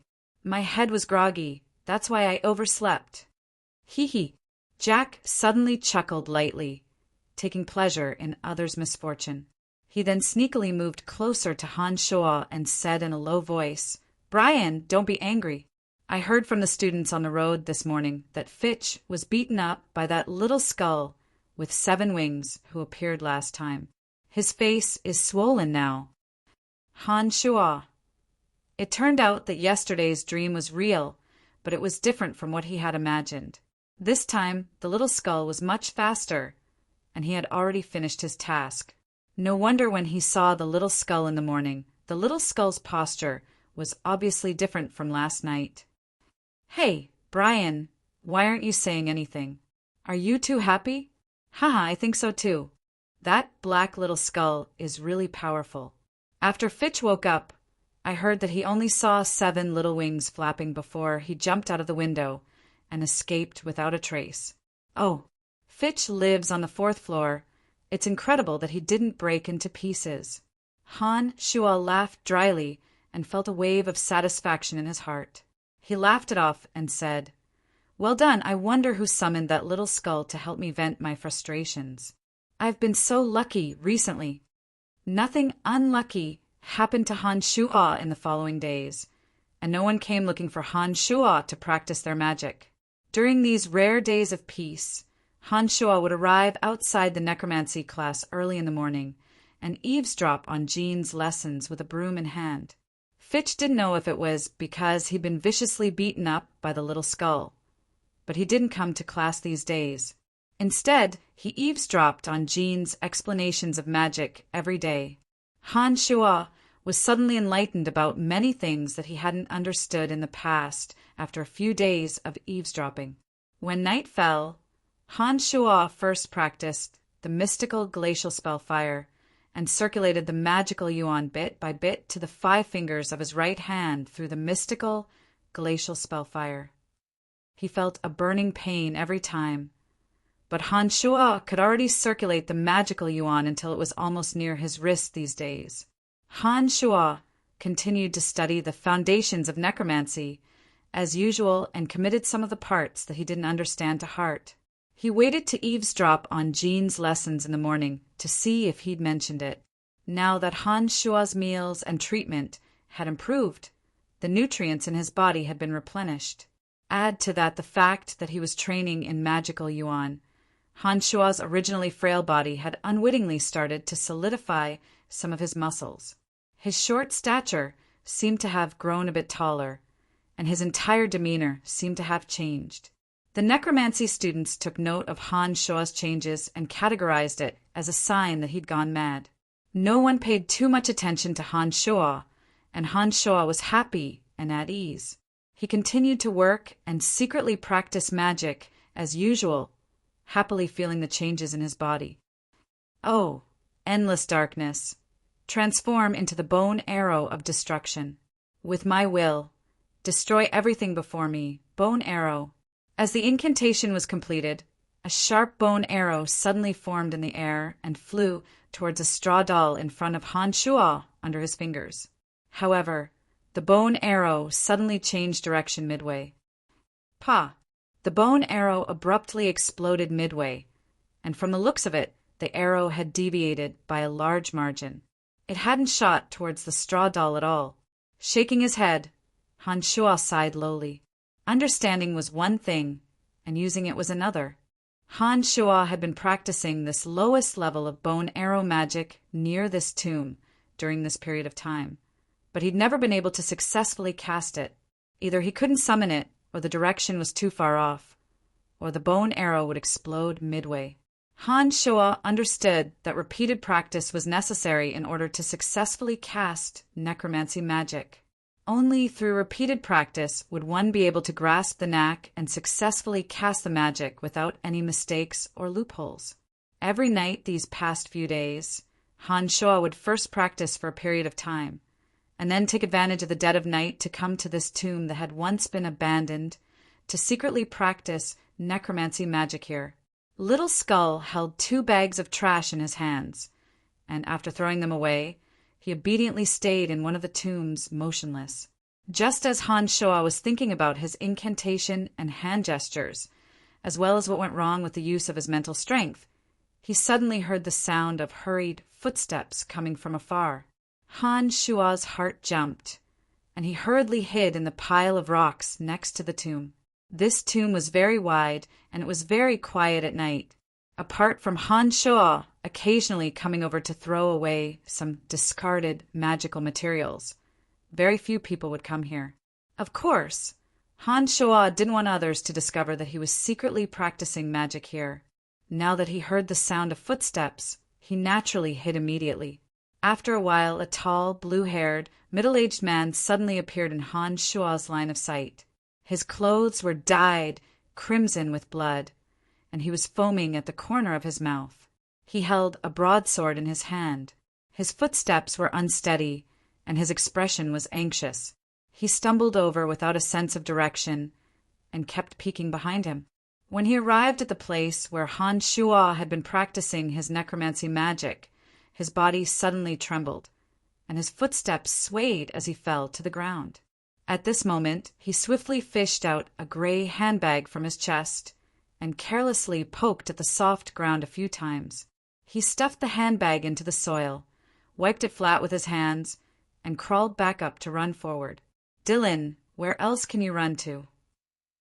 A kind voice traveled in from the distance as a black light flashed by. A kind, emaciated old man appeared behind the middle-aged man. He wore a kind smile on his face and wore a gilded magic robe. He held a magic staff embedded with 3 red, yellow, and blue gems in his left hand. One could tell with a glance that it was a very valuable magic staff.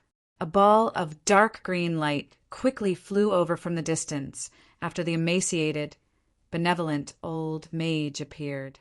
When it stopped here, the dark green light suddenly disappeared, and a sturdy, muscular swordsman with a long sword appeared.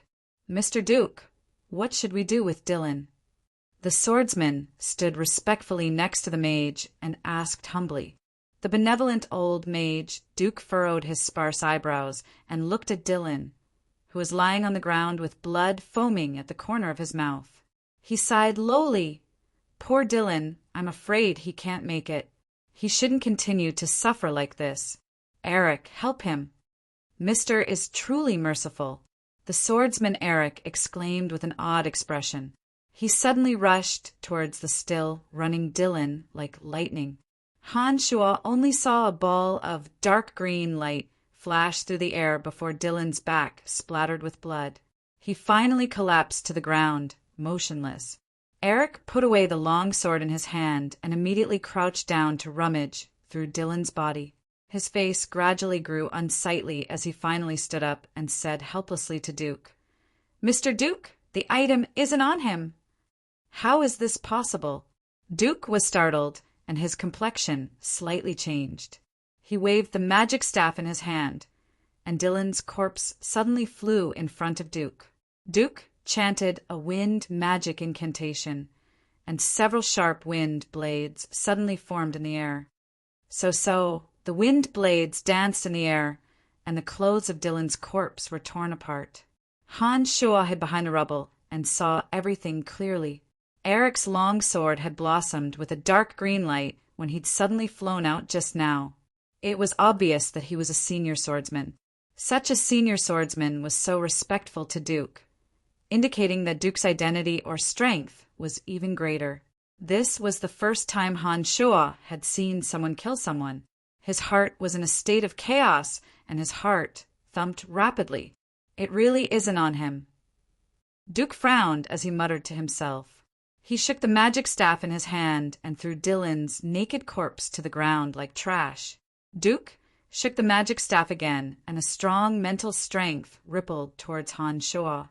Han Shua's body was involuntarily brought flying towards Duke. How did you know I was there? Han Shua was flustered in his heart, and even more so with his mouth. He made a big fuss as he danced in the air. Ha!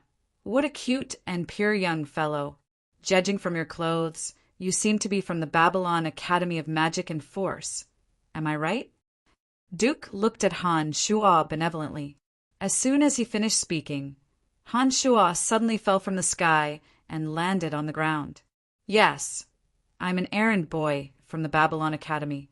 I'm here to throw out magical waste. I didn't see anything just now. It's getting late. You guys continue chatting. I'll be heading back first. Han Shua stood up from the ground and spoke with a face full of innocence. He took 2 unhurried steps in the direction of the Babylon Academy of Magic and Force, then abruptly increased his speed and ran with all his strength. He thought that these 2's strange behavior might be disadvantageous to him, so it was best to leave as soon as possible. Ha! This young fellow is quite crafty. Eric, you see him off. Duke laughed softly behind Han Shua and said benevolently. Han Shua had already felt a strong gust of air rapidly approaching him as soon as Duke's voice had sounded. Chapter 15. Han Shua understood in his heart that Eric must be rapidly approaching him with his sword in hand, wanting to kill him just like how he killed Dylan. This was because Han Shua could feel the killing intent faintly approaching from behind. At this moment, Han Shua focused his attention for the first time in his life. He didn't know if it was because of the magical yuan he was training in, but the current Han Shua was not only extremely nimble, even his courage had grown. Otherwise, if it was according to his previous personality, there would only be fear left in his heart and no other thoughts. At this moment, the magical yuan within Han Shua's body circulated at a much faster speed than usual. As he ran, he felt that his entire body was filled with inexhaustible strength. Add to that the fact that Han Shua was extremely familiar with the terrain. He turned left and right as he ran, and actually managed to shake off Eric by a distance. Eric was startled. He didn't seem to have anticipated that Han Shua would run so fast. Seeing that not only was Han Shua running fast, but he was also running in a tricky direction and was gradually disappearing from his line of sight, Eric's face couldn't help but turn cold. The long sword in his hand glowed with a dark green light, and he abruptly picked up a few large rocks along the way. Han Shua ran further and further away, feeling that this run was very carefree. When he sensed that Eric's aura was getting further and further away, a sense of joy involuntarily arose in his heart. It was at this moment that the sound of something piercing through the air suddenly rang out. Han Shua only felt his legs being struck heavily a few times. His knees immediately weakened, and he fell flat on his face in the midst of his rapid running. His face intimately came into contact with the soil, and he fell flat on his face. "Young man, my apologies." Eric softly called out apologetically. He raised the long sword in his hand, and a ball of dark green light abruptly lit up in the air, violently stirring towards Han Shua. His mind was unprecedentedly clear. The magical yuan within Han Shua's body circulated wildly, and his previously sore and powerless legs no longer hurt. Facing this fatal blow, Han Shua pressed both his hands and feet to the ground at the same time, and with a ferocious push he abruptly rolled to the left. Clang! Eric's long sword brought with it a dark green ball of light as it landed on the ground where Han Shuo had been lying, carving out a dozen or so well-proportioned cracks in the hard ground. It was like a chessboard, and each crack was a dozen centimeters deep. If Han Shuo had been there just now, he'd likely have been dismembered. I really didn't see anything. Don't kill me. Han Shuo dodged the attack and looked at the strange condition of the ground he was lying on earlier. He was immediately frightened out of his wits. He spoke with a bitter face as he hurriedly climbed up, looking like he was going to run away again. Young man, I didn't expect you to be so agile, but you saw something you shouldn't have seen today. I'm very sorry, but I have to kill you. Eric shrugged and smiled helplessly. He then raised his longsword, and a few head-sized rocks suddenly flew up and fiercely smashed towards Han Shuo. Han Shuo was startled and dodged left and right with trepidation. While Han Shuo was dodging, Eric suddenly appeared behind Han Shuo without a sound and pointed his longsword slightly. A ball of dark green light suddenly fell into Han Shuo's body. In an instant, Han Shuo flew out and once again fell flat on his face. A bone-piercing pain seeped into his spine, and the magical yuan within his body madly converged towards his back, tightly wrapping around the ball of dark green light that had fallen into Han Shuo's body. Phew, why does it feel like I've lost a bit of my fighting aura? That's strange. Could it be that I've been too tired lately? Yes, that must be it. This kid runs quite fast. Good thing I've finally taken care of it. Just as Han Shuo was about to continue running, he suddenly heard Eric mumble to himself. The state of Han Shuo's body just now was exactly the same as when Claude's fighting aura had entered his body. The only difference was that Eric's dark green fighting aura was a bit more powerful, and the magical yuan within Han Shuo's body wasn't able to completely wrap around it. Therefore, right now, Han Shuo's back was a bloody mess, and he looked quite horrifying from the outside. With a thought, Han Shuo held his breath and lay there, not daring to move. However, at this moment, the little skull seemed to have sensed Han Shuo's danger and seemed to be planning to rush over to save him. Perhaps it was due to the excessive pain, but Han Shuo felt that his mental strength was unprecedentedly focused. In a split second, he issued an order for the little skull to stay where he was without moving. The grave that the little skull was in was some distance away from Duke. However, if the little skull climbed out of the grave and rushed over, Duke would definitely notice. Although he didn't know Duke's mage rank, Han Shuo knew from his previous actions that he was very powerful. Naturally, he wasn't willing to let the little skull die in vain. Eric took a few breaths and mumbled a few words to himself. He grabbed Han Shuo from the back of his robe and brought him to a broken grave. Without even checking the condition of Han Shuo's body, he confidently threw Han Shuo into the grave, as if believing that Han Shuo was already dead. Thinking about it, Han Shuo was only an ordinary errand slave. Naturally, he would die without a doubt after taking a blow from a senior swordsman. How could there be any accidents? After throwing Han Shuo into the grave, Eric didn't continue to stay there. He directly went back the way he came. After a while, there was no more movement in the area. Han Shuo's back was in extreme pain. At this time, he cursed Eric and Duke's entire family in his heart. He stayed in the grave and didn't dare to come out immediately. It wasn't until nearly an hour later that Han Shuo endured the pain in his back and slowly climbed out of the grave. Stretching out his hand to touch his back, Han Shuo felt that his back was a little sticky. Looking at the bloodstains on his hand, Han Shuo secretly remembered this hatred. He planned to pay them back one by one in the future. Gritting his teeth, he carefully walked back to the previous place. Along the way, Han Shuo was very sneaky, deeply afraid that the two were still there. It wasn't until after returning to the original place that Han Shuo discovered that even Dylan's body had disappeared.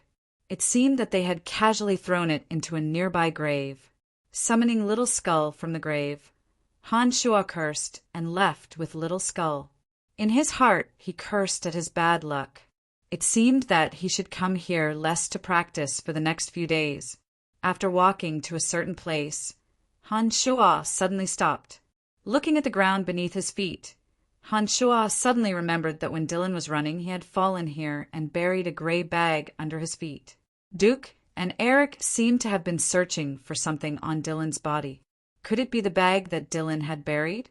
Squatting down with a grin, Han Shuo carefully pushed away the soft soil on the ground and took out the gray bag.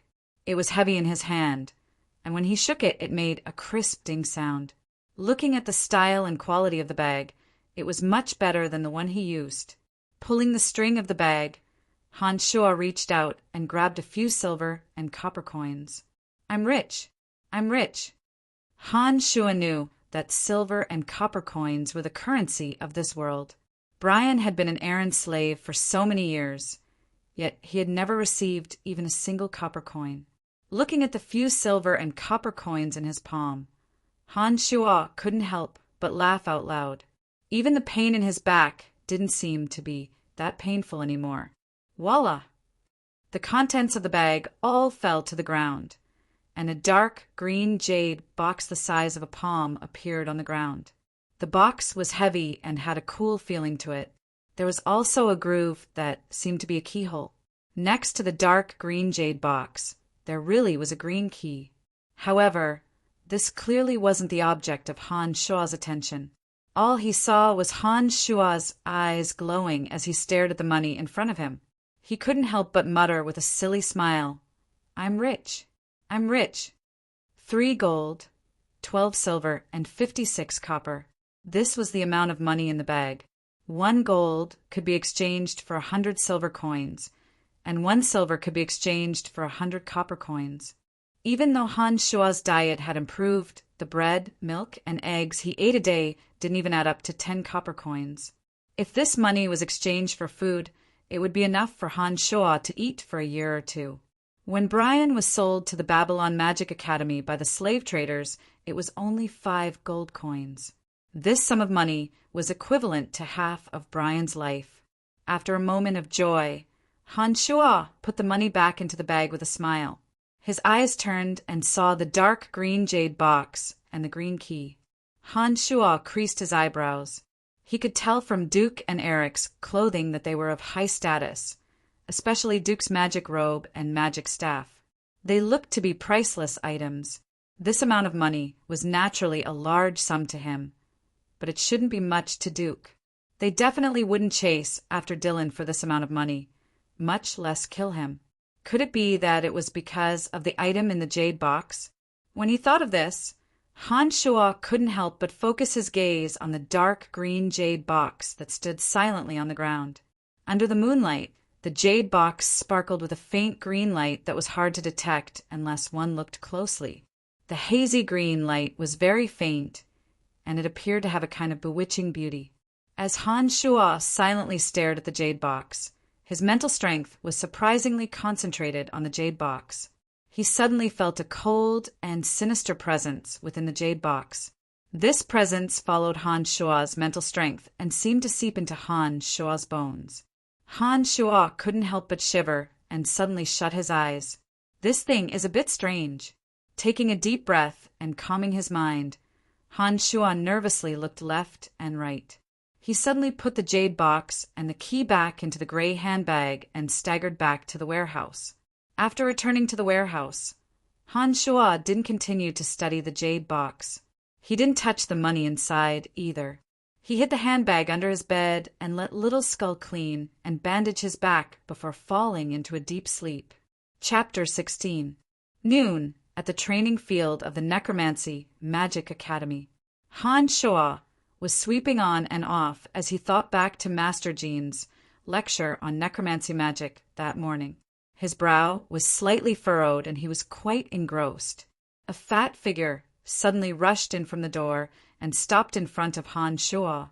Jack was panting heavily as he said urgently, "Brian, it's bad. Carrie and Borg are coming to settle scores with you." Han Shuo was a bit displeased that his thoughts had been interrupted. He frowned and asked when he saw Jack's panicked expression, "What's going on?" "These 2 idiots, Carrie and Borg. I beat them up last time, Why are they looking to die again? I don't know, I'm not too sure either. I only heard that they ate something this morning and seem to be in a lot of pain. Their faces are all green, and they're shouting that they're coming to settle scores with you. Lisa is also looking for you. Han Shuo felt a bit of pain on his back, but it was much better than last night. The dark green fighting aura on his back was still wrapped up by the magical yuan.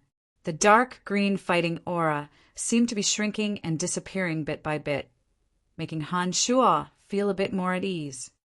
They're looking to die, don't blame me. Han Shuo snorted coldly and tightened his grip on the broom in his hand, looking towards the door. Jack's expression was still anxious as he rubbed his hands and said urgently, Brian, things are different this time. Carrie and Borg have found some helpers this time, and they don't seem to be the errand boys of the necromancy major. They're all tall and strong, you better run. Damned Brian, how dare you plot against us? I'll show you what's coming today.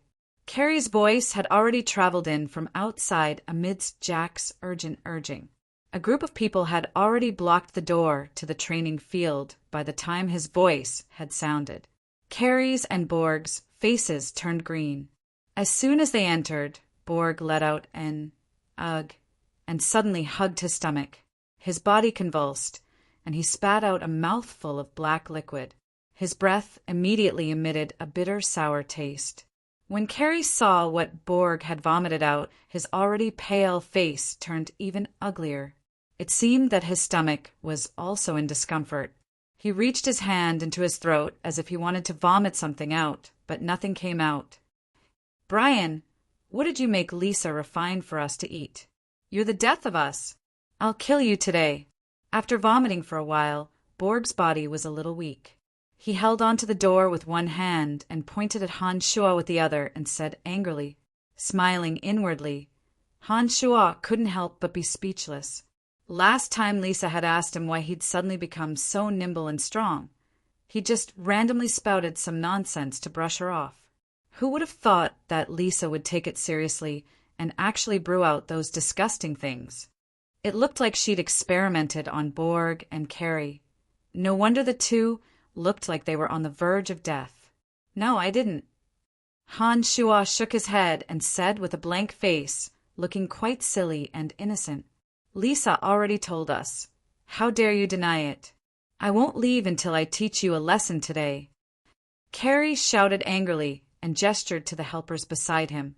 A total of 6 errand boys, including Borg, rolled up their sleeves and walked fiercely towards Han Shuo.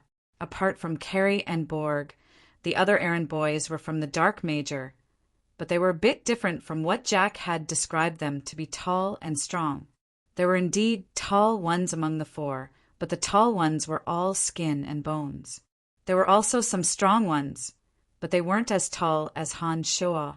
On the whole, the tall ones weren't strong enough, and the strong ones weren't tall enough. Judging from their fighting strength, they probably weren't all that impressive. Clenching his fists, Han Shuo's expression was still naive. There was an irrepressible desire to vent in his heart, and it seemed that he needed to beat all of these people to the ground in order to quell this desire. This desire came abruptly and instantly flooded Han Shuo's mind, urging Han Shuo to act like a spell. Han Shuo's personality had always been rather passive, and he rarely took the initiative to offend anyone. He also didn't dare stir up trouble with too much arrogance. But if he were to fight them now, with Han Shuo's current strength and speed, he might make a big deal out of it. Han Shuo was a bit unwilling, but his rationality couldn't restrain it. This feeling was exactly the same as when he'd wanted to make a move against Lisa last time in the training fields.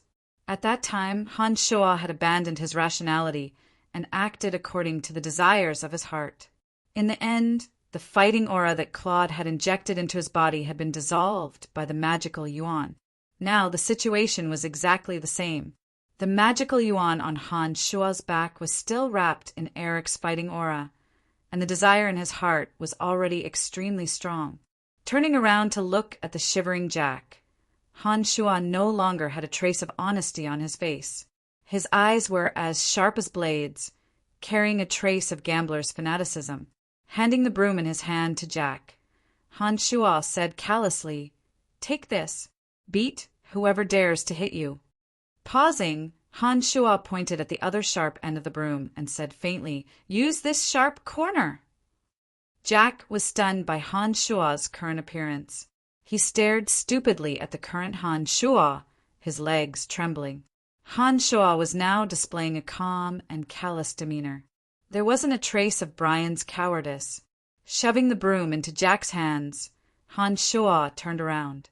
His face was still simple and wooden, and he was instinctively afraid. He said in a panic, Don't hit me. I'm hitting you." The group of 6 swarmed forward and suddenly exerted force with their fists and feet, aiming for Han Shuo's entire body. Clutching his head with both hands, Han Shuo first took a few steps back in fear. When he'd taken 3 steps back and arrived next to Jack, Han Shuo suddenly howled wildly as if he'd been provoked. He charged straight at the 6 like an enraged bull. Carrie was at the forefront. Seeing that Han Shuo had gone berserk again, Carrie, who'd been beaten up last time, felt his heart tremble. His right foot, which had already been lifted to kick, paused in midair and didn't dare land. However, just because Carrie didn't kick over didn't mean that Han Shuo would let him go. Han Shuo could already feel the magical yuan circulating rapidly in his back as he ran.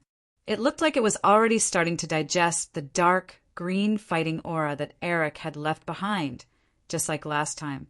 At this moment, Han Shuo only had one uncontrollable thought in his mind, and that was to beat down all the troublemakers in front of him one by one, dead or alive. Spreading his hands, Han Shuo grabbed Carrie's right foot in midair with lightning speed and lifted him up. Carrie flipped backwards in midair and landed with a plop. He grimaced in pain as his teeth made intimate contact with the ground. Traces of blood had already appeared at the corner of his mouth. The 4 who'd come to help Carrie and Borg were immediately startled when they saw Han Shuo's ferocity. Their originally sinister smiles suddenly froze as their expressions became a bit odd. "Don't be afraid, he's just one person. There are 6 of us here. We can beat him to death with a flurry of punches." Borg straightened his neck and suddenly opened his mouth to speak. He pulled out a 4-legged wooden stool from somewhere and threw it at Han Shuo with a yell. The other 4 who'd just lost their momentum were all shaken by Borg's words. They slowly pulled out sticks from their waists and followed behind Borg, swinging them at Han Shuo's head. They'd even prepared their weapons. Han Shuo's eyes narrowed slightly as he saw that Borg's stool was about to smash into him. He suddenly exerted strength in his legs and dodged it. Bam! The stool smashed into the stone floor, and its 4 legs swayed wildly with a creak. It looked a bit unsteady. Borg let out a soft "eh" as he missed. A look of astonishment appeared on his face, as if he hadn't expected that Han Shuo would be able to dodge it. Bam! Han Shuo's fist smashed into the bridge of Borg's nose, causing blood to blossom. Borg threw his head back and staggered 2 steps back. He even loosened his grip on the stool in pain. Han Shuo lowered his head and laughed coldly. He grabbed the stool that Borg had dropped and turned to face a short, stocky, red-haired ambusher behind him. The wooden stick whooshed through the air. Just as it was about to land on Han Shuo's head, the stool was abruptly lifted and forcibly stopped the stick. Grabbing a stool leg with one hand, the magical yuan in Han Shuo's back circulated faster and faster. Han Shuo could clearly feel the fighting aura that had been wrapped around him disappearing into the magical yuan. Han Shuo's hands seemed to have an inexhaustible amount of strength as he grabbed a stool with one hand and abruptly tore it apart. The entire stool was torn in half with a creak. Han Shuo grabbed one side with one hand and kicked out with his right foot, hitting the ambusher squarely in the lower abdomen. The ambusher's face immediately turned deathly pale as he crouched down in pain. Han Shuo wasn't going to let him off so easily. He was feeling extremely carefree at this moment and only wanted to vent his frustrations. His left and right hands worked at the same time, smashing the stool repeatedly at the ambusher's head and face. Blood instantly burst out from the ambusher's forehead and dyed the stool in Han Shua's hands red. "Stop him! This damned lunatic, he'll kill Alva!" Borg cried out in terror as his nose was flattened by Han Shua's punch. 2 streams of blood flowed out of his nostrils like worms. Even Carrie struggled to his feet. Although he was a bit terrified, he still raised the wooden club he'd hidden earlier with trembling hands and charged towards Han Shua with the rest of the group. Crack! Crack! The sounds of intense collisions rang out incessantly. Jack, who was watching the battle from the sidelines, had his legs bent and trembling as he looked at Han Shua in disbelief. Han Shua was holding onto half of the stool with one hand, completely unfazed by the combined attacks of several people. A bone-piercing chill seeped out of his eyes on his crazed and barbaric face. Han Shua's body kept shifting and dodging, but the stool never stopped. It continued to smash at the noses and faces of those who were surrounding him. In just a short while, all 6 of them had blood bursting out of their faces. At this moment, Jack was completely dumbfounded by Han Shua's callous methods. He never dared to imagine that the cowardly and meek Han Shua would one day have such a ruthless side to him. Just as Jack was in a daze, the fighting aura that Eric had left behind on Han Shua's back was finally being slowly refined by the magical yuan as he fought as he pleased. It was only at this moment that Han Shua was startled. He suddenly realized what he was doing and couldn't help but feel some lingering fear. There are sounds of fighting. What's going on? Let's go to the training field and take a look. Suddenly, Han Shua heard Fanny's voice from afar, followed by the sound of footsteps rapidly approaching. On the other hand, Carrie, Borg, and the others were still completely unaware. Each and every one of them was trembling with fear as they looked at Han Shua with faces full of fear and shock. They all held clubs in their hands, but no one actually dared to take another step closer. Han Shua knew that this was not a small matter. His mind quickly churned with ideas, and he suddenly ran towards the entrance of the training field. As he ran, Han Shua carelessly wiped the fresh blood on the stool on his face and forehead, then casually threw away the 2 blood-stained halves of the stool. He grabbed at the wound on his back where Eric had stabbed him yesterday and tore it forcefully. With a pained howl, the wound that hadn't completely scarred split open in an instant, and fresh blood flowed out and dyed his back red. When he reached the entrance, Han Shua's sprinting speed came to an abrupt halt. He abruptly lay on the ground and struggled to crawl towards the entrance. When he saw Fanny and the others appear, Han Shua extended his blood-stained hands. His forehead and nose were covered in blood, and he whimpered with a face full of fear, Many of them hit me. Save me." Chapter 17. Fanny panicked when she saw Han Shua's pitiful appearance. Her long, slender, and beautiful legs moved quickly as she ran towards Han Shua. "Ah!" Han Shua screamed and looked at Fanny with a deathly pale face. He stammered in pain. "Master Fanny, you stepped on my hand." Fanny was nearsighted to begin with and ran too fast in her panic. She didn't pay attention to what was beneath her feet at all. Add to that the fact that Han Shua was lying on the ground with his hands outstretched in order to make it look real, and so it resulted in the current situation where he was being stepped on. Fanny was wearing a pair of tall boots with a long, thin heel. Adding to the fact that Fanny had a burst of momentum as she ran, she stepped on Han Shua's left hand. The pain on Han Shua's face wasn't fake at all. It was real pain that seeped into his bones. Han Shua hadn't suffered any injuries in his fight with Carrie and the others, but now that he was stepped on by Fanny, he felt a bone-piercing pain. "Ugh, I'm sorry, Brian. I didn't see your hand reach out so long." Fanny was greatly shocked and hurriedly apologized. She then stepped on Han Shua's left boot and hastily dodged in her surprise, quickly falling to the right, but the place where her foot landed just happened to be Han Shua's outstretched right hand. Seeing that the sharp boot was about to harm his right hand, Han Shua was scared out of his wits. He pulled his right hand back like lightning and wiped the blood off his face. He pointed at the dumbfounded Carrie and the others behind him and complained, They hit me! Fanny's face instantly darkened when she heard these words. Although Carrie and the others' faces were full of wounds, they had already wiped the blood off their faces when they heard that someone was coming and were afraid of being held accountable. It was just that, in their panic, the blood had been smeared on the weapons they had thrown away.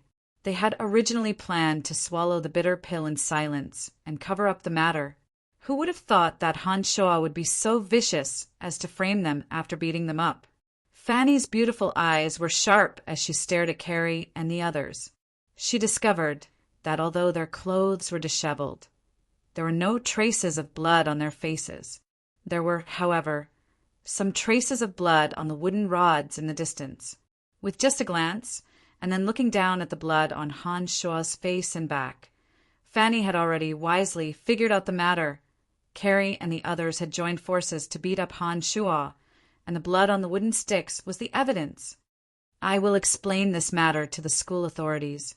You people can just wait to be punished. So many people bullying a thin and weak Brian. I really feel ashamed for you all. Fanny looked coldly at Carrie and the others and said in a sharp voice, Master Fanny, it's not like this. He was the one who hit us. Jack, you saw it. Don't you think it was Brian who hit us? Carrie was shocked and shouted in panic. On the other side, little fatty Jack's legs were still trembling. He had been shocked by Han Shua's crazy actions. When he heard Carrie's words, Jack glanced at Han Shua from afar and found that Han Shua was lying on the ground and was winking at him. Emboldened, Jack puffed out his belly and pointed at the others with his chubby right hand, saying righteously, Carrie, don't lie. I'm not afraid of you now that Master Fanny is here. You people hit Brian and you want me to lie for you? Honest Jack can't do it. Carrie and the others wanted to say something, but Fanny snorted coldly and raised her hand to stop them. Stop quibbling and wait to be punished. Turning around, Fanny looked at the miserable Han Shua and walked up to grab Han Shua's collar. She helped Han Shua up and said softly, Let's go, I'll take care of your injuries first. You're my research subject. You can't get injured so often. As Fanny spoke, the fragrance from her mouth sprayed onto Han Shua's nose. Han Shua suddenly felt that the back of his hand that had been stepped on no longer hurt. With his back facing Fanny, Han Shua gave Jack a look to tell him to hurry up and leave. He then looked at Carrie and the others with a silly smile. However, they were first beaten up by Han Shua and then set up by Han Shua. Now that they saw the silly smile on Han Shua's face, they felt that it was the most terrifying and evil smile in the world. 10 minutes later, in Fanny's lab, apart from Fanny, the little witch, Lisa, also came to Fanny's lab with the excuse that she wanted to ask Fanny some questions. Along the way, Lisa looked at Han Shua with an odd look in her eyes, making Han Shua feel that something wasn't quite right. When they arrived at Fanny's lab, Fanny had Han Shua lie down on the bed and found a bottle of medicine. She was about to help Han Shua apply it when Lisa laughed lightly and snatched the bottle from Fanny's hands, chuckling, Master Lisa, you don't have your glasses. Let me help him apply the medicine. Fanny didn't mind Lisa's words and nodded. And that's fine. Help him treat his wounds, and I'll find some gauze. I don't know where I put it. Fanny muttered to herself as she rummaged around the lab.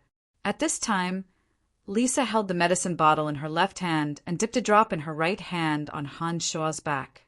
She even moved closer to Han Shua and said in a low voice, this wound doesn't look like it was just pierced. How come the surface is already scabbing? Shocked, Han Shua cursed inwardly. It looked like he had underestimated the strangeness of his body. After training in demonic arts, his recovery rate had increased. The wound that he had received in the early morning had already started to scab, and now Lisa had seen through it. Not making a sound, Han Shua knew that it was useless to say anything at this time. He might as well play dumb to the end and pretend that he didn't hear what Lisa said. He kept groaning as if his wound was very painful. At this time, an intense pain suddenly came from the wound on his back. Han Shua immediately cried out in pain and abruptly turned his head to glare at Lisa. When he saw that Lisa's eyes were filled with the smugness of having discovered someone's secret, Han Shua inwardly cursed that something was wrong. He then laughed foolishly and said the word pain before turning his head away. "Brian, what's going on?" On the other side, Fanny was still rummaging through the gauze when she heard Han Shua cry out in pain. She couldn't help but ask from afar, "Oh, Master Fanny, I accidentally touched his wound just now." "It's nothing. I'll be more careful this time." "Then be careful," Fanny responded and didn't pay any more attention to the situation on this side. A delicate fragrance seeped into his nostrils, followed by hot breaths by his ears. Lisa said lowly, "Damned Brian, do you think I don't know that you're pretending to be crazy? Humph. You scared me by pretending to be dead and then gave me the wrong method of refining medicine. If I hadn't been smart enough to experiment on Carrie and Borg, I would have died because of you. I'll tell you the truth. I arrived at the lab before Carrie and the others. I saw your conversation with Jack through an evil spirit, including the beating up of Carrie afterwards. You've grown up now. You've even learned how to frame people. Hee hee, not bad, not bad." Lisa continued to apply the medicine on Han Shua as she spoke.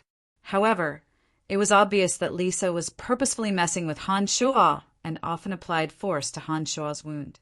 Now that Lisa had seen through Han Shua's disguise, he was a bit perturbed.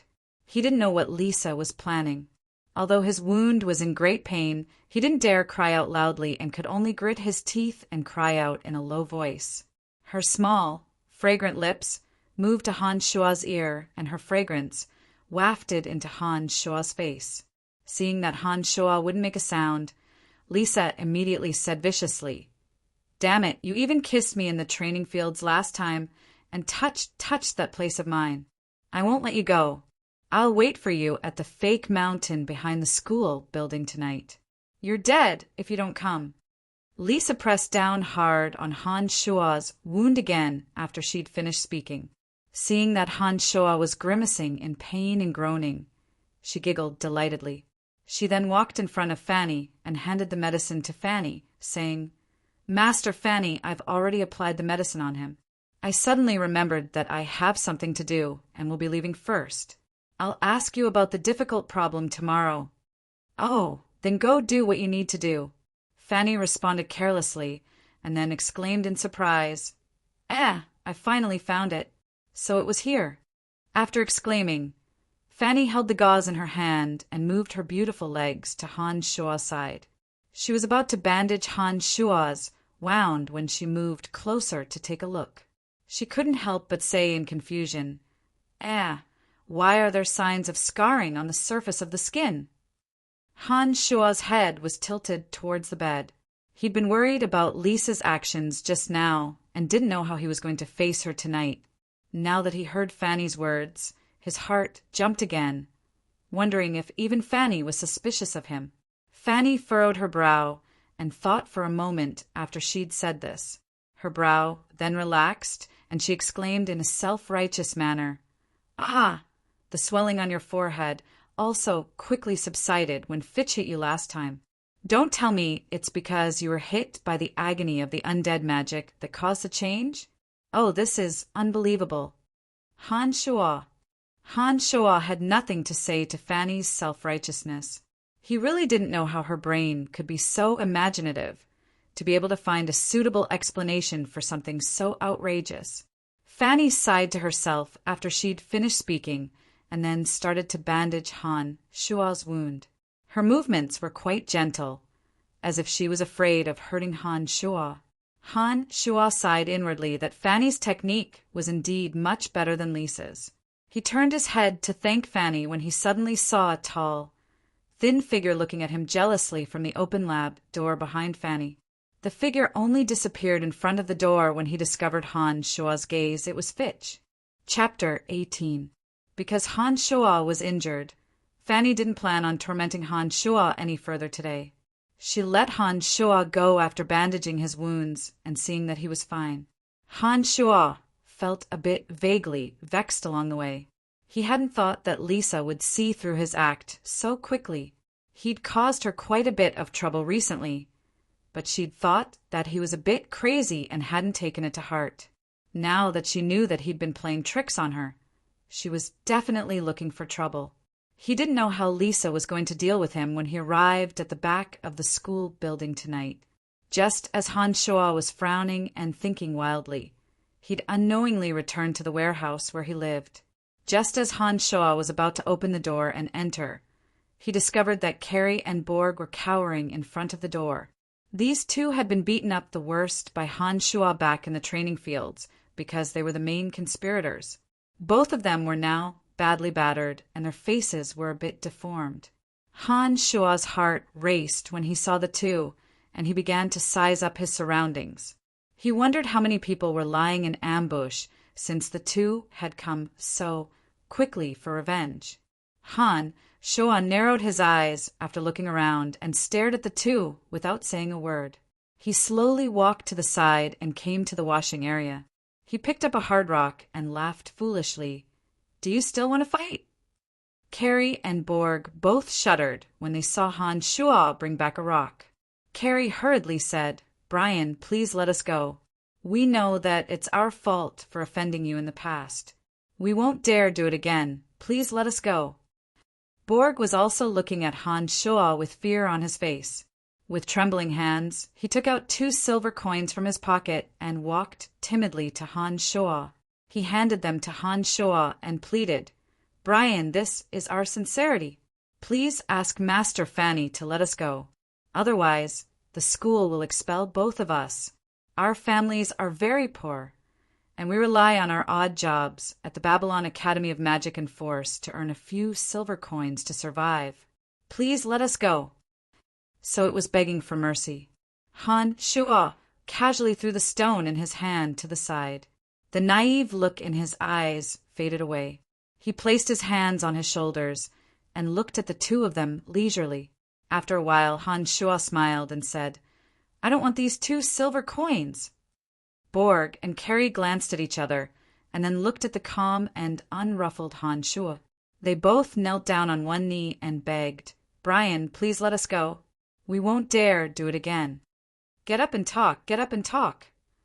Han Shuo hurriedly moved closer to the two and helped them up from the ground with a smile. He then said, "I don't want the silver coins, but I'll ask Master Fanny to let you go if you agree to one condition. I won't make trouble for you in the future." At this point, how could Borg and Carrie not know that Han Shuo had been playing the fool all along? Han Shuo's cruel methods in the training fields had intimidated them to the point that they no longer dared to harbor any thoughts of revenge. The current Han Shuo had completely exceeded their imaginations. "No matter what condition it is, we'll agree to it," Borg said hurriedly and looked fervently at Han Shuo.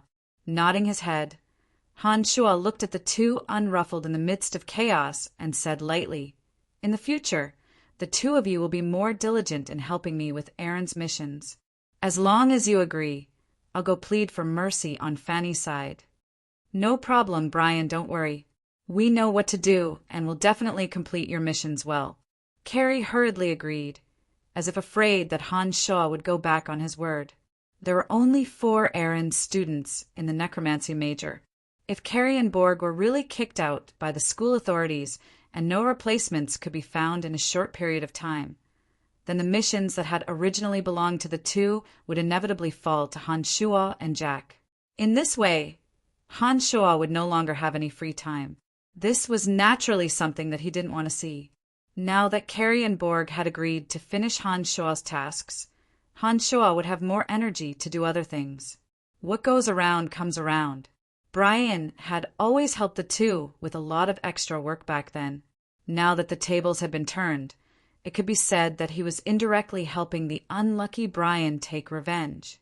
Seeing that the sky had already darkened, Han Shuo thought that it was almost time for his appointment with Lisa. He couldn't help but say a bit impatiently, all right. I still have to make a trip to the back of the school building. You guys can go back if there's nothing else. Be careful in the future, and don't think that I'm crazy and stupid. If you dare reveal what happened today, I'll beat you up until you can't even recognize each other." When Carrie and Borg heard Han Shua's chilling threat, they both hurriedly agreed. Han Shua's merciless and ruthless methods had already left a deep mark in their hearts last time in the training fields, making it so that they didn't dare harbor any thoughts of revenge.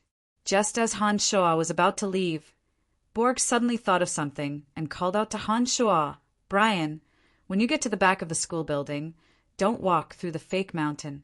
Lisa had just instructed Carrie and I to set up 3 traps, including a net and a hole.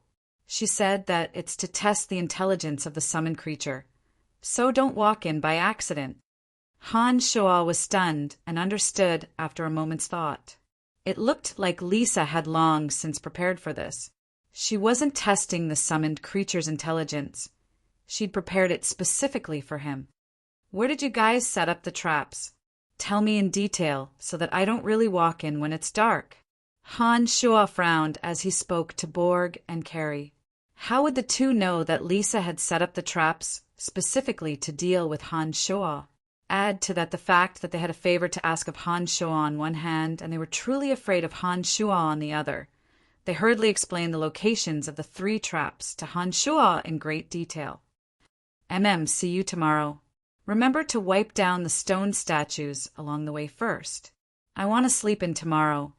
Han Shua casually instructed the two and walked towards the fake mountain behind the school building as if nothing had happened. At the corner of a fake mountain behind the Dark Major's school building, the little she-devil Lisa hid behind the fake mountain, a trace of a mischievous smile tugging at the corners of her lips.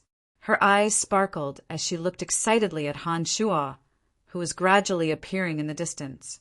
"That damned Brian, he actually dared to play the fool and play tricks on me. Not only did he scare me by pretending to be a corpse, he kicked my butt in the training field and even gave me a disgusting, refining recipe. See if I don't screw you to death this time." Lisa thought hatefully in her heart as she tightened her grip on the rope in her hand. The other end of the rope was tied in a circle and placed on the path that Han Shua had to take to reach the fake mountain. As long as Han Shua's 2 feet stepped into the circle, Lisa would pull with all her might and she would be able to immediately bring Han Shua down. A large net had long since been spread out from a protruding rock in the sky, waiting for Han Shua's legs to be bound. Lisa laughed coldly in her heart as she watched Han Shua walk over in a daze. She only saw Han Shua look left and right as he slowly walked forward like a thief. He said as he walked, "Lisa, where are you? Come out." "I'm here." "Come over. I have something to say to you. If you don't come, you're dead." Lisa snorted softly from behind the fake mountain.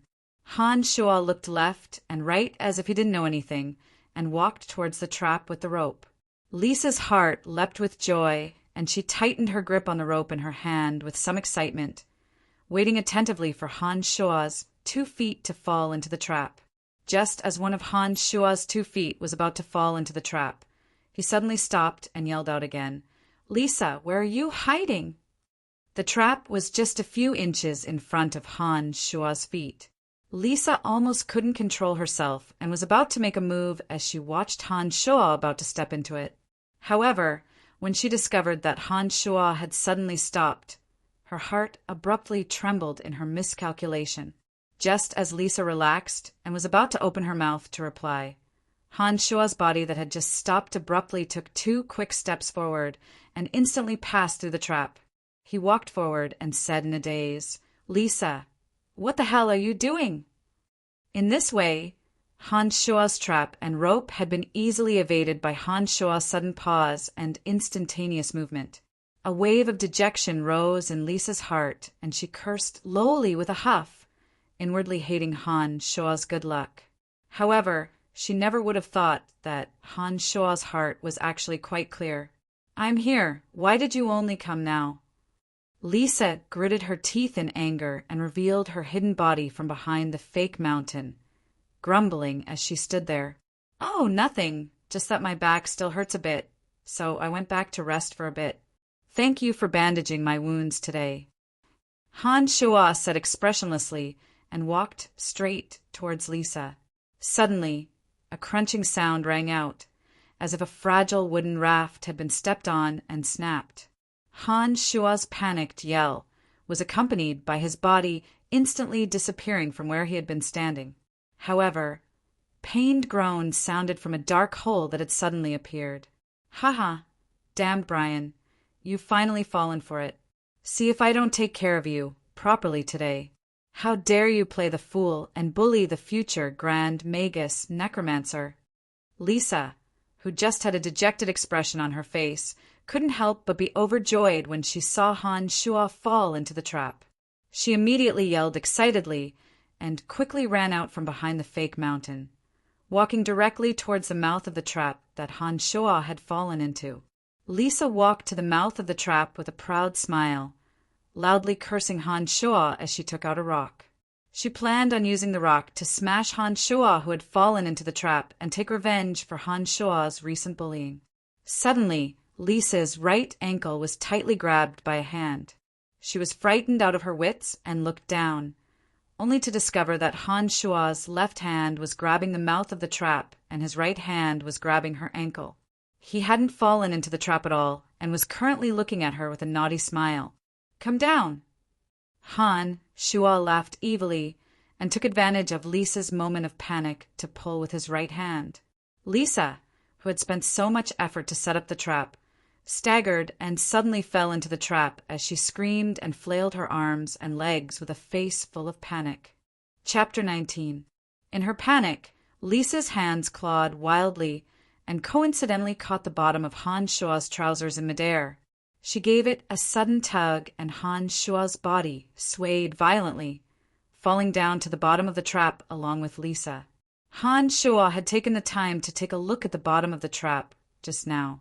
Using the moonlight, he could see that there weren't any sharp spikes placed at the bottom of the trap, only a few protruding rocks. But even a few protruding rocks would cause one's body great discomfort if one were to fall into it. Han Shua's heart was surprisingly calm as he listened to Lisa's screams. He didn't know if it was because of his training in magical yuan, but Han Shua wasn't the first to feel panic whenever danger loomed over him. Instead, he would rapidly think of how to resolve the crisis. This time was no exception. The trap had been hastily set up and was only 3 meters deep. But Han Shua still had the energy to think of other things in the time it took for a spark to fly. Hearing Lisa's screams, Han Shua's magical yuan, which had just dissolved the fighting aura, suddenly flowed several times faster than usual. Just as the two were about to fiercely crash into the protruding rock, Han Shua suddenly reached out and grabbed Lisa in midair, grabbing her by the waist as she screamed in panic. Immediately after, Han Shua paid the price of sacrificing his back and buttocks to crash into the protruding rock at the bottom of the trap. Ouch! Han Shua grimaced as he cried out in pain. The wound on his back that had been bandaged not too long ago split open again, fresh blood gushing out in an instant. His buttocks, as the main point of impact, were also in great pain. Lisa hadn't suffered too much injury as she was held in Han Shua's arms. Hearing Han Shua's pained moans, Lisa couldn't help but look suspiciously at Han Shua's body after discovering that she was unharmed. She asked in surprise, "Why did you save me?" Han Shua's pained cries were cut off by Lisa's question. Suddenly, Han Shua's face darkened as he shook his head and sighed lowly, "Because I like you." Lisa felt as if she'd been struck by lightning when she heard these words. She immediately stared dumbly at Han Shua and only reacted after a while. She pointed at Han Shua and stammered, what did you say?" "I like you, Lisa." Han Shua looked at Lisa with a face full of sincerity and said sincerely, "I've actually always liked you all these years, so I've been willing to let you experiment on me without complaint or regret. Even when you nearly killed me with the agony of the soul a few days ago, I've never resented you. However, I understand that I'm just an odd job servant. My status is too different from yours, so I can only bury these thoughts deep in my heart, never daring to reveal them. Then I'll use some crazy actions to beg for more attention from you. Lisa, am I stupid for doing this? I'm too despicable, I'm too shameless. Han Shua lied with a face full of sincerity as he sighed inwardly. He didn't know if it was because he'd trained in demonic arts, or because he was evil to begin with, but had slowly revealed himself in this world without too many restrictions. Lisa was completely dumbfounded by Han Shua and stared dumbly at Han Shua, forgetting to speak. It wasn't until Lisa's hands moved blindly and touched a bare thigh that she abruptly came to her senses and stood up in a panic. She glanced at Han Shua and actually blushed for the first time, seeming a bit embarrassed. Han Shua started and immediately looked down, discovering that his trousers had been torn by Lisa when he'd fallen just now. Apart from his underwear, the lower half of his thigh was completely exposed. Lisa had been sitting on his bare thigh just now. Frantically turning her head away, Lisa's voice was a bit rushed as she shouted, "I don't care if you're telling the truth or not. I won't like you anyways. You're just an errand boy in the necromancy major. I'll never have anything to do with you." "I understand, Lisa. I just want to stay in the necromancy major and watch over you from afar. I don't have any other extravagant hopes. Now that I've said the words I've held back for so many years, my heart suddenly feels much more relaxed." Han Shua's voice was low as he spoke with a face full of sorrow and sincerity. "I am leaving. I'll let bygones be bygones, but don't be delusional. You're just an errand boy. It's impossible for us to be together." Lisa had her back to Han Shua and hurriedly spoke these words when she heard Han Shua's sincere confession. She immediately chanted an incantation and summoned a skeletal warrior, having the skeletal warrior throw down the rope she'd prepared to use on Han Shua. Han Shua understood in his heart that if a woman knew that a man was secretly in love with her, no matter how much she'd hated this person in the past, she wouldn't lay her hands on someone who was secretly in love with her. Lisa was indeed the same. Lisa wouldn't like Han Shua because of his words, but she would forgive Han Shua's previous actions because of Han Shua's words. She would even help Han Shua in future matters, because she believed that Han Shua was silently in love with her. Even if she would never like Han Shua, she would still be moved and affect her future actions and judgment. Seeing that Lisa was about to leave, Han Shua revealed a devious smirk with his back to Lisa. Shortly after, he said in a low voice, "Lisa, I can do anything for you. I've tried every possible way to find out that if you want your breasts to develop fully, you must drink more papaya milk, swim more, and massage both sides of your breasts when you shower.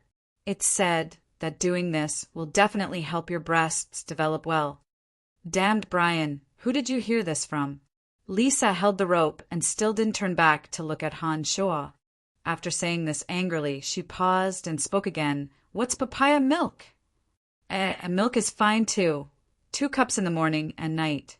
Han Shua suddenly remembered that this world didn't seem to have papaya and couldn't help but hastily explain. Abruptly turning her head, Lisa glared fiercely at Han Shua and said angrily, "Shut up! You're not allowed to tell anyone about what happened today, and you're not allowed to tell anyone that you like me, or I'll kill you." After saying this, Lisa gave an order to the skeletal warrior above. The skeletal warrior pulled on the rope and pulled Lisa up. Soon after, a series of rustling sounds could be heard, and the surface returned to silence. Exhaling lightly, Han Shua let out a carefree chuckle. He thought to himself that he really was getting more and more wicked. How could his lies be so smooth and untraceable? Now that Lisa had let him off so easily, it was clear that this method was surprisingly effective. Snickering, Han Shua walked a few steps and saw that the rope that Lisa had left behind was still there.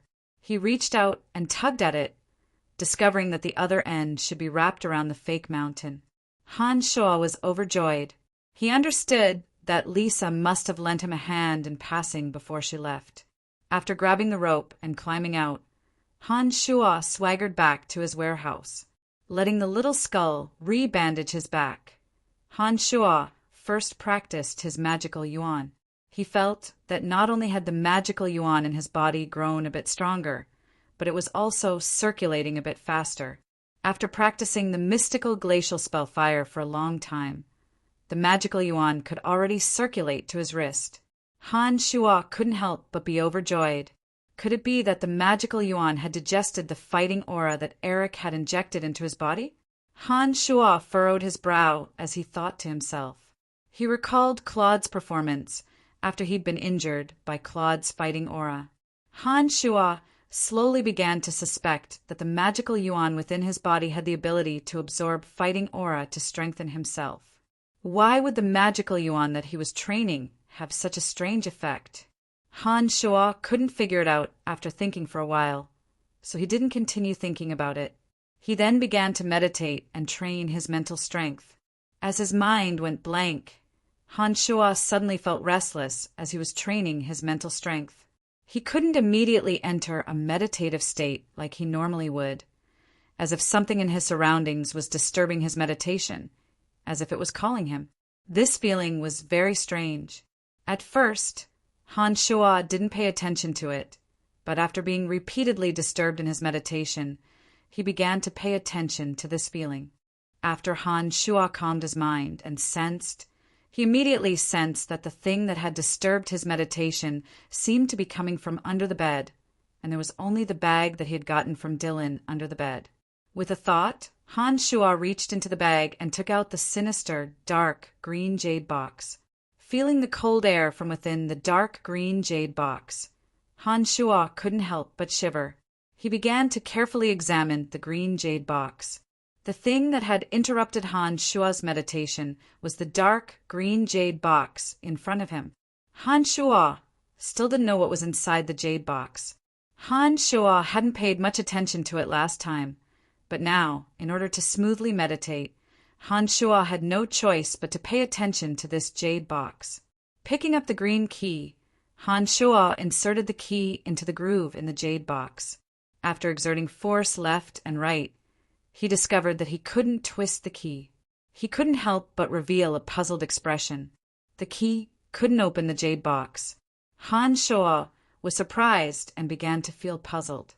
Carefully recalling the situation from last time, a thought struck Han Shuo, and he slowly focused his mental strength on the jade box.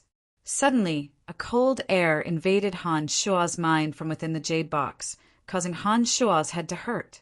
Forcefully enduring the pain, Han Shuo's mental strength was unprecedentedly focused. Even the magical yuan within his body circulated much faster than usual. Enduring the invasion of the cold air from within the jade box, Han Shuo tried to twist the key again. With a snap, the key twisted to the right, and the jade box suddenly sprang open, revealing the item hidden within. Chapter 20. As soon as the jade box was opened, a gust of frigid air overflowed. The temperature in the warehouse began to plummet rapidly. Han Shuo couldn't help but shiver once again. He then focused all his attention on the item within the green jade box. It was an emerald green ball.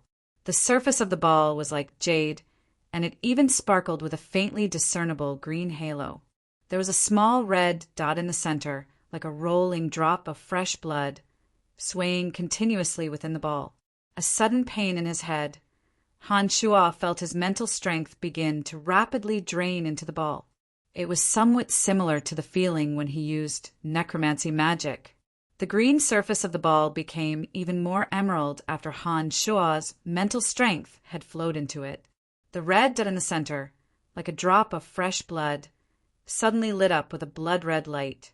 Piercing pain. It was like a sharp dagger violently stirring in Han Shuo's brain. As his mental strength rapidly drained away, Han Shuo's brain was in so much pain that he was hovering between life and death. Han Shuo had never experienced such cruel pain in his entire life. At this moment of extreme pain, Han Shuo should have fainted in a daze. But the strange thing was that Han Shuo's mind was unprecedentedly clear. Han Shuo even felt that it was precisely because his mind was unprecedentedly clear that the pain was infinitely magnified. Clutching his head with both hands, Han Shuo was like a wild beast being minced into pieces, emitting low, hoarse growls that didn't sound human. Han Shuo's mental strength continued to flow slowly into the ball as the inhuman pain continued. At this moment, the veins on Han Shuo's forehead, neck, and bare arms were bulging, twisting and writhing on Han Shuo's body like earthworms. The muscles on his already somewhat robust body seemed to be brimming with explosive power. Just as Han Shuo felt that his mental strength was about to be completely drained, the magical yuan in his body flowed from his neck to his brain. As soon as the magical yuan entered his brain, which felt like it was about to split open, the unforgettable pain seemed to increase tenfold in intensity. The mental strength that had just been rapidly drained into the ball surged back like a stormy sea, instantly drowning Han Shuo. Han Shuo finally could not bear it and directly fainted. When Han Shuo slowly awoke, he felt as exhausted and powerless as if he'd gone through a long journey of 10,000 li. However, his mind was abnormally clear. When he focused his attention on his surroundings, Han Shuo discovered that he could clearly see the grain on the wooden door in front of him. Han Shuo let out a soft "eh" as he was stunned by the changes. The last time he had this feeling was when he had accidentally gained mental strength. Only then did he feel that his senses had become more sensitive. Now that this feeling was even clearer, Han Shuo hurriedly concentrated his mental strength to test it out. His face was instantly filled with ecstasy. Han Shuo thought to himself, the saying that one who survives a great calamity is bound to have good fortune later on is indeed true. How could he not have died in that dangerous situation just now that he had profited from his misfortune? He inexplicably felt that his mental strength had greatly increased. It was even more than the mental strength that Han Shuo had painstakingly increased over the past 2 months of meditation. This kind of unimaginable thing had happened just like that, causing Han Shuo to be shocked. His gaze once again landed on the dark green ball in front of him. At this time, the faint green halo on the surface of the ball seemed to have dimmed a bit, but the captivating red that resembled a drop of fresh blood was even more vivid. Frowning, Han Shuo moved a few inches away and carefully sized up the emerald green ball. He suddenly felt that this ball was extremely similar to something else. After some careful thought, Han Shuo was startled. He suddenly felt that this ball was very much like an eyeball. After this feeling arose, Han Shuo carefully observed the ball, feeling that the more he looked at it, the more similar it seemed. As the bright red drop of blood within the emerald green ball rolled, it was as if an eye was turning and sizing him up, giving Han Shuo an extremely strange feeling. Shuddering, Han Shuo abruptly closed the jade box, feeling his hair stand on end. With a clack, the jade box was locked again, and the key that had been inserted into the groove automatically popped out. Shaking his head, Han Shuo discarded the association between the ball and the eyeball from his mind. He pondered silently in his heart, feeling that this ball was a bit odd the more he thought about it. If it wasn't for the fact that his magical yuan had suddenly circulated to his brain today, his mental strength would certainly have been sucked dry by this ball, and he wouldn't have been able to withstand the inhuman pain and become a true lunatic. However, when the magical yuan had finally circulated to his brain, the mental strength that had been sucked out had suddenly returned like a river flowing backwards, and had even greatly increased his mental strength. This made Han Shuo feel that this ball was even more bizarre and unfathomable. He vaguely felt that this ball was absolutely not an ordinary item. Otherwise, Duke wouldn't have killed Dylan for the sake of this jade box. As for the emerald green ball within the jade box, Han Shuo couldn't figure out what it was no matter how hard he tried, and what it did. However, this ball had almost turned Han Shuo into an idiot, and he still felt a lingering fear when he thought about it now. He immediately put the jade box away and once again placed it under his bed, preparing to investigate what was inside and what it was for. The next day, when Han Shuo got up, he felt that his body was much better than it had been yesterday. When he was washing up early in the morning, he saw Carrie and Borg cleaning up the stone statues on the road. The two of them seemed to have woken up much earlier than usual, and were even yawning now. When Carrie and Borg saw Han Shuo, they forced smiles on their faces towards Han Shuo from afar, reminding Han Shuo to plead for them with Master Fanny as soon as possible. After eating breakfast, Han Shua walked straight to the training fields after listening to Master Jean's lecture on the basics of magic while sweeping the corridors in front of the necromancy classroom. Brian, Fitch is in the training fields, asking Master Fanny for some magical knowledge. I beg you, you must hurry and plead for us, or we're really done for. When he was at the door, Han Shua ran into Carrion Borg, who had just helped clean the training fields. The two hurriedly begged when they saw Han Shua. Nodding, Han Shua said lazily, all right, I'll go find Master Fanny now. Fitch and Jean were estranged, and Fitch had long since become a journeyman mage, so he naturally didn't need to continue listening to Jean's lectures on the basics of magic. When Han Shua arrived at the training fields, he discovered that Fanny had her back to the door. A black strip of cloth was tied to the back of her head, and the black magic robe clung tightly to her perfect body. From the back, Fanny had a slender waist and narrow shoulders and a round, perky, but drawing out the exquisite curves of a person's heart. On the side, Fitch looked at Fanny with an intoxicated expression. His eyes sparkled with the light of greed mixed with adoration and lust. He couldn't help but roam over Fanny's wonderful body and didn't notice Han Shua's arrival at all. Fitch, watch closely.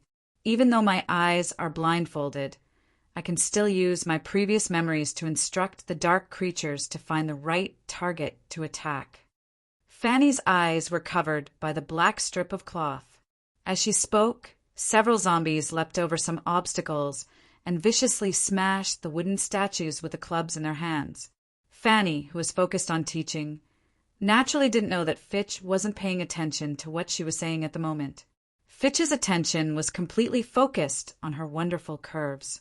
Han Shua saw that Fitch wasn't paying attention to Fanny's explanations at all, and only kept his eyes roving over Fanny's body.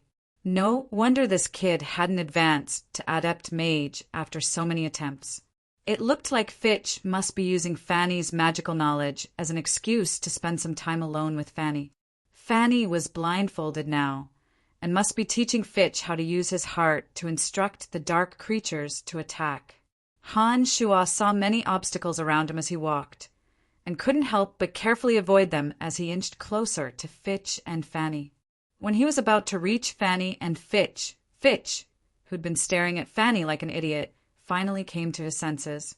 When he turned his head slightly and saw that it was Han Shua, a trace of undisguised disgust appeared in Fitch's eyes. Fitch then waved the magic staff in his hand and chanted a couple of incantations in a low voice. Some of the obstacles on the ground seemed to suddenly come alive, and a few broken white bones abruptly shot towards Han Shua's buttocks. Some ropes also suddenly tightened and coiled towards Han Shua like snakes. Han Shua's body was a bit weaker than usual today due to last night's events. His steps were a bit disorganized as he frantically dodged, and he was finally tripped by a rope that suddenly appeared and fell abruptly towards Fanny and Fitch. Fanny was currently focused on controlling the dark creatures to attack their targets with her mental strength as she continued to narrate to Fitch. Although she heard some sounds, she didn't pay them too much attention, seeing that he was about to fall towards Fitch and Fanny.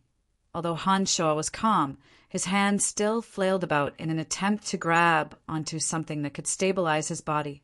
But at this moment, a trace of a cold smile tugged at the corners of Fitch's mouth as he raised his magic staff slightly and swung it in the direction that Han Shua was falling towards.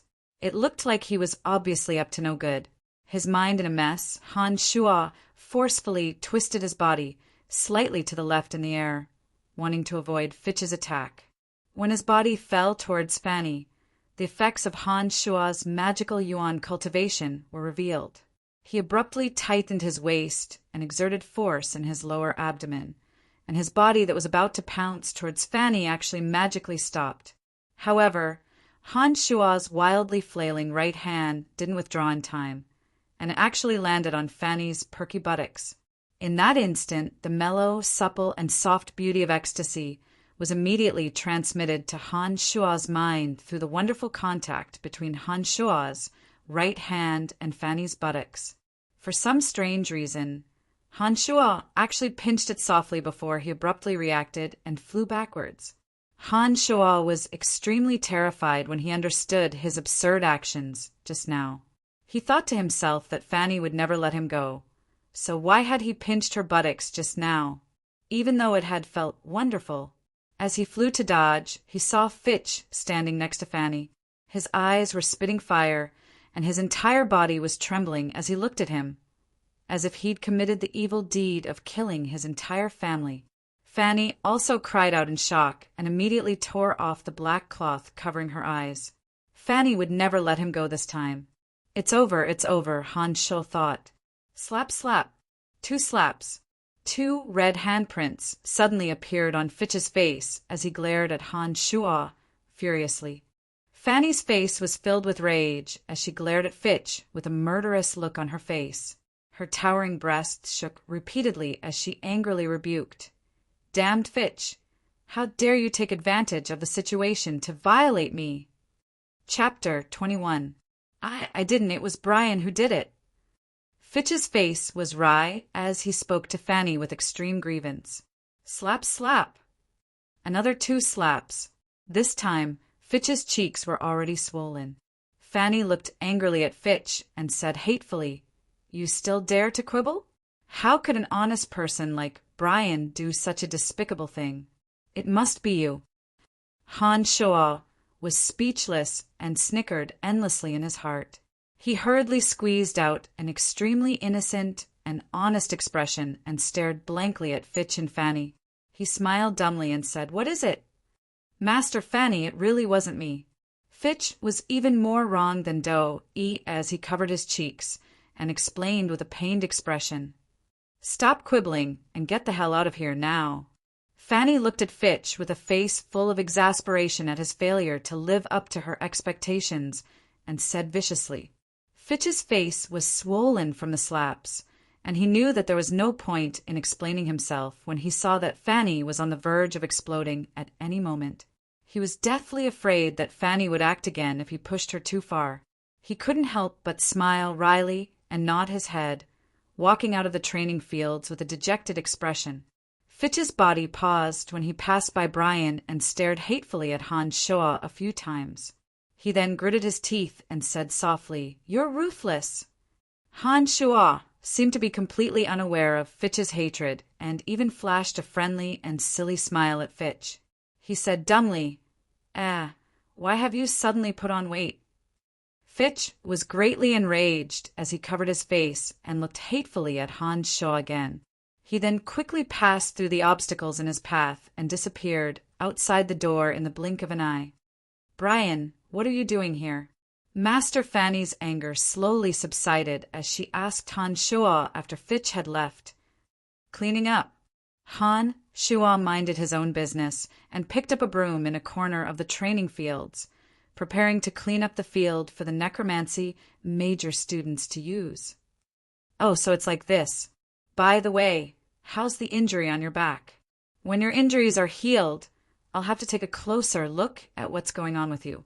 It's incredible that an agony of the soul spell could actually give you mental strength. When facing Han Shuo, Fanny appeared to be amiable. She spoke to Han Shuo peacefully while helping Han Shuo clear some obstacles on the ground without putting on any airs. Good, much better. By the way, Teacher Fanny, can you not tell the school about what happened yesterday? Han Shuo casually swept the broken bones and dust on the ground. He took the time to sniff his right hand that had just touched Fanny's buttocks. A faint fragrance seeped out from the fingers of his right hand, causing Han Shuo's heart to flutter. His eyes immediately looked strangely at Fanny's perky buttocks, not too far away.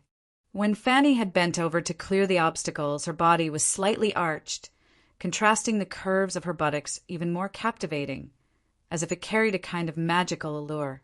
Fanny was a bit surprised when she heard Han Shuo's words. She straightened her body and turned to look at Han Shuo, asking in surprise, Why? Brian, you're too inattentive. You've stepped on the broom. Han Shuo had a guilty conscience when he hadn't anticipated that Fanny would suddenly turn around. He hurriedly removed his foot from the broom and said with a silly smile, "Carrie and Borg are actually very good people. If you tell the school about this, they'll be expelled. Their families will have a hard time without their silver coins in the future." When these words were spoken, Fanny looked at Han Shaw with some surprise. Her dark eyebrows furrowed slightly, and she smiled after a while. "Brian, you're always so kind. They bullied you, but you're still pleading on their behalf. Forget it. Since you, the victim, have said so, I won't make things difficult for them. You're the key to my experiment. So remember to tell me if anyone bullies you in the future." Kind. Han Shuo was speechless, thinking to himself that he was indeed very kind now. Otherwise, he wouldn't have taken the opportunity to coerce Carrie and Borg into doing things for him. If it wasn't for the fact that the two of them had left, he and Jack would have had to shoulder heavy responsibilities. Who would care about their lives? While Han Shuo's thoughts were running wild, Fanny looked suspiciously at Han Shuo and opened her mouth again. "Brian, I don't think you're that crazy. Otherwise, why would you say such things?" Starting with surprise, Han Shuo's heart immediately trembled. He hastily scratched his head and said with some embarrassment, Sometimes I suddenly feel dizzy, and I don't know what I'm going to do after that." "I see. It looks like the agony of the soul did have some negative effects when it landed on you. Don't worry too much. I'll give you a careful examination when the injury on your back gets better. I'll be sure to cure your strange ailments. It's about time. I still need to take the students to do the next few experiments. I'll go back and prepare. You clean up this place yourself." Fanny said a few words to Han Shuo and recited a necromancy incantation, sending the zombie warriors that had been summoned from the training fields back to the other dimension. She then left the training fields. Not long after Fanny left, Han Shuo also left to find Carrie and Borg, ignoring the mess that was the training fields. He said arrogantly to the two, "Don't worry, I've taken care of your matters. Now you two, go clean up the training fields." Carrie and Borg were pleasantly surprised. After thanking Han Shuo, they eagerly picked up a broom and mop and happily left to help Han Shuo clean up the mess. Han Shuo had nothing to do after leaving the training fields. When he thought about what had happened yesterday, Han Shuo was quite curious about what was inside the jade box. He very much wanted to know just what the round ball inside was. Han Shuo couldn't ask anyone else about this matter, so he decided to head to the Dark Major's library after some thought and see if there were any records about the round ball. Each major had their own library within the Babylon Academy of Magic and Force. The books within each library were extremely rich, containing all sorts of detailed descriptions of all sorts of knowledge within the entire major. Normally speaking, the library wasn't open to the public, and there were strict rules and regulations for students from different majors to use the library. Using the excuse of helping Jack clean up, Han Shuo swaggered into the Dark Major's library with a brush in his hand. "Brian, what are you doing here? Shouldn't you be cleaning the training fields at this time?" Little Fatty Jack, who was arranging the magic books, couldn't help but exclaim softly when he saw Han Shuo walk in with a brush. "Ha ha! Carrie and Borg, those two idiots, will be helping me clean the training field missions in the future. I've come to the library for official business this time." Han Shuo smiled faintly and casually picked up a magic book to take a look. He put it back after discovering that it was a book on the foundations of dark major magic. "Carrie and Borg are helping you clean the training fields? How is that possible? Could it be because you scared them after beating them up in the training fields yesterday?" Little Fatty Jack's face was full of surprise, and then he seemed to recall Han Shuo's performance in the training fields yesterday. He looked at Han Shuo with a bit of fear and continued, "Oh, right, Brian. What happened to you yesterday? Why did it seem like you'd suddenly become a different person? We're so close, but even I was scared when I looked at you yesterday." Putting his hand on Jack's shoulder, Han Shuo laughed lightly. "That depends on who I'm dealing with. If it's someone who's against me, I naturally won't let them have it easy. Haha, with our relationship, I obviously won't beat you up." "Oh, right, Jack. Where are the books that describe magical items in the Dark Mage's library? Here, the second bookcase in the back. Why are you asking this? Jack pointed behind Han Shuo and asked in confusion. Nothing much. I'm just helping you clean up? Han Shuo smiled and walked towards the bookcase with descriptions of magical items. But Brian, I've already cleaned that bookcase. Then I'll help you clean it again. Han Shuo picked up a magical book from the bottom row and started flipping through it when he arrived at the bookcase that described magical items. He tossed the brush in his hand carelessly to the side. When he'd been observing the jade box last night, Han Shuo's mental strength had strangely flowed towards the ball within the jade box. This had caused Han Shuo to faintly feel the magical pulses within the ball. The current Han Shuo was no longer a newbie who knew nothing about magical knowledge. He naturally understood that the magical pulses meant that the ball should be some kind of magical item, and so he'd come to the library to search for the origins of the ball. Unfortunately, Han Shuo flipped through the books for a long time and read through most of them, only to discover that these books only had simple descriptions of common magical staffs, robes, and accessories. They weren't what he wanted to know at all. Dejectedly and helplessly tidying up the place, Han Shuo no longer held any hope for the books here. Instead, he went to the bookcase that contained the books on necromancy. Since he'd come to the library, he couldn't possibly return empty-handed. No matter what, he should bring a book back to read. Han Shuo thought as he started flipping through the books in the bookcase. Some of the magical books on the bookcase were more advanced, and Han Shuo probably wouldn't be able to understand them even if he brought them back. Therefore, he focused his attention on the bottom row. A magical book titled Introduction to Dark Creatures attracted Han Shuo's attention. Han Shuo picked it up and flipped through a few pages.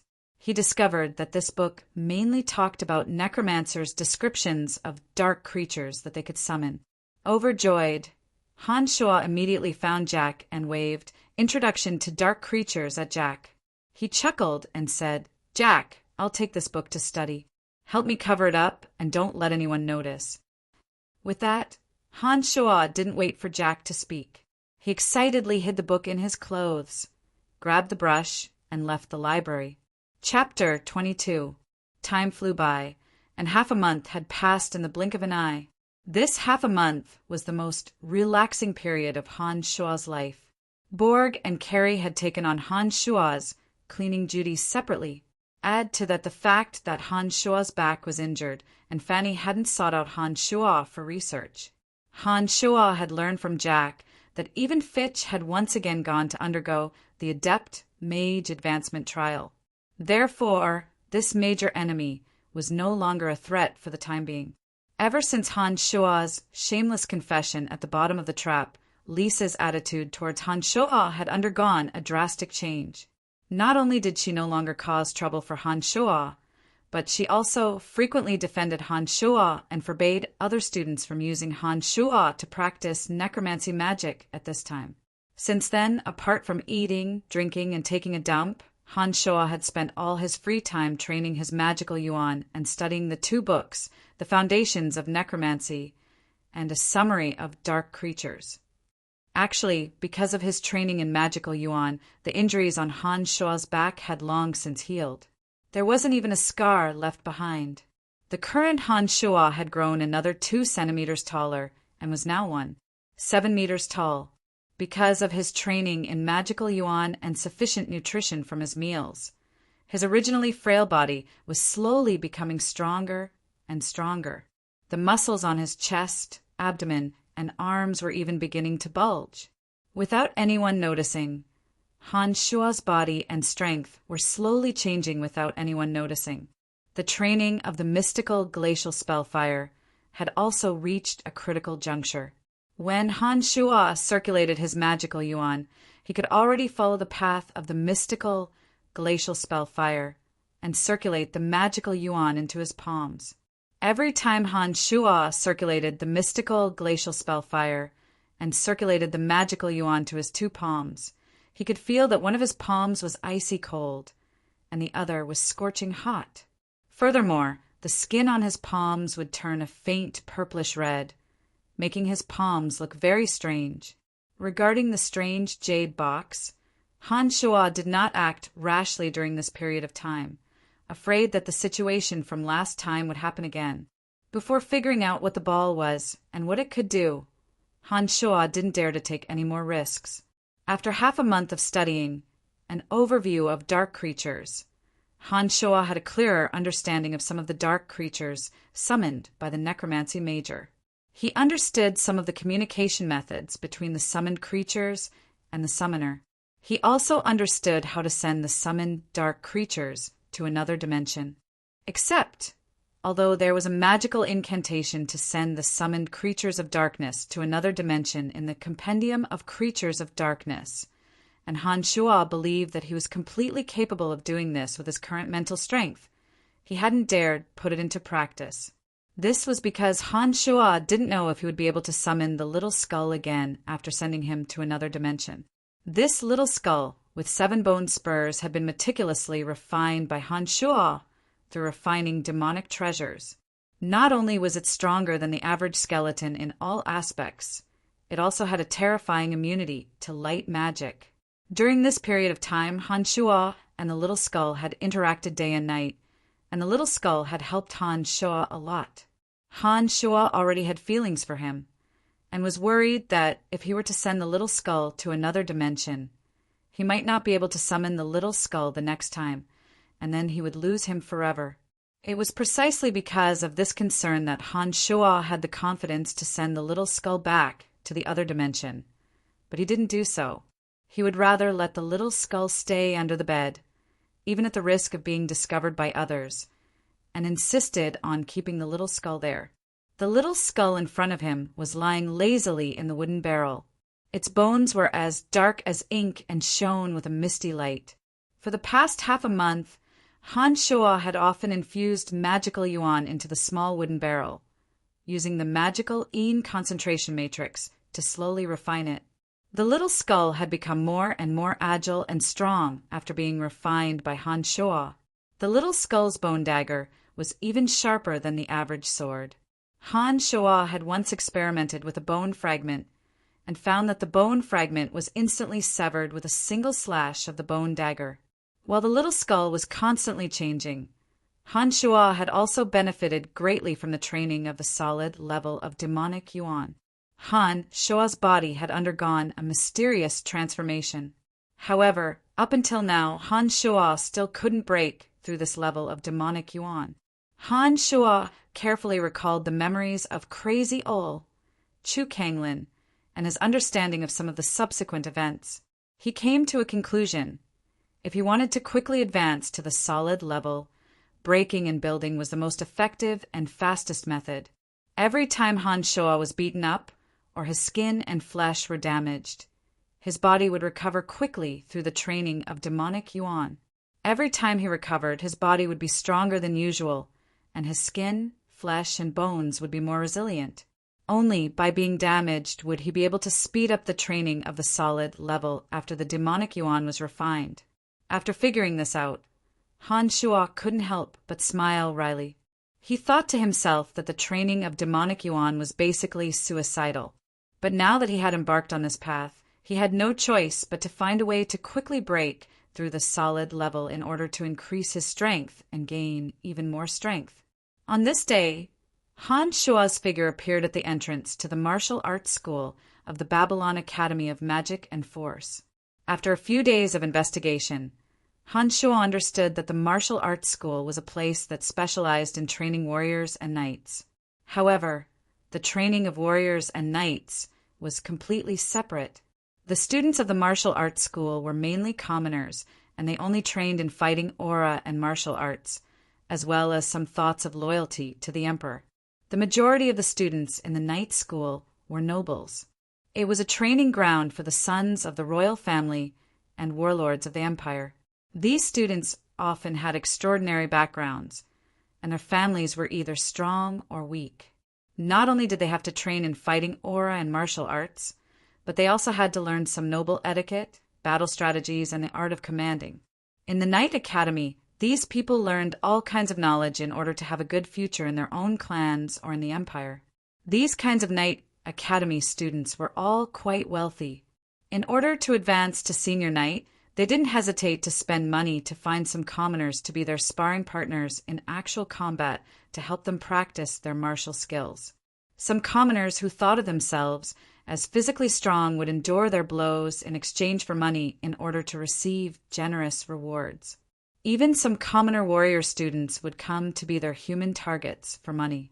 Except it wasn't easy to earn money.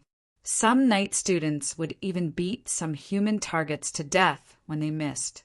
But because this was a consensual matter on both sides, the knight students paid the money. Even if the human targets were accidentally beaten to death, it was their own fault and no one would care. Han Shuo had come here to become one of these human targets. However, Han Shuo wasn't here for money, but to train his body and break through to the solid realm of magical yuan. Many human targets stood in a spacious hall. These people were all strong and muscular, and wore the uniform of a poor commoner. Han Shuo focused his attention and discovered that there were some warriors mixed in. Some had come from outside the academy because of its reputation, and some were students of the warrior school. You're an errand boy of the academy, but your body isn't strong and you're not a warrior. Aren't you going to your death by coming here? Young man, I advise you not to earn this money, or you'll be beaten to death. A thin old man looked at Han Shuo from the entrance of the hall. Old man Jeff was in his 50s and was in the same profession as Han Shuo. He wore the clothes of an errand boy and was in charge of helping these human targets register.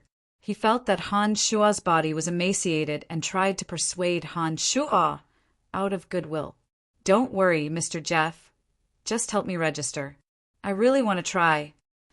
Han Shuo looked at Jeff and pleaded, Since you're so insistent, then I'll help you register. AI, do you think this money is easy to earn? If you really are beaten to death, don't blame me for not warning you. Jeff saw that Han Shuo persisted after many attempts at persuasion, and that there were still people queuing up behind him to urge him, so he finally couldn't dissuade Han Shuo. He sighed and agreed, helping Han Shuo register Brian's name. When Han Shuo walked into the hall, the other human targets all looked at Han Shuo with odd expressions. Most of their gazes were filled with disdain, but there were also a few kind-hearted people who revealed expressions of pity and even urged Han Shuo not to try. Although Han Shuo's body was a bit stronger than Brian's from before after cultivating the demonic arts, because Brian's original body was all skin and bones like a skinny monkey, Han Shuo was only a bit stronger than the original Brian. Compared to these brawny men whose arms were thicker than his thighs, there was naturally a world of difference. Listen to me, you'd better leave this place as soon as possible, or you'll certainly be beaten to death. As Han Shuo sized up his surroundings, a thin young man in his 20s came to Han Shuo's side and spoke up to persuade him. This young man was wearing the uniform of a warrior student. Although his body didn't look strong enough because he was a warrior himself, there was no doubt that his strength was much stronger than those who only looked strong on the outside, but didn't cultivate any martial arts or fighting aura. Thank you, I'd like to try. Han Shuo revealed a friendly smile, nodded at the young man, and said faintly, My name is Jared, and I often come here to earn some extra money. Even with my strength as a journeyman swordsman, I've been seriously injured by them before. I've seen too many people accidentally beat to death in order to earn this kind of money. I hope you can listen to my advice and leave this place as soon as possible, or you'll really regret it. Jared looked sincerely at Han Shuo and tried to persuade him with a face full of sincerity. Smiling and shaking his head, Han Shuo smiled and said, My name is Brian. Jared, it's nice to meet you. I'm very grateful for your good intentions, but I must try. Seeing that Han Shuo was so insistent, Jared couldn't help but sigh. He shook his head and didn't say anything else, but his gaze when looking at Han Shuo was full of sympathy. It looked like he believed that Han Shuo would die without a doubt.